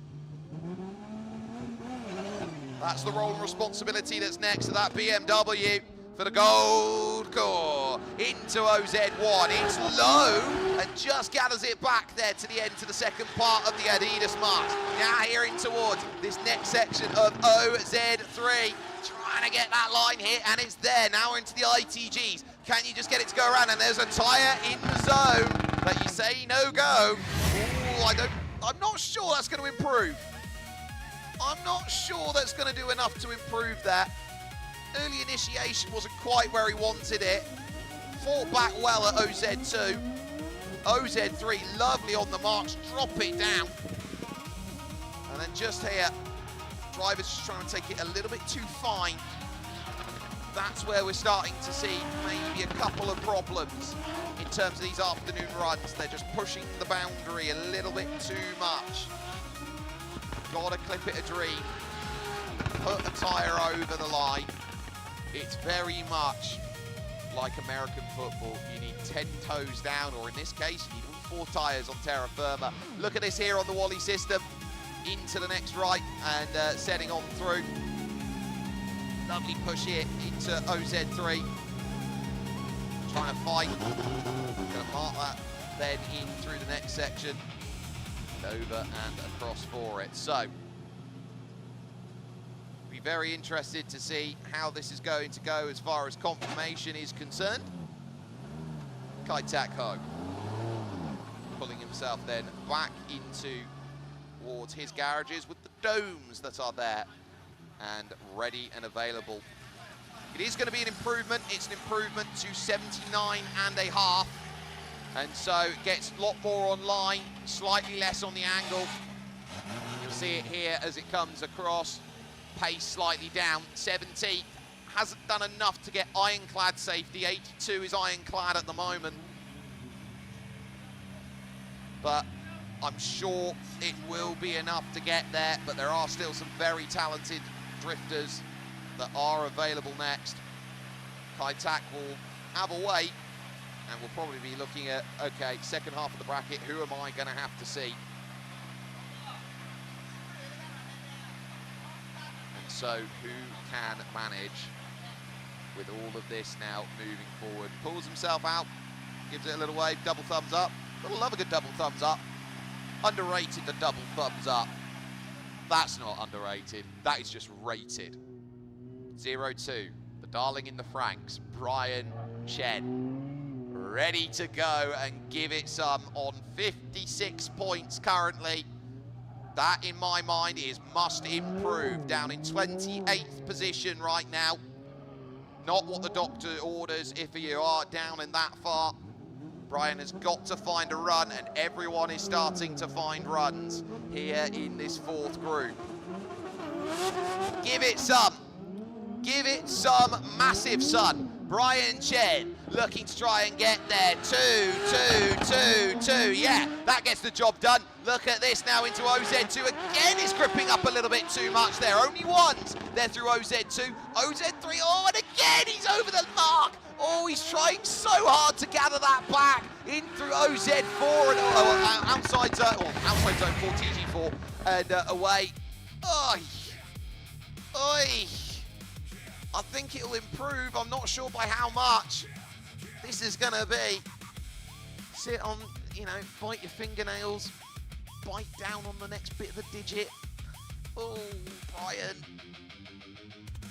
was chucking it about.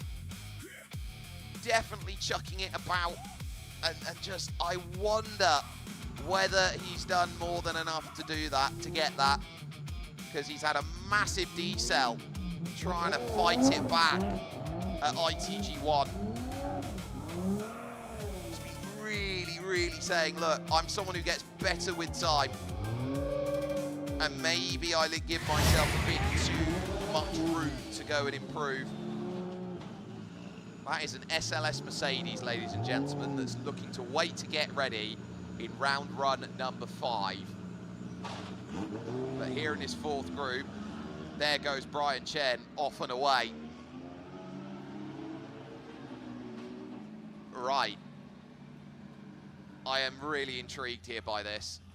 I am really intrigued. I think the judges are as well, because we're this far in and no judge has put a score down just yet for Brian.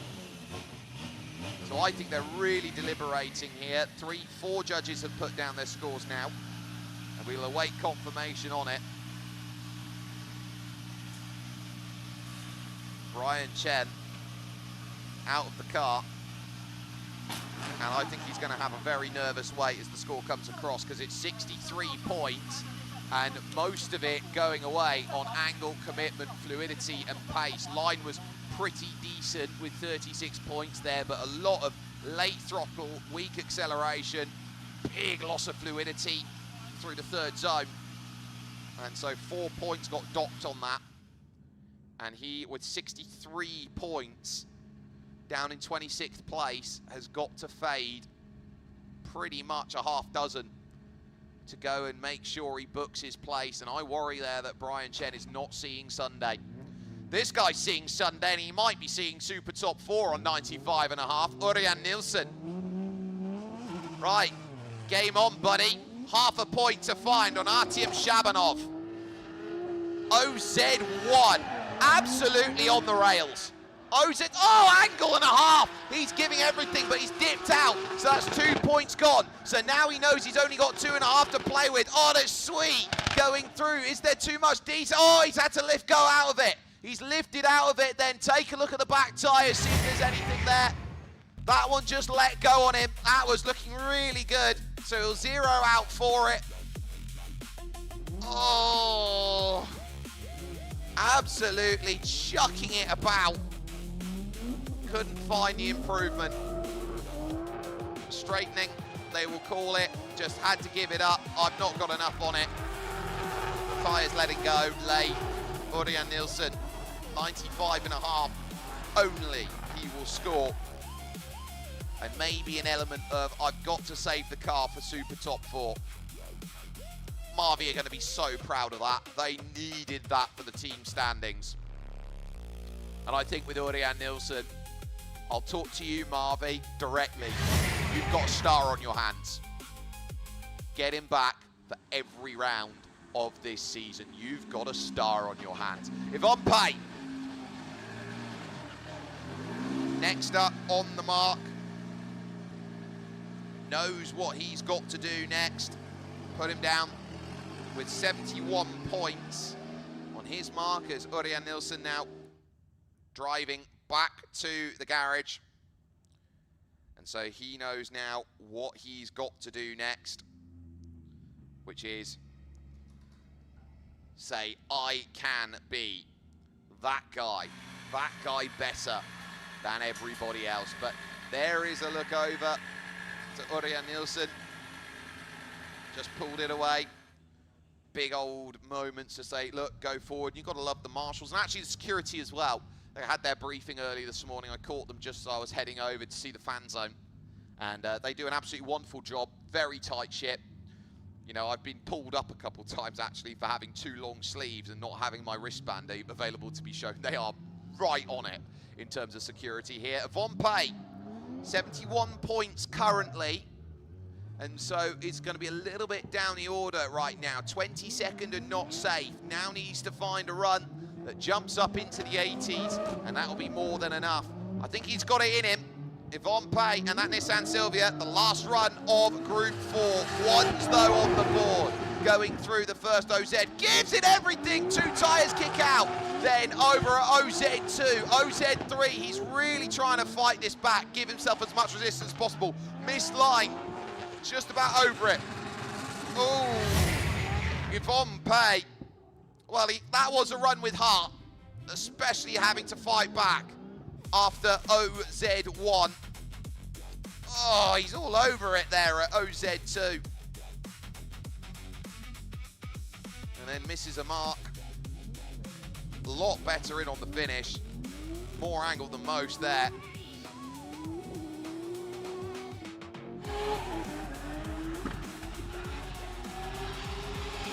Look at that. Oh, just came back before the cones went flying. Lovely revolution paint. Really trying to grab it back around.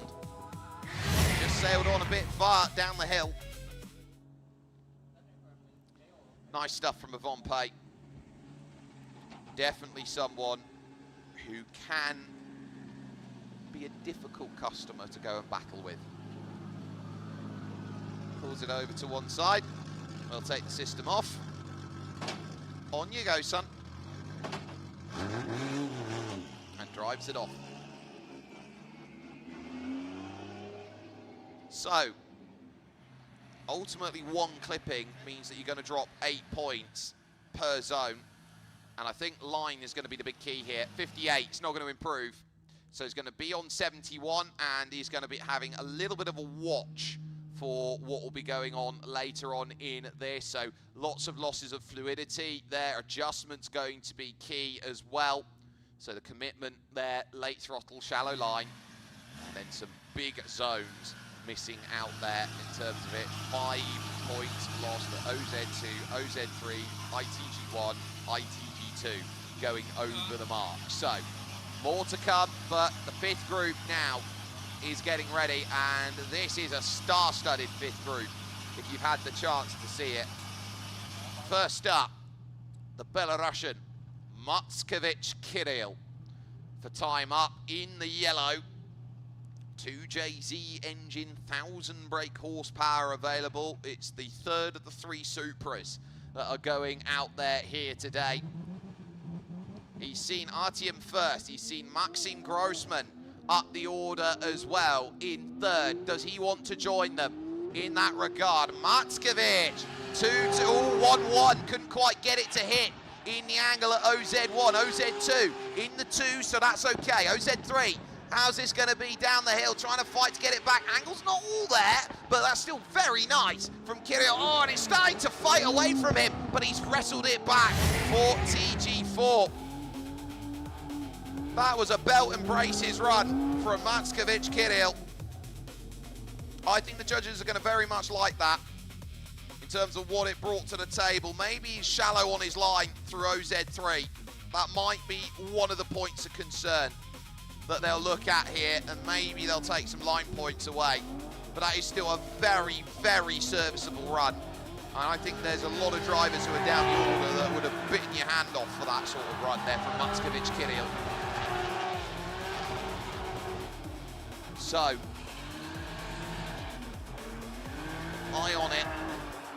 Keep a good eye on it. Oh, look how much. So late in, and you can see there, even as he's hitting into TG1, that's pretty much after the decel zone. There is still stall on that front wheel. So they might mark him down for that as well. A lot to look at then, as far as Matskevich Kirill is concerned. He knows he's got to just get himself then past 14 others. So a guaranteed spot, as far as it stands for me, is around 79.5 points. Anything then in 80 is good enough to get yourself in, as far as it stands. I think everybody is taking a good understanding of that, as Matskevich Kirill goes to the time up tent. Lovely awning there on the side of the truck. Really, really cool to see that.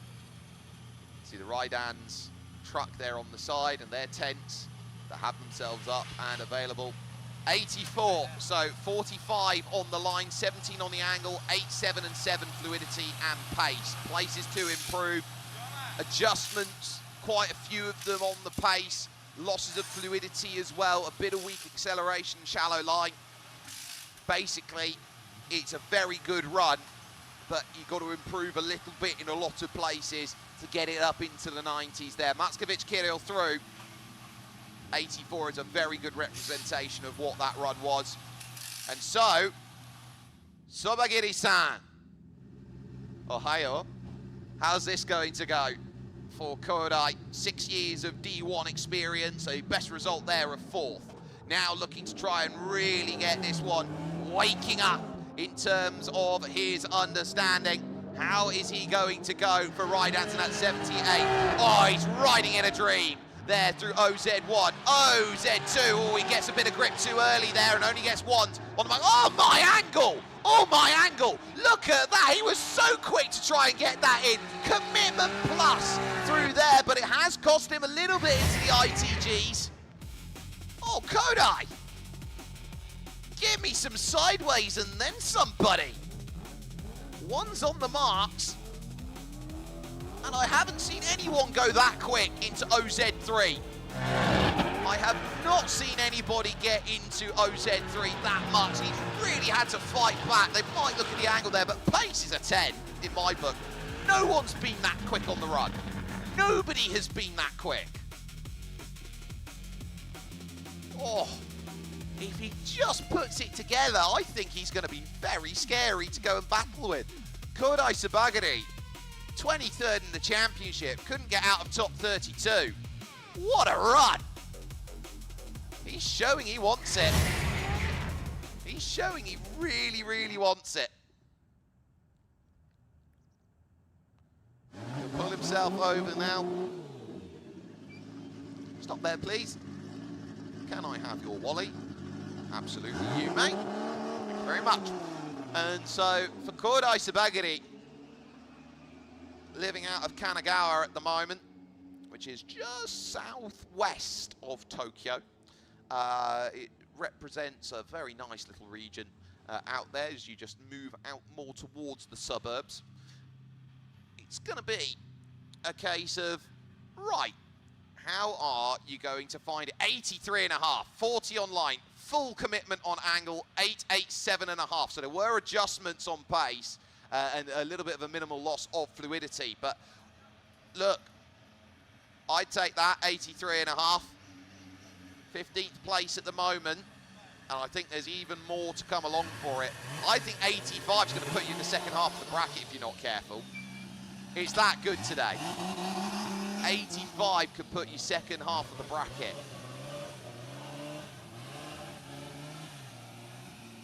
I love this competition. Honestly, every single event level gets higher and higher and higher. And now there is an SLS Mercedes out there.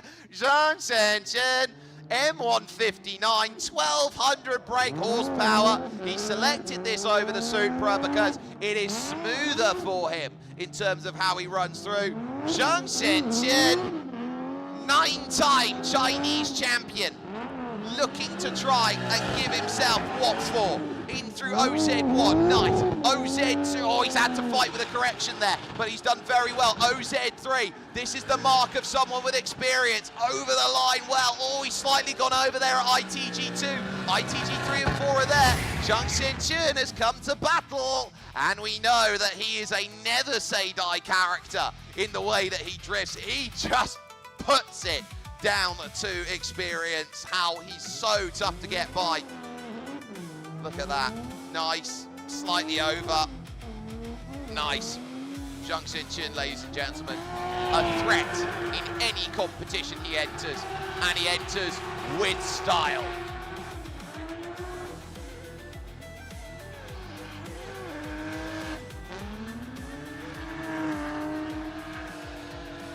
I don't need to even say anything for that. Look how pretty that is. Frame that. Someone take a JPEG of it and put it up on your screensaver. That is drifting. SLS, sliding it about. And he's got another one of those runs to go yet. So you get double the fun. Oh, yes. Zhang Xinchun, absolutely epic. The elder statesman of this series, and really strong in terms of what he does. 47 years of age, 92.5 is the score. 45, 19, 10, 10, 8.5 there for him, and very nice is that as far as it's set. So I would take a very good look at that. It puts him now in, it knocks Mika Keski-Korpi outside of the top four. 92.5. Oh yeah. Oh yeah, and 5 of that is going to be he's dipped a tyre. 5 of that is going to be he dipped a tyre. So now I would look around at Zhang Xinchun. Give it. Absolutely give it everything.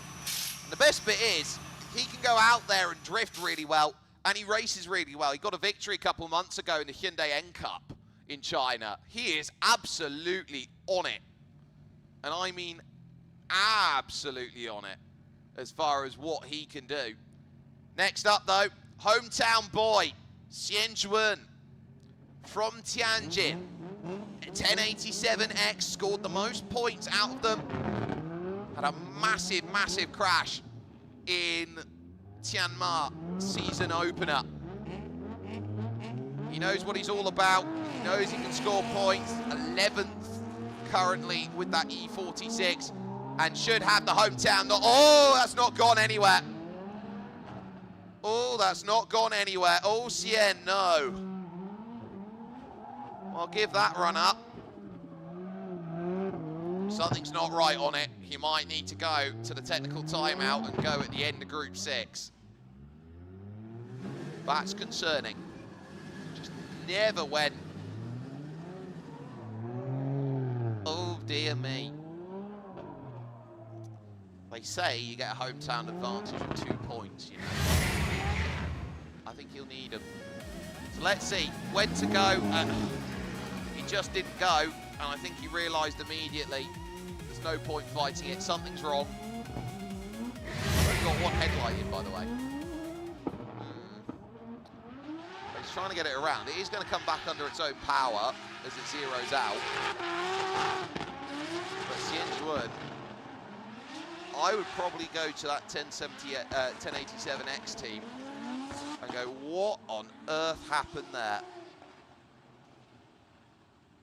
Wow. Not what the doctor ordered for Tianjin.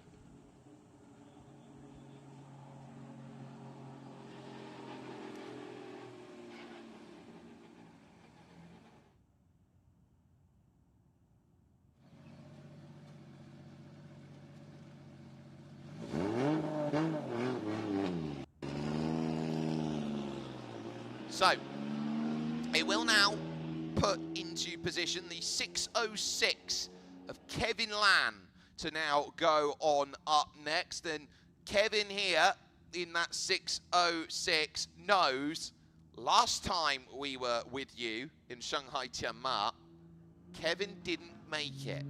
Didn't get himself through top 32 cut, and arguably needs to find a way this time to get into top 32 cut. Worst feeling in the world. You miss 2 cuts in a row, they start questioning you. I mean, just look at Bryson DeChambeau in the golf. Missed 3 major cuts, and they ask a big question. Please come along, please come along. You're going all the way through, please come along. And so now it's a case of next up on the docket, can you find opportunity and can you make it all work? So let's go and see what we have then out of this M2. Kevin Lan at 606. Camera's absolutely plastered all over it there. You can't miss an angle in that 606. You absolutely can't. A lovely little stall around and the red lights there. Oh, look at that. If you had 2 of those, ooh, I'd be scared to see that in my rearview mirror. Maybe there'll be a bit more budget for a couple more neon headlights. How about that? Put that in the budget. So, how is that going to set itself? An E46 in trouble in Tianjin. Kevin Lan next up then with this M2. Waiting the mark there from the control that is sat there, or stood there, I should say. Then who will say, right, you are more than welcome to go about things and go through. Race control have to be happy with it. Kevin Lan, 2JZ engine, 800 brake horsepower, available for the 606, and we'll be looking to give absolutely everything and then some. Then as far as today will go. Kevin Lan gets himself the drive off and away. Gears it in, 3s across the board. Oh, massive, needs to really gather that back there as he goes into OZ2. That's a mess. OZ3 trying to get it back, No, that's going to straight line through. Oh, goodbye cones, And now that's just going to be a case of gathering back. Straightens out slightly off the exit of that into TG4. Oh, it was full of promise, and then it just disintegrated. It's like trying to watch a raccoon try and wash some cotton candy. Washes the cotton candy disperses, and you just go, my hands, there's nothing left in them. That was the run. It looked great. My run, there's nothing left of it. My run. Oh, there was a chance. And maybe part of it was being held so long that the tyres went cold again. Definitely wouldn't have been too pleased with that. You can see he's really fighting it, and then it's way too shallow. Knock the cones about, and then at that point, right it. Massive transition at OZ1 into OZ2. Just couldn't get it back along. And they're going to say 4 wheels out of line and straight lining. It's going to be a 0 on the run for Kevin Lan. And is going to have to go back to that second run and say, I need a little bit better than that. So next up, can you hear the thunder of a true blue Aussie approaching? Because next up on the docket, as we see pulling into garage Kevin Lan, Mitch Lana is going to be next on up. And there he is in that 111. Engine popped halfway through practice yesterday. They had to work through the night. They woke up the neighbors trying to get that drift. I found him in the hallway earlier on today. I said, how many horses have bolted the stable? He says, I am now down to 550 horses in my spare engine. That's not helpful for Mitch Lana. And he knows all he's got to do is get it through top 32, and his job becomes easier. He gets an extra day to work on that engine. So losing 150 horses, the man knows he's got a lot to go and work with for. Drifting as a free agent today, but with the same team as Tong Ling. He's got to give it something. He's got to give it the full Bentley works out there, Continental and all. Mitch Lana then from Western Australia. Goods through OZ1, now to OZ2, lovely on the line. Then as he tries to force his way to OZ3, 3, working hard to get that one all in. Oh, this is looking sick from Mitch Lana. Yes, buddy! That's what you want to see. That was as resolute as a Steve Smith batting performance. Oh, yes! That's what you got to see from it there. It just geared up every single section, finding its fire. 550 horses, you could do it with 3 horses if he wanted to. He is absolutely storming. Lovely. Dream life out there as he gets himself in. Left-hand drive rather than right-hand drive. He's not too used to that either, so imagine trying to cut with left-handed scissors as a right-handed person. It's very much like that. Everything he has to do, he's now starting to get himself set up with. Awesome stuff. Awesome stuff, Mitch. And so I'm sure he'll be looking at that going, right, big points. Big points, big opportunity, no livery. Look at that, spotters please, look at that, he's got a big punch up. I wanted that, I really, really wanted that. Look at that, give it as much as you can, yeah. Oh, you've gotta love it, the fight that he's had to do to get that car. He's desperate for sponsorship to the end of the season as well. He said in his YouTube video, this is an all-in push for him, it's a gamble. And I think on the back of that performance, if you are out there watching this, I would get on and sponsor him. What a run.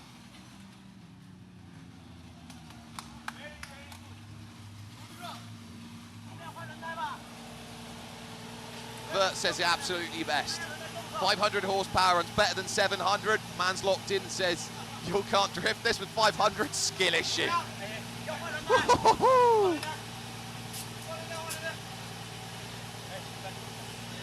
Good mullet on him as well.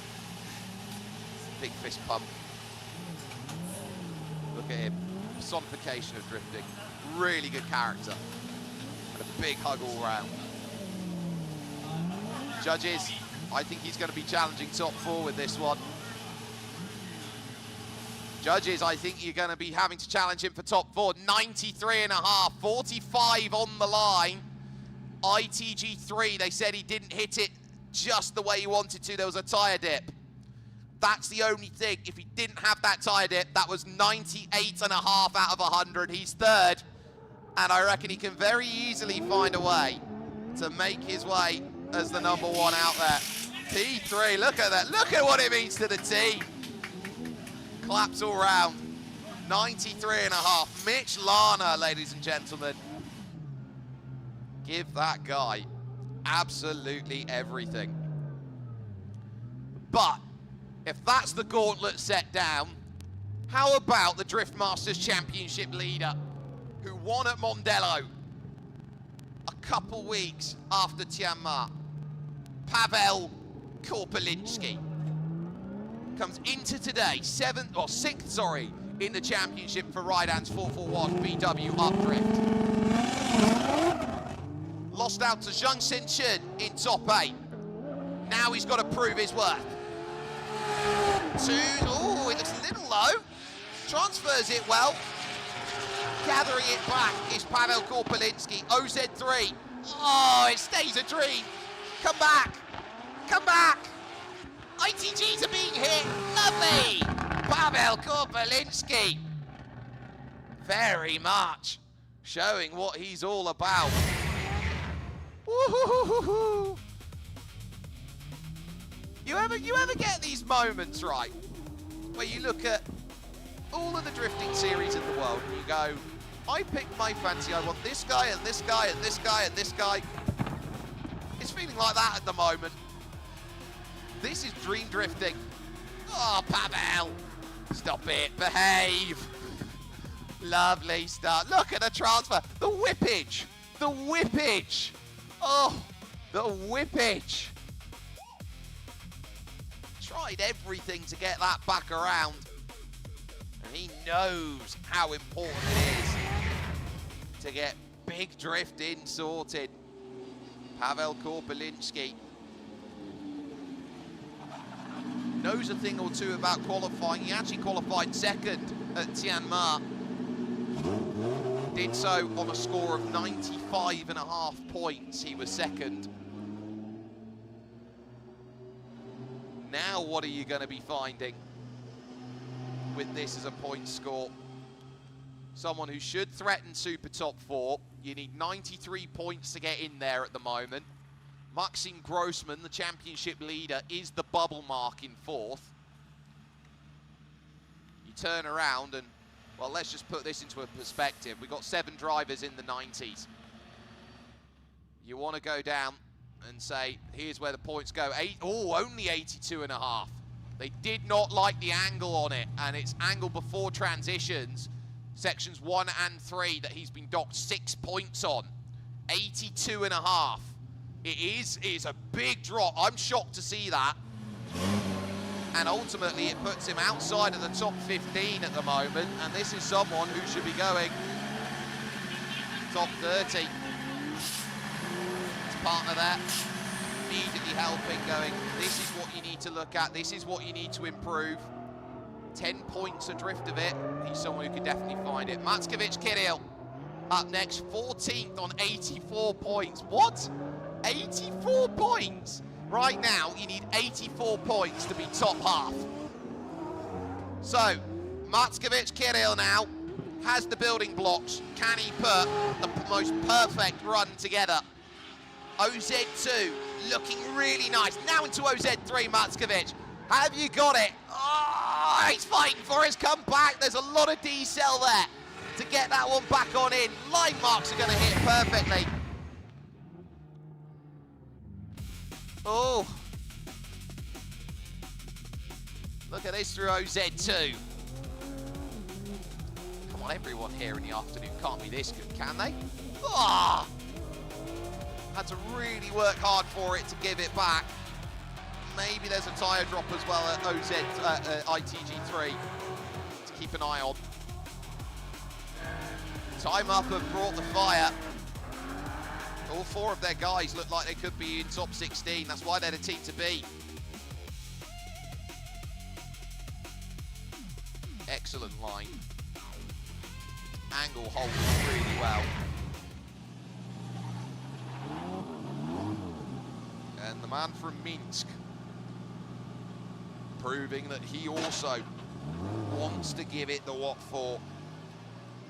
He wants to be point devised, the very man, as William Shakespeare once said. And I'm sure he will be by the time everything is said and done.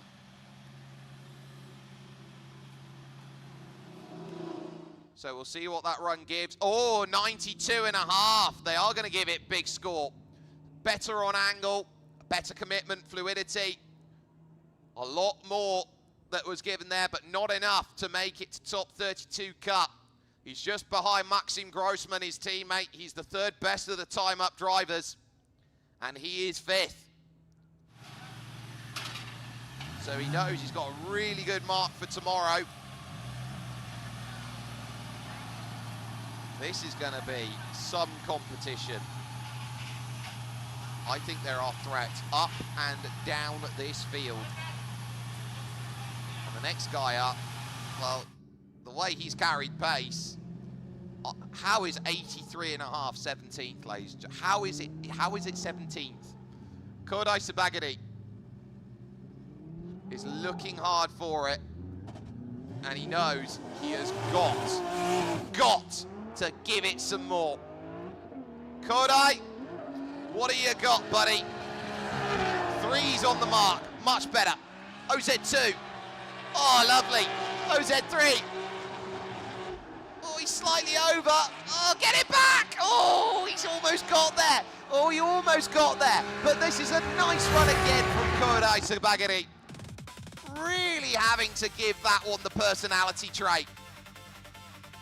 That is passionate. OZ3, look at this. Right on the very limit. Nearly misses it completely there at ITG1. Fights it back. I love this competition. I love what these guys and girls are able to do. Oh, just about. If they don't give it to him, it'll be harsh.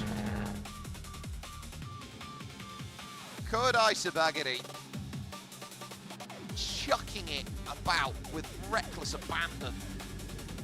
And he's getting it to stick as well. Rydans have a unique team as well. Everyone's a threat.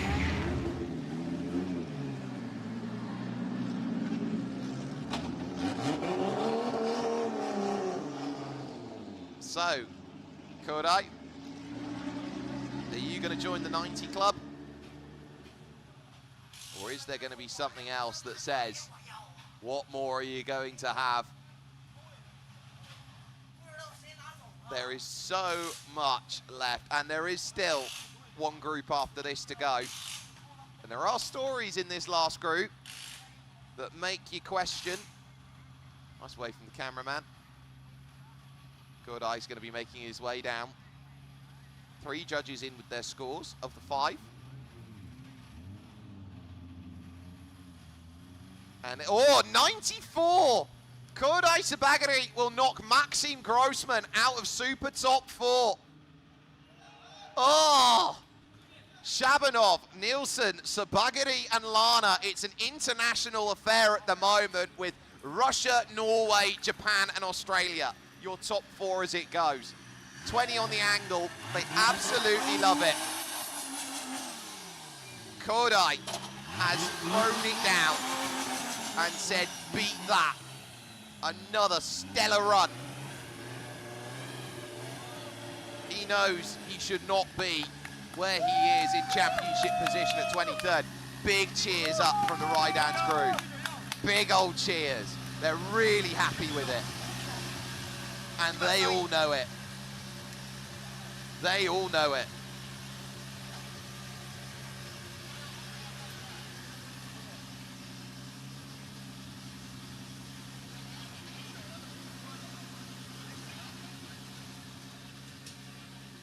Absolutely mega stuff, and we've still got Mitch Lana and Pavel Korpelinski yet to go. And then, and next up is the SLS Mercedes. Oh, you can't write this stuff. Hi there, my name's Zhang Xinchin. That's the act I have to follow. This is epic. Absolutely epic stuff. Zhang Xinchin, Mr. OMT. In the welcome round, beat Leo Schneider in double OMT. Had to go double OMT against Zhang Zhenhe. Then had to go OMT again. Then had to fight his way past Pavel Korpelinski. This guy is ironclad. Incredibly tough to break through. And so now, It's a game of next up. It's a game of what more can you find. It's a huge day at the office, and you're going to have to find God level drifting to get to Super Top 4. 93.5 to get in. Zhang Xinchen, 6th on 92.5. He needs 1 extra point on this run. Look at it. Beautiful body design. Someone who absolutely knows what it takes to win competition, to get up there. Between him and Wang Qi, only 2 drivers this year to have made it to top 4 at the welcome round and at the openers at Tianjin, both times. What can he do with that SLS Mercedes?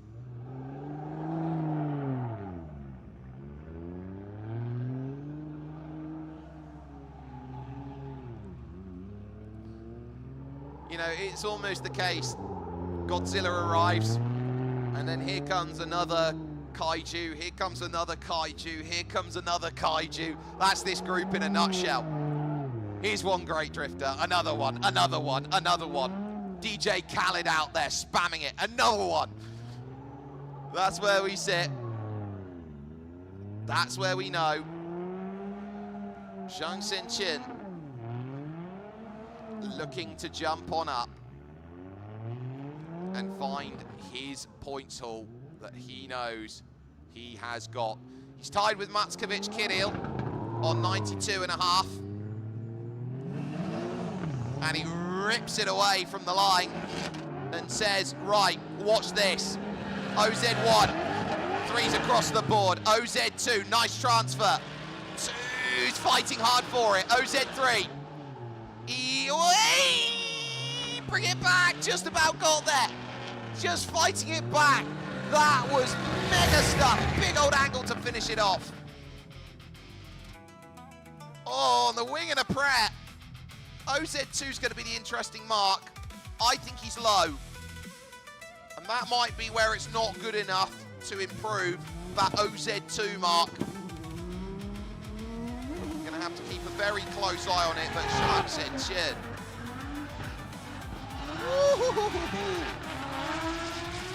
I love what this guy does. Buddy. Sweeper's got to be slightly more on point. But he is someone who gives it, and absolutely gives it. And I think we're going to see the mark here as it comes over, because I think we've got judges' score that he's in. And they're ruling that 91.5. Missed 2 points on the line, half a point down on commitment, +1 on angle, +0.5 on pace. Okay, stays at 92.5. Another good run. And because of having a 92 and a 91.5, he goes ahead of Matskovic Kirill for having a better overall score. Zhang Xinchen. If you think we can pull that apart and it's a 91.5, it shows the level of a driver that he is.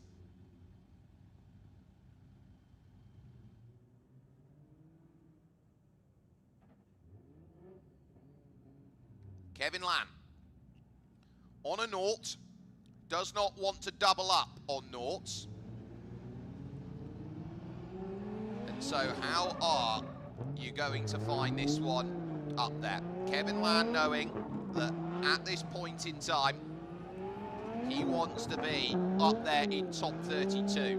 32nd at the moment is a mark of 59.5 points. He needs at least that to get himself to the darts.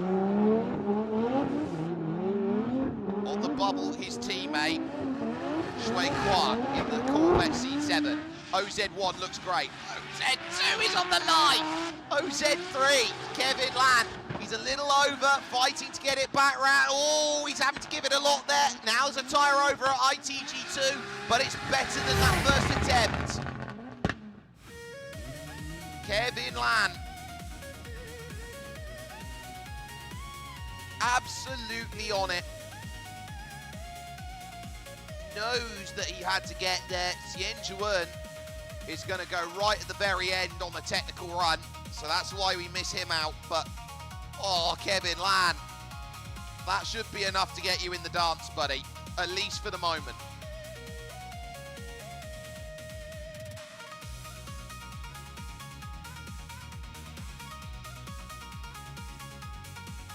Trying to really push up. Trying to really get that one to set. Really serves, really nice.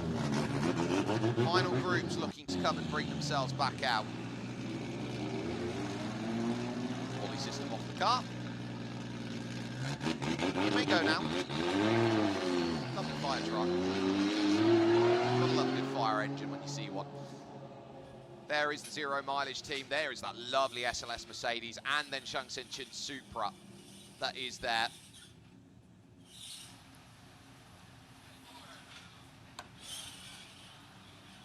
What more can you say? Keep an eye on it. 76 points, more than enough at the moment. Marks, OZ2, OZ3, -5s, ITT2 and -5 as well. Lying, the biggest killer of the run there, 35 out of 50. Good enough for 25th. 7 to go. That's safe. 76 is a safe mark as it stands, so keep an eye out on those who want to go through for your top fours and those who want to try and prove what they can do, because next up on the docket, it's Mitch Lana. 8 to go, sorry, because of Tianjin. So you might have to fade that in terms of 76 points, but Mitch Lana looking for a way into Super Top 4. He is there in 4th as it stands and knows that he wants to improve more than that. Down on horsepower, but not down on spirit. Lovely stuff through OZ1. Now to OZ2, fighting it back, but he's got it there. Nice. Was the angle okay, though? OZ3 looking brilliant again. Now he's going to the tight in the technicals, and he's bringing it around town. Bring it around town, buddy! Mitch Lana with 2 lovely drifts to say what he can do. He's going to be a tour de force. Chucking it about with everything that he's got available. 30 years old from the outskirts of Perth. Lovely stuff on the slide. Dragging it back around again for OZ2. There's a look at what we saw earlier on. I think Mitch Lana knows. He wants to start challenging Artyom Shabanov, Boyan Nilsson, and Kodai Sabagiri. And I think he's done more than enough to say, I earn a challenge. Consistency is king in all manners of competition. That guy with a really consistent 2 runs, proving what he's got and more. And confirmation, oh, it's back to back. 90, they marked it exactly the same. You don't see consistency like that. Nuts. Absolutely nuts stuff. He is the benchmark. He is the benchmark. He is the door to the castle at the moment. He is the gatekeeper for Pavel Korpelinski. Goodness gracious me. And so now 93.5 is not good enough to get in, because Mitch Lana has 2 of them. You need 94 to get in now. Cemented that run really well. So 2 93.5s. Say Mitch Lana. Mitch Lana is currently in. Pavel should not be 19th in qualifying. He's better than that. 10 to go and find. Pavel needs to march to get to Pavel Gora. Pavel on top. Right, Korpelinski time. Here we go. OZ1 hits the marks just in the twos there towards the end. OZ2, oh, a lot better. OZ3, grabbing around. Oh, angles all there. Nice, keep that on going. Pavel Korpelinski's gonna say, I'm gonna make a statement. Yes, yes, come on. Pavel Korpelinski puts one down. And we will be turning around and looking potentially at our 10th drifter today in the 90s, potentially on that run. What do you even pick apart on it? It's a bulletproof run. It's a bulletproof run.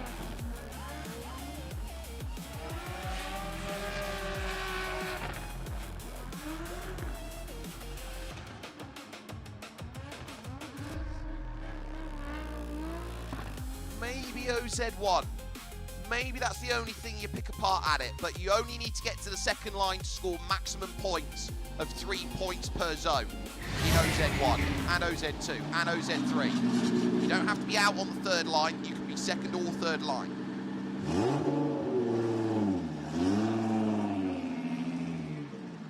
Now, hold yourself steady on the confirmation, because it is about to come in. Pavel Korpelinski will have a watch and a wait, see what he's all about, driving in under the bridge and looking to bring it back to garage to say that's the end of Group 5 and one more group remains. Super Top 4 is not set in stone. Top 32, not set in stone. But we await that result. 46.19.898. It's 90 points for Pavel Korpelinski, and it will move him to 10th place with that result, just behind Leonid Schneider, just ahead of Sam Tian. They are really ratcheting up this level, and really, it's just a tiny bit of shallowness on the line. Pace, an adjustment, and a slight adjustment. That's why that's down to 8. Fluidity, minimal loss of it. Small correction on the angle. 90 is more than enough to get the job done. Top 16. Go get some points. It's a really hot day at the office though still. Final group, Lu Xiao in the 777 VR38 engine in that E92. And now everybody watches and waits for what top 32 is at the moment. Brian Chen, the darling in the Franks, is on the bubble. 63 at the moment, gets himself in, but you probably need to be in the scores of 70. Here we go. Lu Xiao trying to find the mark that says he can get it in. 2's on the board. Oh, he needs a lot on this transfer to gather it back.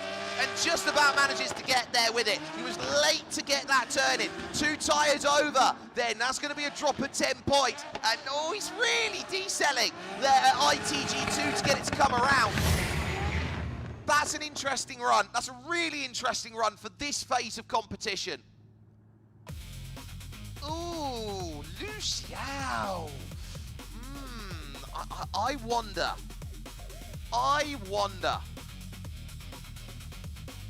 I think he's got away with only 1 tyre. So that's going to be good news. That's 8 points saved. I just worry about the decel. Whether they're going to mark that as a decel there and they're going to take a point or 2 off of it. But Lu Xiao, is that a Rolls Royce sticker on the back of it? Ah. Look at it. Going through. No, it isn't. My look. Wow. Very much going to be a case of Lu Xiao wanting to join Sam Tian, his teammate. Look at that in nice white and blue there. If you know fans, you know who that is going next. So, I don't think it's going to challenge the top, but the question will be whether it gets in the dance. That's all that matters. Get in the dance. There they are. Westlake on the side. Looking to go in. They're running as individuals, not as a team. 4 of the 5 judges have put their score in.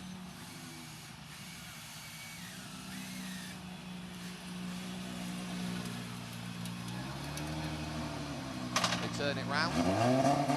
Please move right, cameraman. Let me in. Luciao going to try and push on forward here, and immediately they go to the rear, which I think is the indication of let's get new tyres on it, make it do a bit better. 72.5 is the score line on it. 43 line, 13 angle, 4.5, 6.6. Didn't like the commitment of it. Weak acceleration, late throttle, shallow line. It's in, but it's in currently at 28. If more drivers behind start finding strong drifts, Luciao might have to find improvement. And it's going to be a case of, do I have enough or not? Sam Chen immediately there to give a bit of understanding about what is needed to be had in this next run. 2 places with loss of fluidity. Next up, the 89 in blue, Ken Chen. Massive smash if you hadn't seen it at the end of Friday practice in that Nissan Silvia S15 2JZ. Almost ripped off the rear of the car entirely. Ken had a look at me and said, look, I think it's okay. I'm not too fussed about it. I just have to be concerned about things. I run it in the flat and it was fine. Now how's this run looking? Oh, shallows into the ones there in OZ1. Missing the marks at OZ2. Oh, Ken, no. OZ3 gets it back into line. Over the mark there, ITG1, ITG2. Lovely speed being kept up by him. And just on the line there to go and shift on for it. Ken Chen. Oh, look how low that is. It's probably dropped 10 points at OZ2. Second half of the run looked really nice, but he's got to clean up the first bit if he wants to get anything major out of it. Knows how important it is to set his run. He wants to join people like Jerry. We can confirm now on the outside looking in is Brian Chen, who will not go via the 63. 65 is now the mark that you need to pass in order to get through.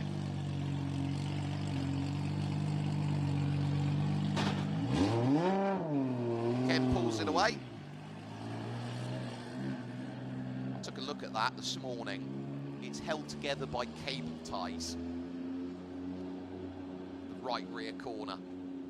Cable ties. They'll use anything and everything to put it back together again. A bit of tyre warming there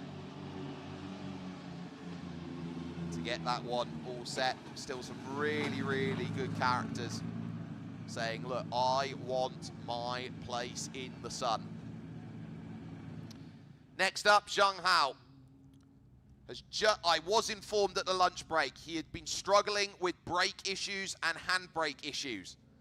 They have connected all 4 of his brake calipers to the handbrake because the handbrake caliper isn't going the way he wants to. So this is going to be a really, really interesting position on how that car is going to drift about. Still waiting for 2 more before we go on running, but Zhang Hao is going to, after not having the opportunity to run, is now going to have a really interesting position on where his run's going to be. Confirmed for Ken Chen, that's not enough, 59.5, 3.5 on the commitment, 7.7, 25, 17. Correct myself there, sorry, 59.5 is the score. It's on the outside in 35th. Needs, at the moment, 6 points to make his way through. Well, what are they pulling from the top of the cars? That's the Wally system. That's their tracking to know where they are in real time on the circuit there, ladies and gentlemen. Zhang Hao trying to get his Altezza or Lexus IS 200 sat up and ready for Marvy Racing. I would be really interested to see how this run is going to go, knowing that his brakes are not quite the way he wants to. Gives it a lot of gusto off of the run. Now he's going to chuck it in at OZ1, and it's not going to quite come back around the way he wants to. OZ2 fighting hard for it. OZ3. Oh, settle, having to correct a lot there to get it to track out more. OZ4, well, ITG3 and TG4, pretty nice. But that was a run where you didn't quite feel he had the confidence level up. Didn't quite know what was underneath him. And probably needs a little bit more to go, I've got this and I know what to do. By the end of the run, I think he had it. But OZ1, OZ2, I'm not sure he knew what he had underneath him. Whatever time you may be watching around the world, if you're in Canada at 4 AM, if you are picking it up at 3 o'clock in the afternoon here in China, if you are seeing it around this world, there are going to be a lot of looks in who's going to get what. Some nervous waiters who have had their runs done. You look at Hu and Hao, Lee Chung-hai, Chun Ji-long, Yvonne Pei. They're hoping that they're allowed to race on Sunday, that they can drift. Shang Hao, I wonder whether that was what he wanted. I think he can go a lot more aggressive in that second run. I think he knows what he's got now. I'm intrigued.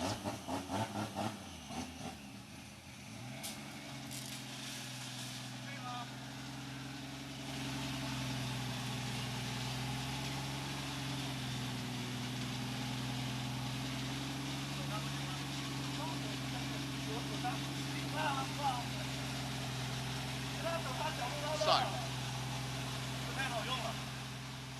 Shang Hao was actually the best qualifier, by the way, at the welcome round. 64 and a half. Oh, 64 and a half. A lot being lost there online.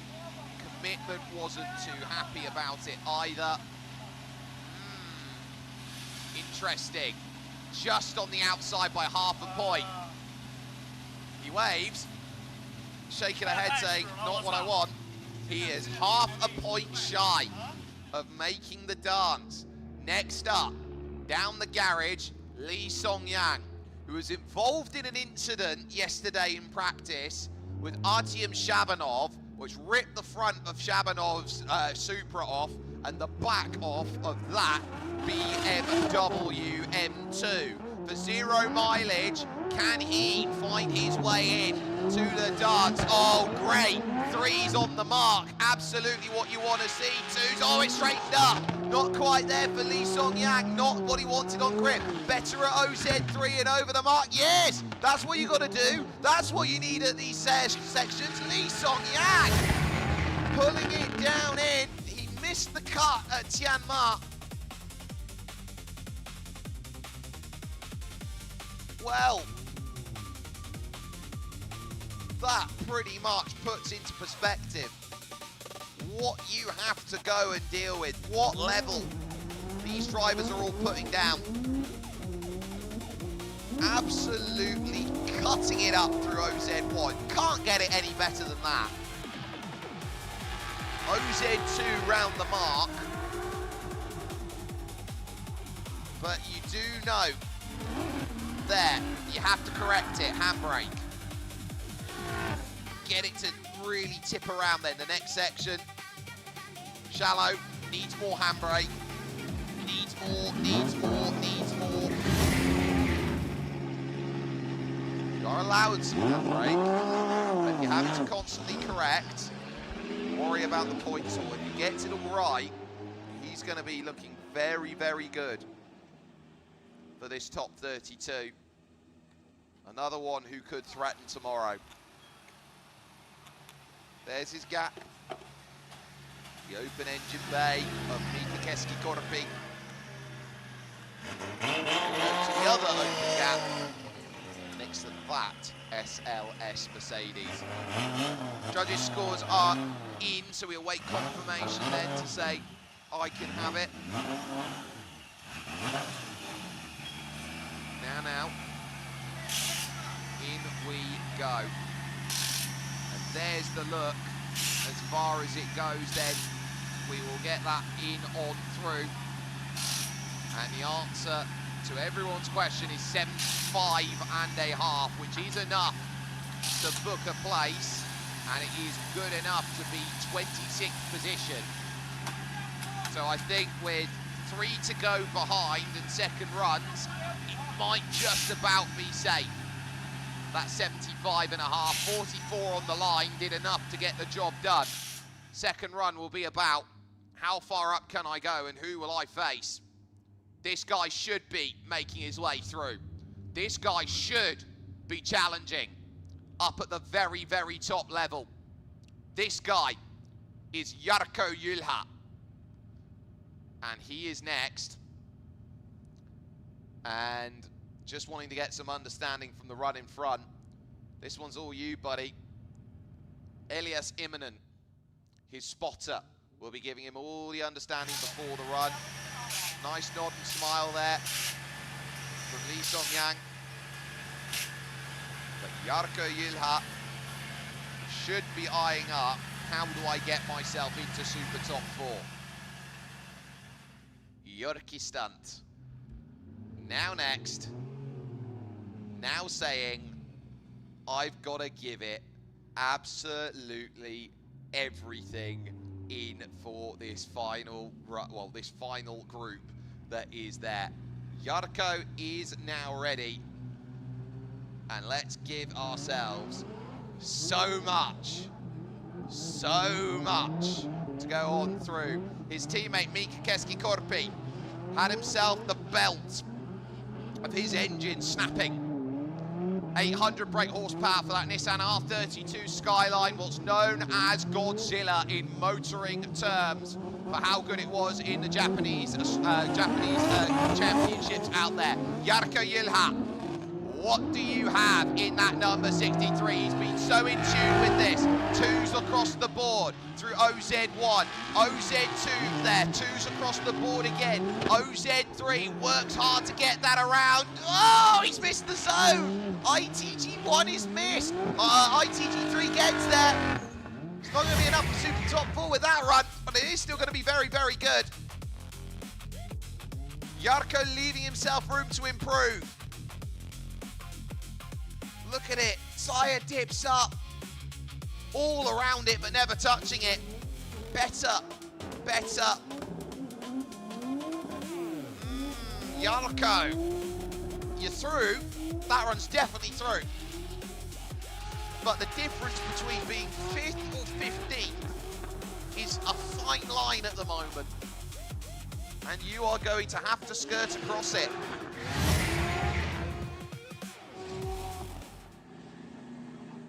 You are going to have to skirt across it and see what you're all about.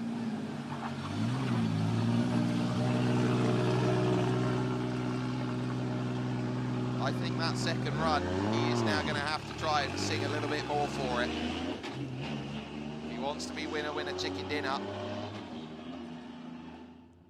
We know what he's all about. We know what he's capable of doing. He was 3rd in qualifying last time out, on a score of 94 points. Artyom Shabanov, by the way, with a 99 and a 96. His series average right now is 97.5 for qualifying. What? But there, the gold core car comes back in. And they'll immediately be on it here with Jarkko. Very friendly character. 84.5, 39 online, you can find 11 more out of that. And if you find it on the line, commitment slightly down, pace slightly down, you'll get there. Jarkko Julha through. Now he's got to give himself more margin because he's currently 17th. And how many series can you find where Jarkko Julha is normally a second half driver? I don't think he's a second half driver. I think when he's got the tools underneath him, he's absolutely there. So he knows what he's got. And I think he realizes, hey, look, I can go and get there. And it's very possible, as it is, for the ace of Champion Speed Sports, Vung Chi. 4th at the season opener, the welcome round. 3rd at the first round of the championship at Tianjin. BMW Z4. Now, let's see what you got. Vung Chi. Nice stuff at OZ1, leaving it late for the transfer, and there's a tyre dip at OZ2. He's really trying to go at it for angle here. OZ3 gets it down on the mark, and he's over inside clip 1. ITG2's good, ITG3 there. Again, another run with work to do, but Vung Chi managed to get himself to top 4 and 3rd place from a 20 seed over in Tianjin. That wheel over. Damocles hanging over the head, but again, it's going to be another driver who will probably look at this the wrong way and say, I'm not too pleased at the fact that I'm getting knocked out. Who and how knocked out on 65? Li Tianghai knocked out on 65. If it's over 70 and a half, he's through. Chun Jilong, it's his own teammate that would be on the wrong side of it. And then you start threatening Avon Pei and Lu Xiao. Lu Xiao has a 2nd run to go yet. So, look at that, Vung Chi. Lot of love for the Z4. Lot of love for a Z4. You do worry about Yarko and whether there are engine issues. Stuttered out the gate. But Vung Chi, that was firing. That was nice. So now pulls himself across the run. There they are at Champion Speed Sports, saying, right, got to bring him in, got to get him what he knows is going to be some really critical running. Give him another go to get himself up there and mark it down with the points that are available. So, 74, the score for Vung Chi. 35, 19, 5, 6, and 8.5. Line with a lot of work to be desired. And the key on that line, OZ2 -5 and 2 ITGs that he was over the mark on, dropped the tyre on. So he's 30th at the moment, and that is not a 30th place driver.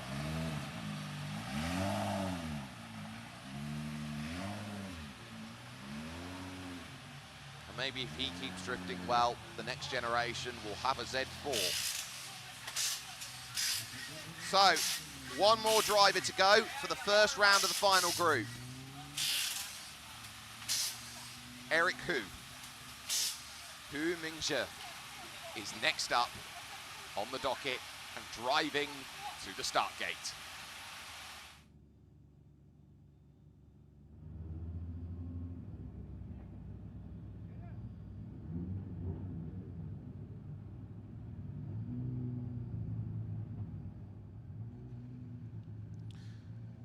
His Beamer is there, ready and waiting. He knows he will be the last car, with the exception of if they can get it going, Tianjin, to go out and put down a huge gauntlet on the board. This is a give it everything you've got style of moment. E82 is then being piloted about. What do you got? Hu Mingzhe. Trying to roar that 2JZ into life. And open up his account in the Royal Drift Series. 2s and maybe a couple 1s there. And incredibly low. Misses the mark almost then at OZ2. Catches a couple late and again low through OZ3. Misses over the top. This is scruffy going through. It's got all the heart and passion of it. The one thing it lacks is a little bit of cohesive unit to bring it together. If he can just get it a little finer, a little nicer, a little neater, That is a very, very good drift that he could have, but it's just over the marks. He's overcommitted in many areas of the run. And it just needs a case of, okay, slow down, kid. There's a bit more that you can get out of it, and we know that you can find a way. 31 years of age from Qingda.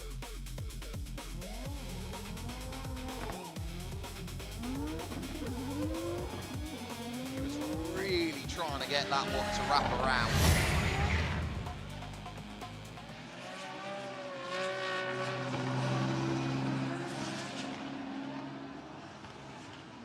So,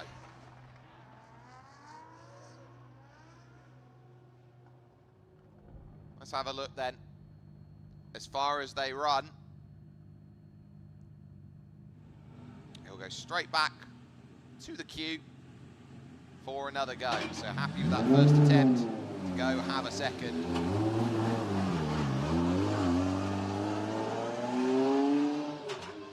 Maybe over pushed it. Couldn't quite find anything that was there and strong enough. Currently, 32nd position, sits on 71 points. Eric Koo will await his result and see whether he's got enough to mark himself down as safe, or whether he needs to go back to the drawing board. And quite literally, I'd expect him to need to go back to the drawing board, and he has done. 37.5, nothing for commitment. 8 on the line, 16.5 on angle. Big key on commitment, late throttle, weak acceleration, shallow line there through the second section. It's the lowest scoring run we have seen. It needs more. It does need more. So, 71 will get you in the dance. Currently in the dance. 7 runs left to go. Lu Xiao is now going to be next up on the board. The 777 walks in 31st. Bubble. Wants to move himself off the bubble. Anything in the mid to high 70s gets the job done. Gives you safety. That's what he wants more than anything else at this stage of the competition. Give me safety. 31st. Lu Xiao had a good run, but needed to put the pieces together. The jigsaw puzzle isn't quite fixed just yet. With 45 drivers here in competition, we're limiting it down to top 32. Lu Xiao trying to really hook it up, and it's only on the ones. Now needing to look again, and again, only on the ones. This could be leaving him vulnerable if he's not careful here into, oh, and he cuts one tyre over. I think this run is worse than the first. That's going to be concerning for Lu Xiao now. He really needed a run that was going to give him the security blanket that he needs. Now he's going to face a painful wait through each and every competition run. He will look at Ken Chen, he'll look at Zheng Hao. He will look at potentially Van Chi and Eric Koo.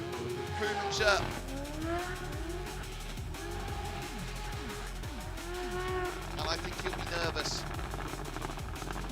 I think he'll be really, really nervous. There's OZ2 to OZ3. Really trying to hook it round.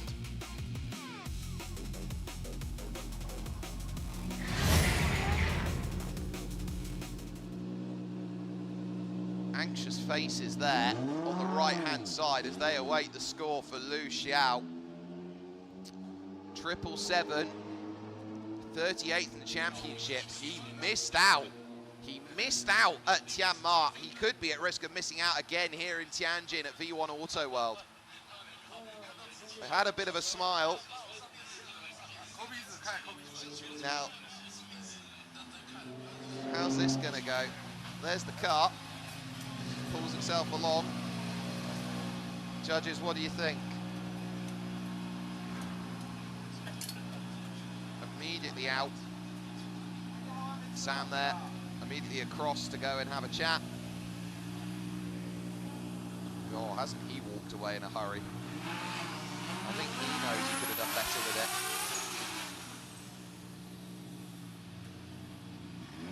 Oh, Liu Xiao.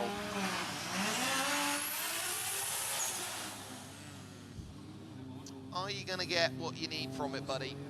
Judges really deliberating on this. Is it this or is it that? What do I give this? What does the data show me? Do I need another look at the replay that will help me? Confirmation awaited. So we will get the mark in just a few moments' time of what Liu Xiao has been able to do. It is 51 on that second run, and now he's got to wait and hope that he's a lucky, lucky boy to get himself in. He's 31st at the moment. Chun Jilong out. Yvonne Pei on the bubble. And it is Ken Chen next, who could knock out his own teammate Yvonne Pei. We know how good this guy can be on his day. He looks really, really good in that Nissan Silvia S15. He is an aggressive drifter, but he's on the wrong side of it at the moment. On 59.5, 39th position. Ken Chen. He's got to put down a run that gets him in. He needs 71 points bare minimum. Ken Chen, let it hang out. One's on the mark through OZ1. Oh, he's low again. OZ2, OZ3 comes along. Gathers it back, slightly over the mark, ITG1. ITG2s and 3s are there. TG4 he hits. Oh, he's seen so many points slip. I think Ken Chen might be out.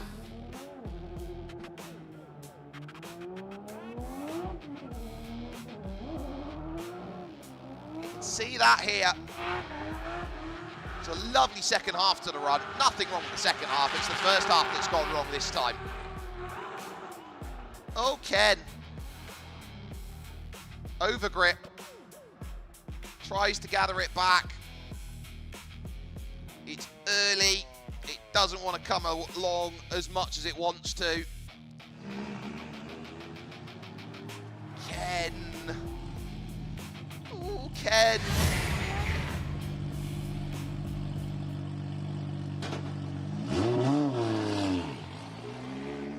I do worry for you, buddy. I do worry you're not going to make it. Liu Xiao will be breathing one sigh of relief if that's the case, because if Ken Chen doesn't move up, then he's safe, with the exceptions of Zhang Hao and Hu Mingzhe. He's only got to fade 2, does Liu Xiao, to make it. Judges are ready. Ken Chen gives it the old 5-0. Had a big smash up in practice yesterday. And is his tournament over before it started a day early? 56.5, it's no good for Ken Chen. 26, 16, 2.5, 7 and 5. He will be out. He is out here in the Royal Drift Series and will not advance over into top 32 cut with a result like that. Yvonne Pei and Liu Xiao breathe sighs of relief, but neither of them are yet safe as they still have to fade the next driver, Zhang Hao, and they got to fade Hu Mingzhe and Xian Zhiwen as well if he gets able to go back out again. Zhang Hao, 36th. On 64.5 points. Knows he's got to put down a mark of 71 plus. Dealing with the handbrake issue. Does he have confidence in this now for this next run attempt? One, just about into 2. There, OZ2's got to be better. 2, better from Zhang Hao. OZ3 hits the marks, 3s, he's finding the confidence, but he's too shallow. ITG1's no good, ITG2, he's on the line. ITG3, he hits. to be interesting as well. You can definitely pick it apart. Is it slightly underdone? It just looked like in a couple areas he just found the result, and then when it challenged him, it just again asked a little bit too much.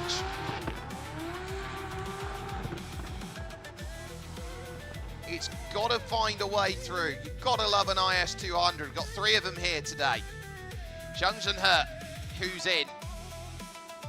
Leo Li, who's in.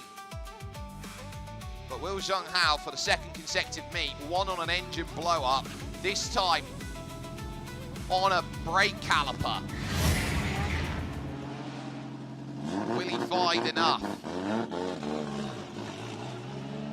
Getting word from Echo Gao that it was for Xian Jiwen a hose blowing. That's the reason why that it's gone wrong out there.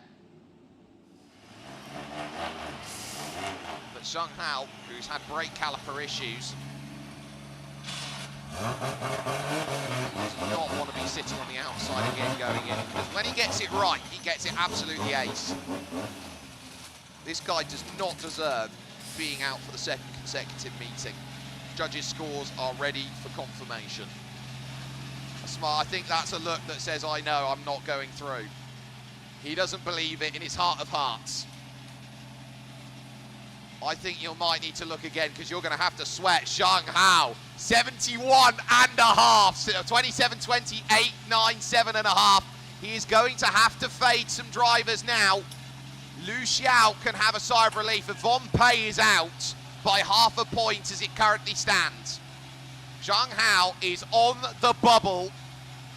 There are 2 drivers who can move by that bubble.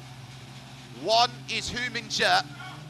The other driver is Xian Jiwen going in the health group. Li Songyang is in on 75 and a half. And now has really got to go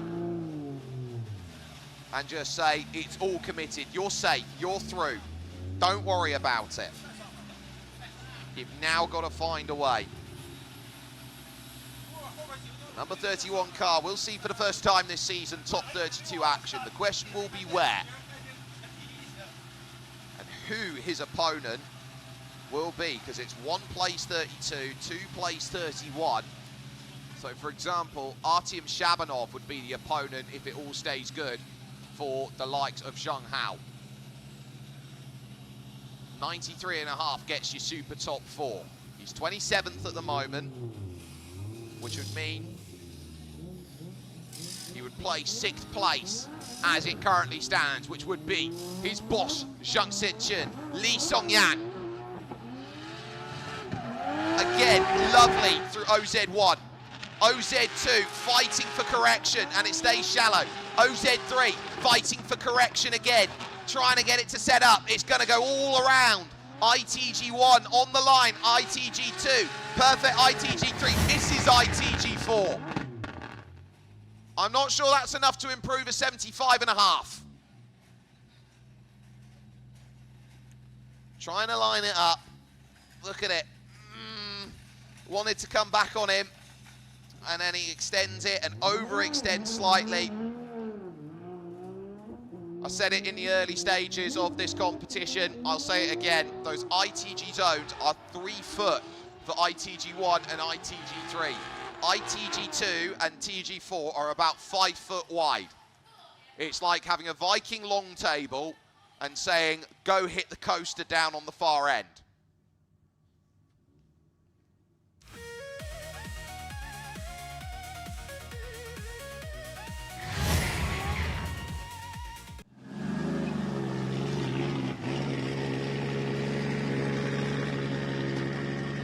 Li Songyang will make his way back to the garage here as we await confirmation of his score to see whether he improves that 75 and a half. If he does, I don't think it's going to be by much. Definitely room for improvement. It's a 72, so it will not improve. But critically here for Li Songyang, he knows that At best, he is going to be 27th. Behind Kevin Land by half a point, ahead of Johnson Chen by 1.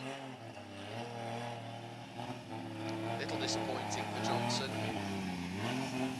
But he's so far down the order, I think he can go up there and be top 15 on his day, top 10. He knows he wanted better. He was disappointed with himself.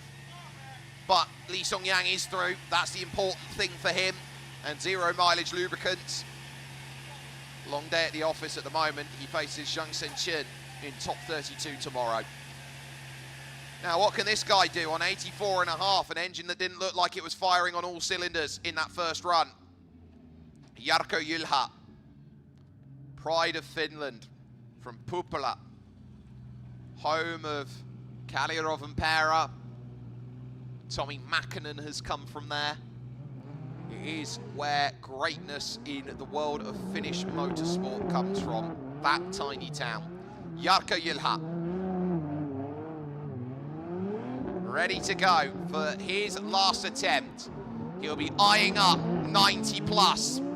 At 93.5, he needs 94, you'd argue, to go and get there. Jarkko, lot better there through OZ1, in the 2s and 3s. OZ2 right on the line as he goes on by. OZ3, how's it gonna look, buddy? Nice, OZ3 hits it well, gets ITG1 perfect, ITG2 starting to fight it, ITG3 gives it all the angle and then some on the line on the exit. Jarkko! Oh, buddy! That is a statement run. And is it enough to rattle the cages of those around? Look at this on the transfer in. It is lovely stuff from Jarkko Ylhä. Jyrkistant is not going to sit back. I call him the Jarkko maniac. He is so good when he's got it underneath him, and that R32 just sings. And who has to wake up? It's Mitch Lana who's trying to fade. Whether he can see a super top 4 battle out there. Judges are already happy with their score result for this run. I don't think they had to do too much wrong for it. 92.5, line is the big killer.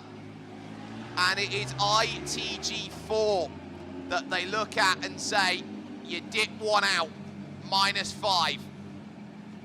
And ultimately 92.5 puts him 7th, right with boss Zhang Sen-Chen and Matskovic Kirill.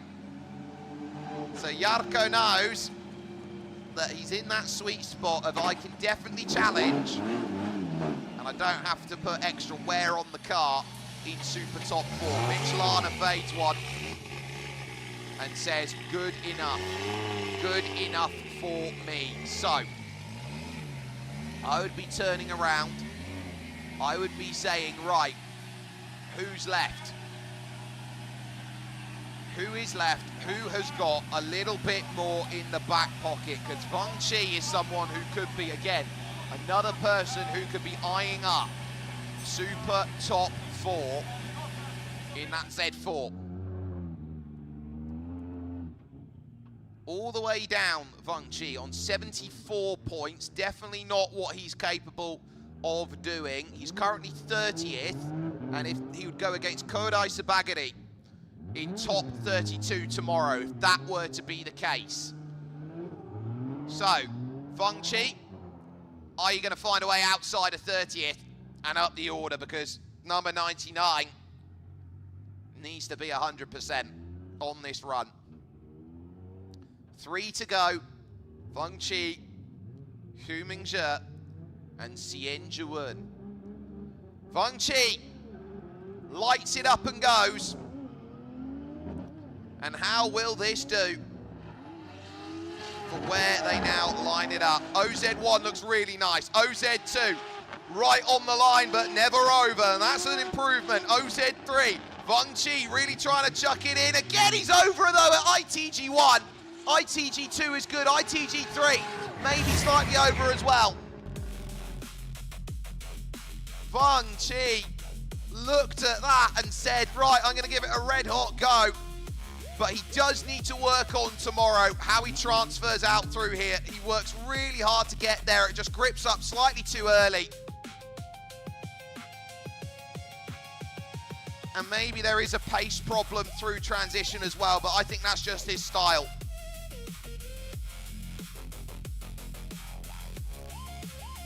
Wang Chi is going to have a big old look at this. I think he's in the 20s again, and he's going to have to try and perform the same heroics he did in Tianjin a month ago. Well, my oh my. Wang Chi knows if he's fighting for a championship as well, qualifying points are going to start paying. And he needs to improve that. If he wants to be a consistent title challenger, he's got to be up there scoring the points. He will pay to do that. There is Champion Speed Sports taking a look. A quizzical look over the face of one of the mechanics there. Wang Chi pulling it across then to his stall. As we await the opportunity. 84 is going to be the score on that one. 40 online, full commitment on display there. The angle is perfect. 84 on the board is good enough to be just in the second half. He'll go 18th ahead of Jerry Ju. And Echo Gao, look at that for a group of 3 drivers who are going to threaten in the second half. Echo Gao, Jerry Ju, Wang Chi, all underdogs. What? What, those guys and girls aren't underdogs. Right, big one, 42nd at the moment, 37.5. Hu Mingzhe was pretty much bull in a china shop on that first run. If he dials it back, I'm sure he's got enough to make it in. Pressure will tell with 2 to fade. Hu Mingzhe on his run and away. Needs to find 71.5 as he goes through OZ1. That looked nice. OZ2. 2's on the board. Very good. OZ3 getting this one tipped in well. Oh, he's shallow and having to fight, and he slightly misses there. ITG1, tyre over ITG2. It's falling away. Tyre over ITG3. Hu Mingzhe might be out. 2, 2, 1, 1. Leaves 4 points on the table. Oh, it just started dicing itself away. Tyre over, tyre over, tyre over. Zheng Hao might be at the mercy. Lu Xiao might just be safe on 72.5. This is going to be a very, very nervous wait for the 87. And I think he understands there was more to give. There was more to give on it. Moves it across over the grates, back into paddock. Please may I have my Wally system? Yes. Off you go. One more to come from the health group. And there is a nervous, nervous look from his garage. I think they understand this. This one could be done and dusted, potentially. You cannot let that set on in position and say, I've got that in absolute paradise. It's not there yet. And I do wonder. 65.5 will not get the job done for Hu Mingzhe. 30 on the line, 16 on the angle, 6, 7, 6.5. Not good enough to go through. A good, valiant attempt. It was better, but corrections, fluidities, 5 zones with dropped points.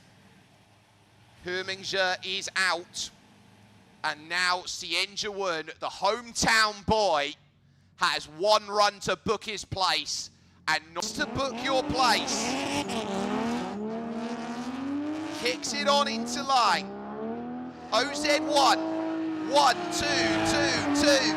Nice, so he's going to drop a couple points. OZ2, big old angle being thrown. This is looking great. OZ3 having to correct hard for it to get it to set in. Goes a mile wide though, ITG1. ITG2, he gets it back and hits it. ITG3 is there. Oh, he's just clipped it. A TG4, is it enough?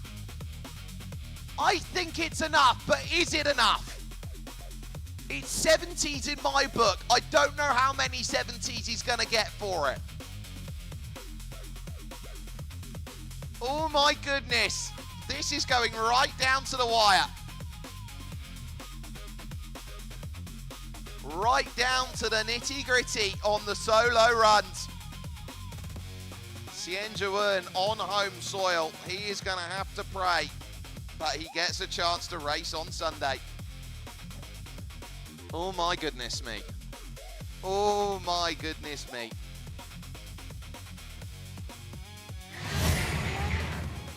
Gave it a bucket load of it.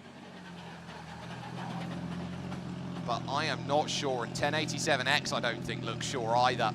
Even so, Anna, the series director, I think, is down there having a look at it as well to see, is this going to be enough? Yeah, she had a good glance. Right, have you got it? Is it enough? Pray it is. One to be in, one to be out. 4 of the 5 judges have seen their scores. 71.5 to get in for, well, actually 72 to get in for Tianjin by value of countback.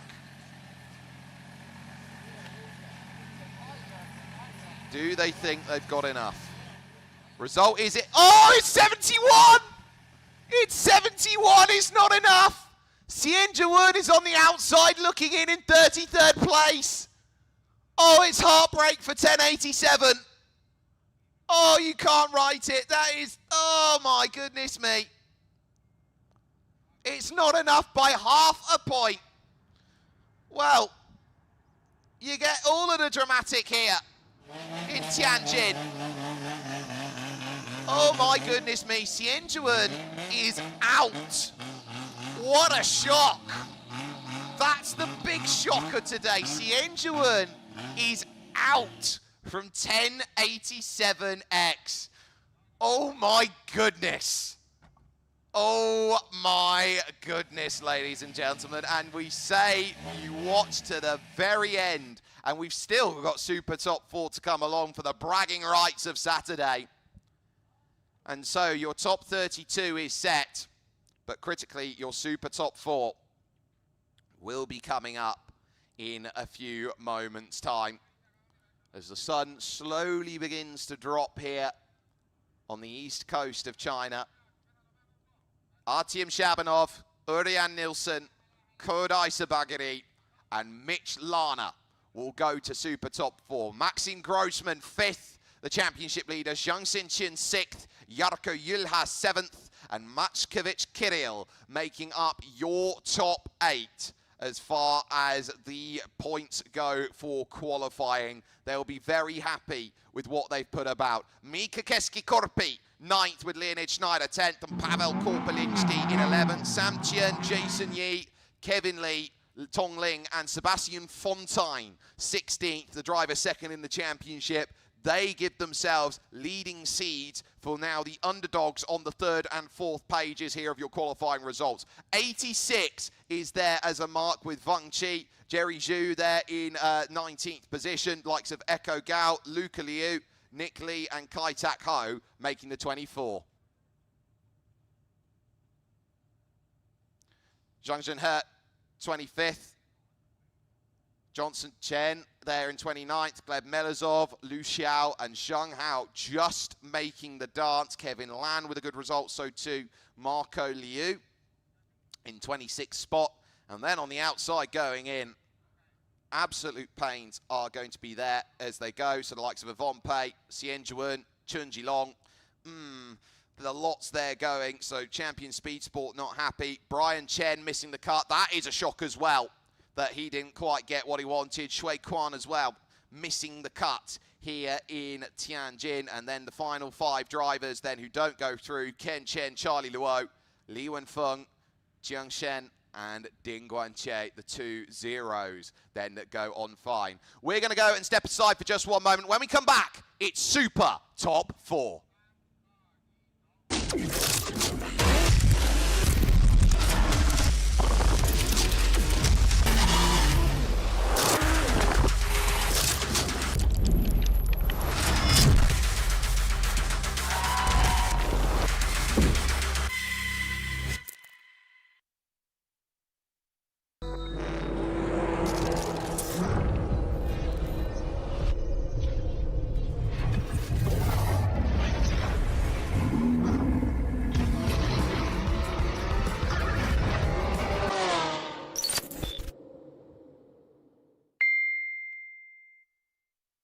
Three, two, one, action！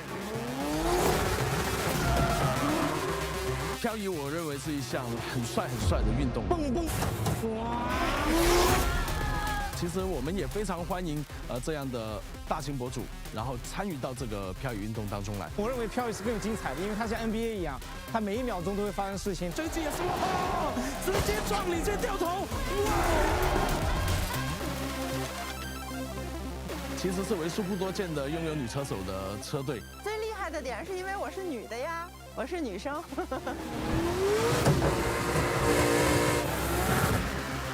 再折身过来，我们法拉利杀到内线能不能顺利出弯？这一次是有总共超过有100万美金的奖金全年度。它对我来说是一个巨大的挑战。 这就是 World of Series， 而这不过是一个漫长故事的开始。This is World。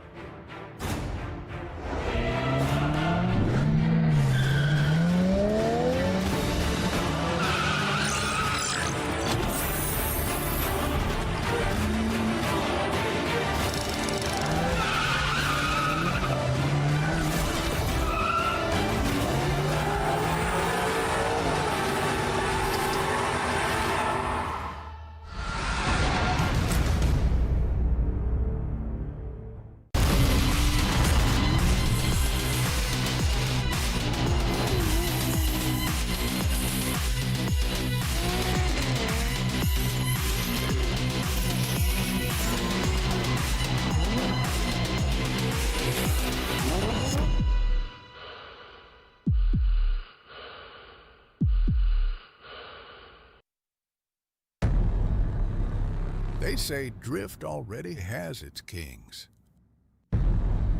its legends, its places on the map. First car to the line. But what happens when a new place decides it wants everything? Everybody stand by. Not next year, not someday. Car 90 is out. Now. This is China, and this is not just another race weekend. This is the start of something bigger. A new championship, new names, new pressure, new rivals. A chance to write history from the very first run. Because when everything is new, every battle means more. Every corner matters more. Every name has a chance to become the first one remembered. And one question hangs over all of it. Who is about to change the sport?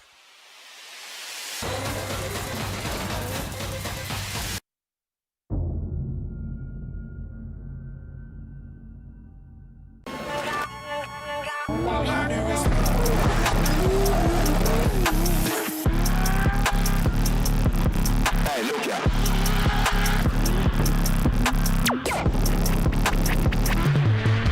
Gotcha.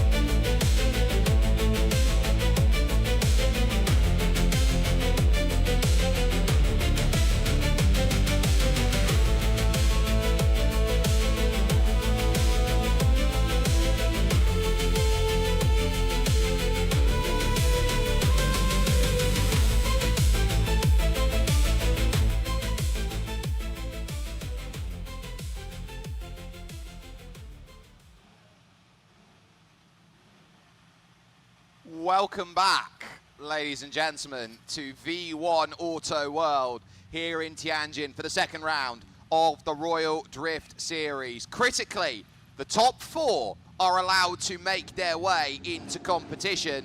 The top 4, or 5 in this case, because Ørjan Nilsen, who qualified himself second overall, has broken his gearbox, so Maxim Grossman now gets the opportunity to jump in as 5th seed to run in Super Top 4. So he will go against his teammate Artyom Shabanov. Kodai Sabagari will run against Mitch Lana, and the winners of their respective runs are going to go to the final to battle it out for Super Top 4 supremacy. There are no points on the line, it's purely pride to go out there and battle for it. And so the Ruski battle will commence between 2 time-up teammates, both in Supras out there. 1 in red, 1 in blue. So, pick your flavor. What bar here at V1 Auto World of flavor would you say that you would want a victory out of here for Artyom Shabanov, and also as well here for Maxim Grossman?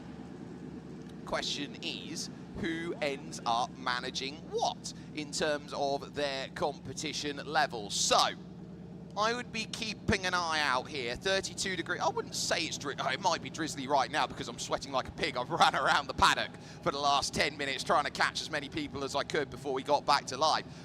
But we are going to be in for some great running. I'm Jake Sperry here, bringing you all of the coverage then for this Super Top 4 showdown, and some big old runs that are going to be there.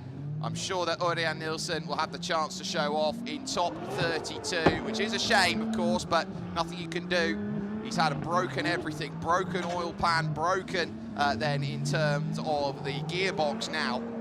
He'll be there with half a car by the end of it, trying to get himself forward. Such has been the luck that he's been running with throughout the last year or so. But Maxim Grossman, for the 2nd consecutive round, has proven that he is #1 in qualifying. He is known on the side, on the back of his car. You'll see it as it goes around there. The boss of all bosses, it says on the back. And you'll turn and look and say, okay, if you're the boss of all bosses, Maxim, the championship leader, might have something to say about it to try and go about. What a lovely signage wall that is for sponsorship there on the outside. It caves it in like a street circuit to start things off, and I'll tell you what, it gives you all the joy and love in the world when you get to see that. Shabanov then on the right-hand side will get the opportunity to go and lead. Maxim Grossman then is going to be on the chase on the inside. And so this will be a fun start to what we are going to expect tomorrow. There's going to be some lovely action to come along. And a nice wave to the camera there for Maxim Grossman, as he knows what he's all about and what he has got to go and find. You then turn to Artyom Shabanov, who has won one of these before and is the only returning driver from round 1 to make it back to Super Top 4. And so will he be the boss of Super Top 4 again? Shabanov then versus Grossman. It is Maxim on the left, it is Artyom on the right as far as they go. Get themselves ready then. They've been given the signal. Now they've got to wait for the LED marker boards. 1, 2, 3 red lights.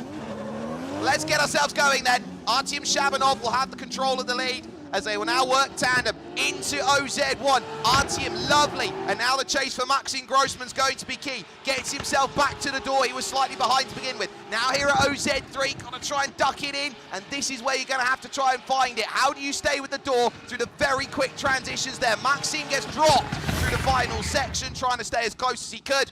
But Artyom Shabanov gives himself a really nice platform to work with, and it's not easy to chase on this circuit. That much we do know. You can see having to hold the pace. He's behind by a car length, then has to try and get himself back to the side, and then he's just late on the switch and transition, trying to get there. And again, it's a case of diminishing returns to get it back to the finish. Very tough for Maxim Grossman to hold himself out in that regard. And so now you look and wonder where the reverse is going to be between these two. And they're not going to do anything silly, these two time-up boys, because they know that if they have contact with each other, they'll have to stare at each other all evening and go, what do you do that for? Well, what do you do that for? Well, I didn't want to. Well, I didn't want to either, but you were kind of there. Well, you kind of weren't. You don't want to have that sort of argument that goes on about between these two. There is Ørjan Nilsen, second from the right with his partner alongside him. He gives a solemn wave of all things to say, yeah, that was not what I hoped it was going to be. Lots of people tuning in then, down in the paddock, having a good watch on the big screen to say, this is our area to go and watch and hope that our run is going to be exactly what we need it to. They have chance to give themselves a little bit of time to cool, change what they need to very briefly, and then go back out again. This time Shabanov on the chase and Maxime Grossman on the lead. So I'd be very intrigued to see where that now next sits for the second run that now comes on up. And there we see Mrs. Kevin Lee having a good old little look there at the phone. Yeah, you're on camera. Say hello. Have a smile.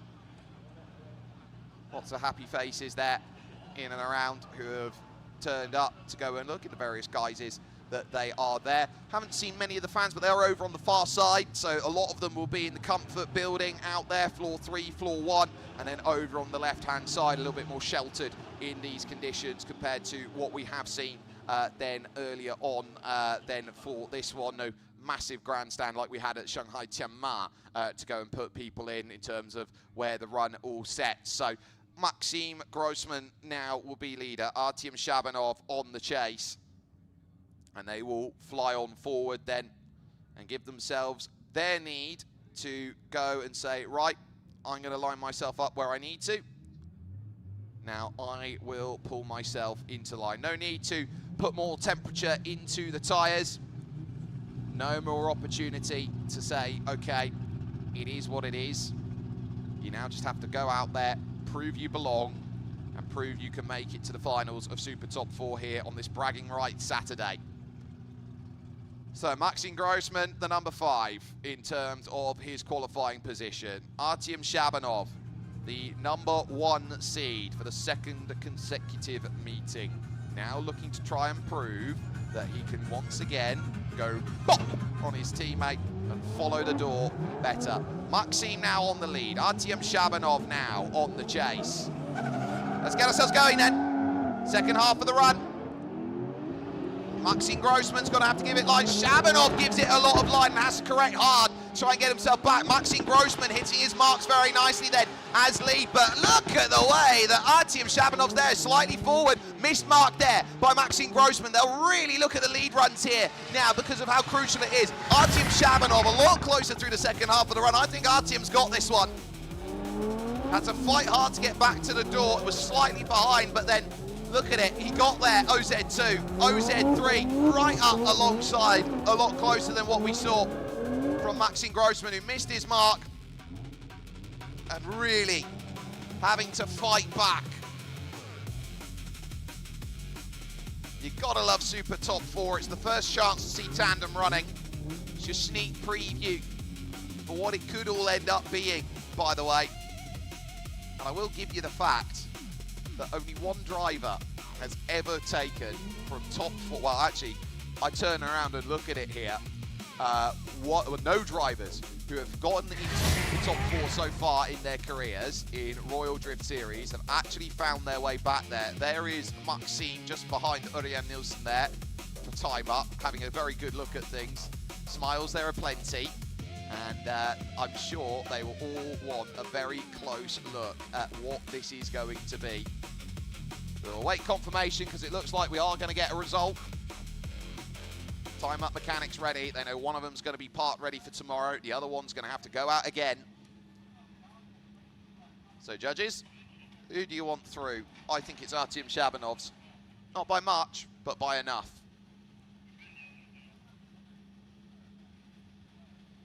So, let's just take a breath. They'll both drive it back. There is Maxime Grossman as he pulls it into his garage slot. On the left slot is Artyom Shabanov. who has not yet made it back to paddock. Might be an indication here. Shabanov, 5-0 from the judges, and moves on for the second consecutive meet to Super Top 4 finals. Maxim Grossman ends up losing out in that regard. It now turns attention of a battle of the Asia Pacific. It is Australia versus Japan. And Artyom Shabanov knows he's going to have to get himself ready for whoever his opponent may be. It will either be Rydans or it will be the man from Perth who will be moving himself then on in. Job well done, and I think there's going to be congratulations around. Over to Maxime. A little bit of asking between them. Kodai Sabagari and Mitch Lana going out now and saying, I can go and make this all stand up on song. So, here goes. Lana on the chase. Sabagari on the lead. Winner plays Shabanov. Sabagari absolutely trying to run for it through OZ1 into OZ2, all slightly straightens out. Mitch Lana gets back. Now trying to work hard at OZ3. Lana is so narrow going down in, and this is Sabagari now just opening up the tanks and saying, look, catch my dust. The lack of power starts to show for Mitch Lana. Kodai Sabagari there, very much attuned, over in front, you don't want to do. Mitch there having to really fight for it. You so easily can get lost in the smoke through that next twisty right, left, right. But Kodai looked very, very certain about where he wanted to be in that run. Nothing too untoward of it. Mitch gave it a red hot go, but now he's going to need to find something very special in this next run to get by that Rydans 441 BW updrift number 78.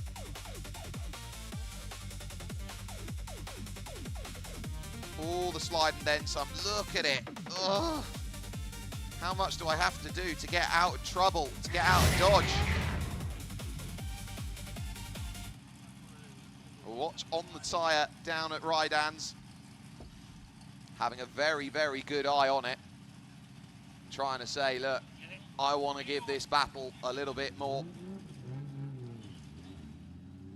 Words of instruction then to Mitch Lana. He immediately gets himself off and on his way. Little bit of a longer wait for Kodai Sabagari, who will make Mitch Lana wait, and he will be sent off in the background. Mitch now knowing he has got to give himself every chance he can with 150 missing ponies out of the front of that engine. So,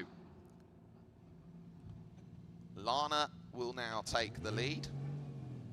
Sabagari will be on the chase, door open to ventilate, and will now move on forward, please, to your station, as the riposte will now come to play. Sabagari on the left, Mitch Lana on the right. Mitch now has to lay down a big gauntlet here, the 111 and the 78. Now it's going to be a matter of, okay, are you set? Are you set? Lights now are going to come on. Keep an eye out on it. Mitch Lana now with it all to do. Kodai Sabagari set down a stormer for that opening attempt. Mitch now looks to kick it on into gear, and Kodai is at his door into OZ2. He's slightly narrow, but he's okay. Couldn't quite get the angle to Kodai. OZ3, Mitch Lana, lovely, dream stuff. Slightly opens out and extends it straight. Needs to fight it back here, but Kodai is there. Oh, he hit the cone, he's right over the top. Both of them sideways over the line. Oh, what a finish to that. They were trying to let that one all hang out. Neither of them wanting to give up. Trying to give more and more and more and more at it. Kodai went so shallow, trying to get there. Oh! Now, I don't think it's all four wheels over, I think it is still in tune of following the line. I think Kodai's done more than enough. So whether you call it lead fault or chaser's fault, that's the next question. So you can see here, Mitch there. Oh, look at it. Hand on head. Oh, oh, help, help. What did my boy do? Look at that stunned face. Paints 1,000 words, it does.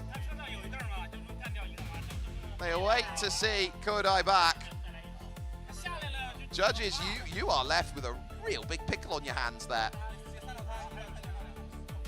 You can debate this one till the cows come home, ladies and gentlemen. Was Mitch going to go fully around? Was Kodai just trying to follow the mark? The angle was huge. They both gathered it back after the flag, but that's besides the point. Because you're only judged by what you do in the run and not after it. Whether you are going to go around or not, that's the question. Was it over 90 degrees? Because that is a back entry into that TG4. And if it is a back entry and it is judged on the lead, then they'll zero it out. Kodai is back to pits. Are they going to do some quick work to get a tyre change on it and get back out? Or have we got judges' result ready and sorted? Jack's up. I think they do want a new tyre on it. I think they feel comfortable. I think they feel confident. Who plays Artyom Shabanov? Question on everybody's lips.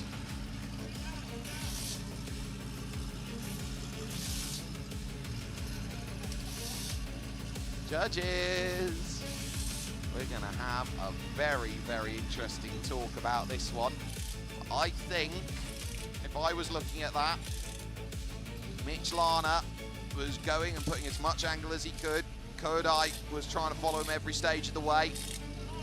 I don't think there's much more you can say than that. Kodai, I think, did his job, in the words of Roy Keane. He's just doing his job. He does his job. That's what he's supposed to do. He's supposed to drift and follow him. It's his job. 5-0, Kodai Sabagari. Mitch Lana goes out in Super Top 4 semi-finals, which means Artyom Shabanov and Kodai Sabagari will now battle.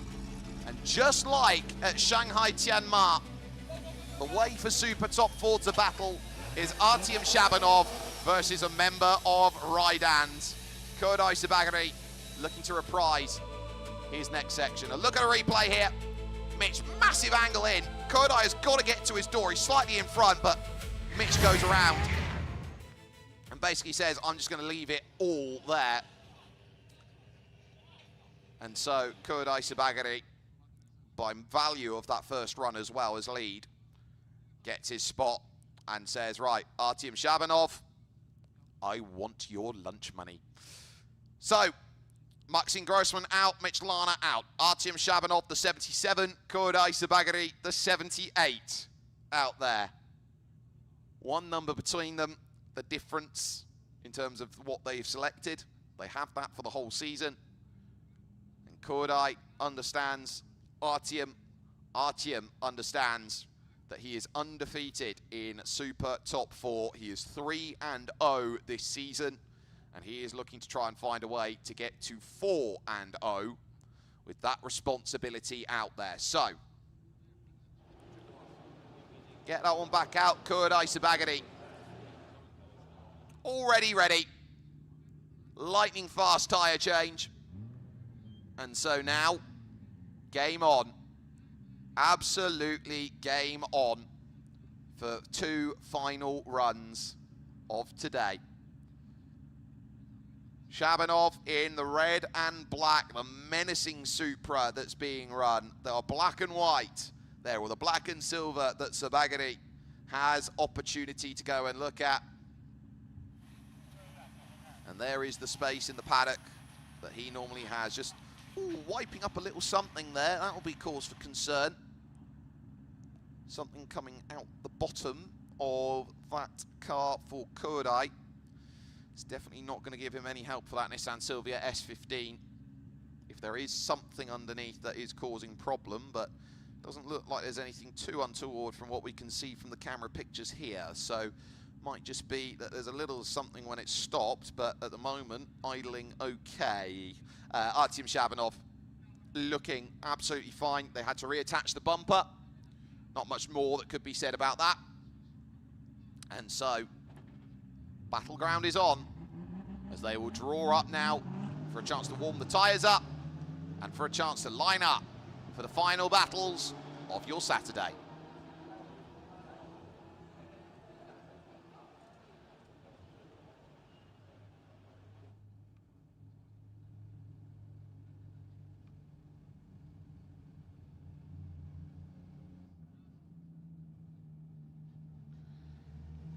So, into the warm-up zone and give yourself tyres. Not much room here in this warm-up zone. Got to give yourself enough angle there. You're not going to get massive amounts of space, especially when Kodai gets one side of it. So the runoff area for turn 3 here at V1 Also World. So really the second big braking zone on the lap as you try and get it in through the corners. But here, for us in Tianjin, a chance to get yourself ready and up to speed. Big old wheel spin. Get it out ahead, into line, show you're ready first. Kodai happy to make him wait. Russia versus Japan. Here in Super Top 4 Finals. Right then, Artyom Shabanov. Trying to prove he's the boss of all bosses again of Saturdays. Kodai Sabagari trying to show that the D1 style is alive and kicking. Here we go. Shabanov to lead. Kodai then to follow. Little lackadaisical out of the gates from Artyom Shabanov. Sabagari will understand that and try and go with him. Shabanov showing he's got an extra bit of horsepower to go and work with. OZ2, lovely lines being shown. Kodai is there with him, but he's starting to see that gap open up slightly here to OZ3. Now through the ITGs. He's trying to stay with him there and do very well. Big old angle there by Kodai, and he straightens out on the exit. Oh, that's going to be very, very costly. That is going to be very costly for his hopes and aspirations. Artyom Shabanov gave it absolutely everything, chucked it way back down, and then here on the final transfer, Kodai had to steer out of it. Way too shallow in, too early on that final transfer, and had to just drive it back out again. And now it's going to have to take a big mistake from Artyom Shabanov to see Kodai Sabagari get exactly what he hopes to have. Artyom right now is straight in the driver's seat.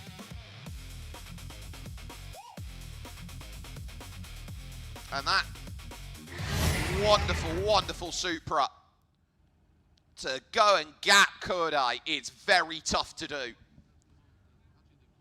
I think he has seen a ghost, has Kodai Sabagari.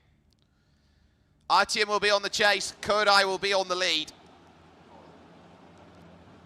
And so these two now, with the ornate understanding of what's at stake for them, cooling to be given to the drivers by a leaf blower, backpack leaf blowers out there over at Time Up. Extra bit of budget, every little bit helps. Anything that makes the driver a little bit cooler is always going to be better for them, but it looks like Artyom, I would argue, in control as your lead. The straightening there of Kodai, a big eyes bulging moment. Get the eyes bulging emoji out, why don't you, for that? It makes you go, ooh, I can't believe that just happened. Did I really see that twice? A look inside the Time Up awning. And the happiness that is there for many. Just lifting up Maxine Grossman's front. There, the front of the car. And again, they're happy to send each other off. Come along, please. Down the pit lane you will trundle and make your way over to turn 3. Get yourself started on another race. So, one more drift. Shabanov with control and the advantage. Kodai Sabagiri will have a lot more to do, and he needs a run of dreams if Super Top 4 is to go his way. Right then, one more time. Left in here at Tianjin for Saturday. They will have top 32 cut tomorrow to go and deal with, and we'll take a look at the bracket afterwards. Kodai Sabagiri on lead, Artyom Shabanov on chase.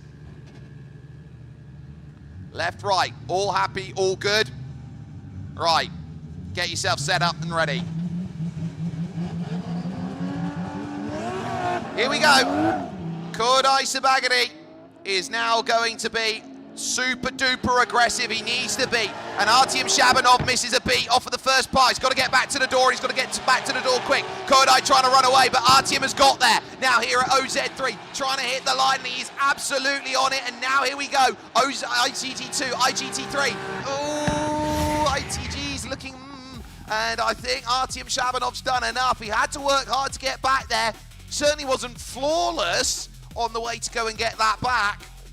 But by the time he gets to OZ3, still got about 2 car widths to try and chase it down. Kodai was giving it all that he was worth. And you look at that and you go, Artyom, were you playing safe?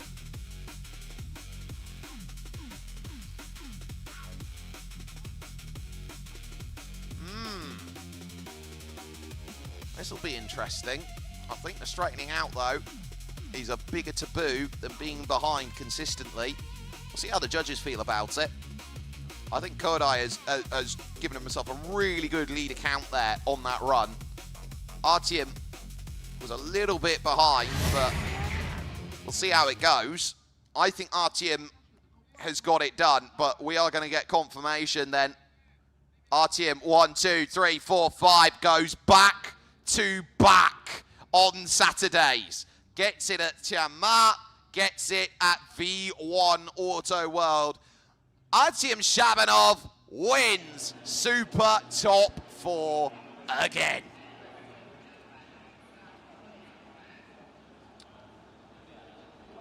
A lot of respect for Kodai Sabagiri. Second place, nothing to shake a stick at. And he knows he will go with confidence into running as a 3 seed. Stoic expression over at time up. But Artyom Shabanov has got the job done.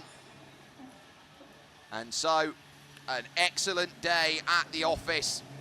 All round, on a very wonderful day's worth of drifting. They're all down there having a look and saying, yeah, great job.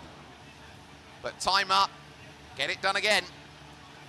And Artyom Shabanov, the boss of all bosses, proving so on Saturday again with a score of 96 in qualifying and a score then over into contention in Super Top 4, going by Maxim Grossman and Kodai Sabagiri to go and get the job done. So, all that being said and told, a very, very welcome result then for how we have gone and set things about. We will watch Artyom pull into his garage and the initial reactions then of victory here in Saturday in Super Top 4.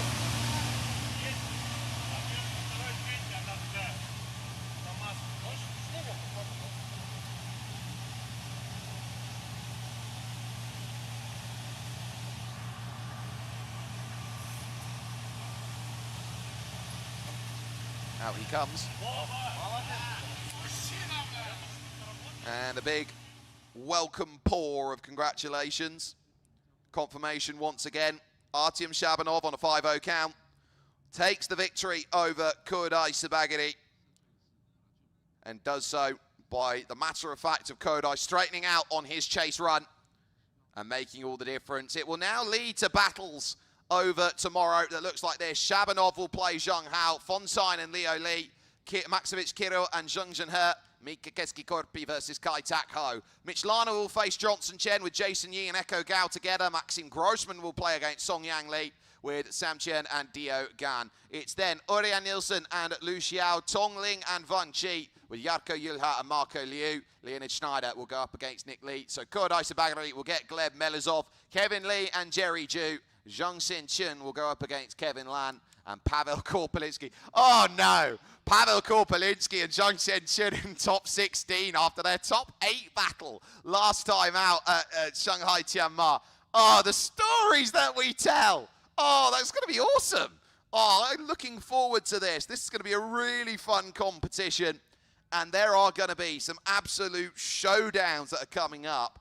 Then potentially we could see some big upsets from the likes of Luca Liu, Kevin Lan, for example. I think we're going to see a really strong category there. Lana, Chen, Yi, and Gao. Any one of those 4 can make their way into top 8. And I think that you're going to be really seeing who wants to go and show it here, with final battles, of course, a round robin to decide your top 4 in a World Cup style group. And that is going to be coming up for you tomorrow. And you can catch that here with us. Slightly later starting time for us than for the battles compared to today. You're going to get an extra hour and a half to wait for that in terms of where we were at today at a 9 o'clock start time in local time. We'll be about 10:30, getting ourselves over to go with top 32 action. But some excellent action all across the board, and one where I can't wait to see who will master the gauntlet and make their way through to the finals and say who is going to be the biggest battler in a room full of pistol shooters. I truly cannot wait to see how this is all going to turn about, and neither can you when those final battles are all going to put themselves into play. You've got the likes then of those interesting battles that are going to come in through, but your results are all set. Everyone's there sitting pretty and saying, look, we've got a really good day out there on this position. Thank you so much for joining us here for Saturday action here with the Royal Drift Series. There'll be more to come tomorrow, and we'll keep a good eye on it. Thank you so much for joining us here from V1 Auto World. Artyom Shabanov, the boss of all bosses, is back at it again, 2 from 2.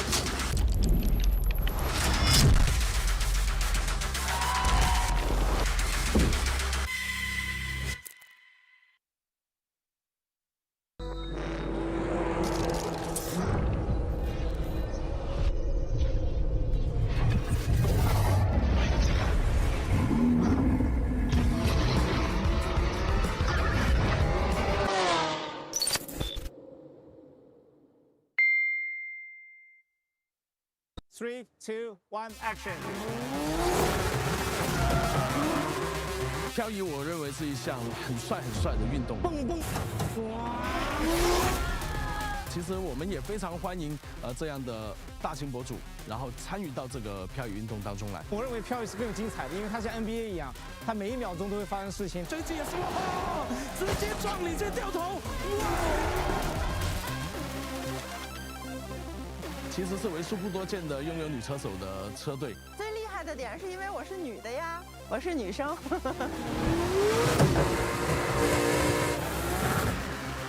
再折身过来，我们法拉利3道内线能不能顺利出完？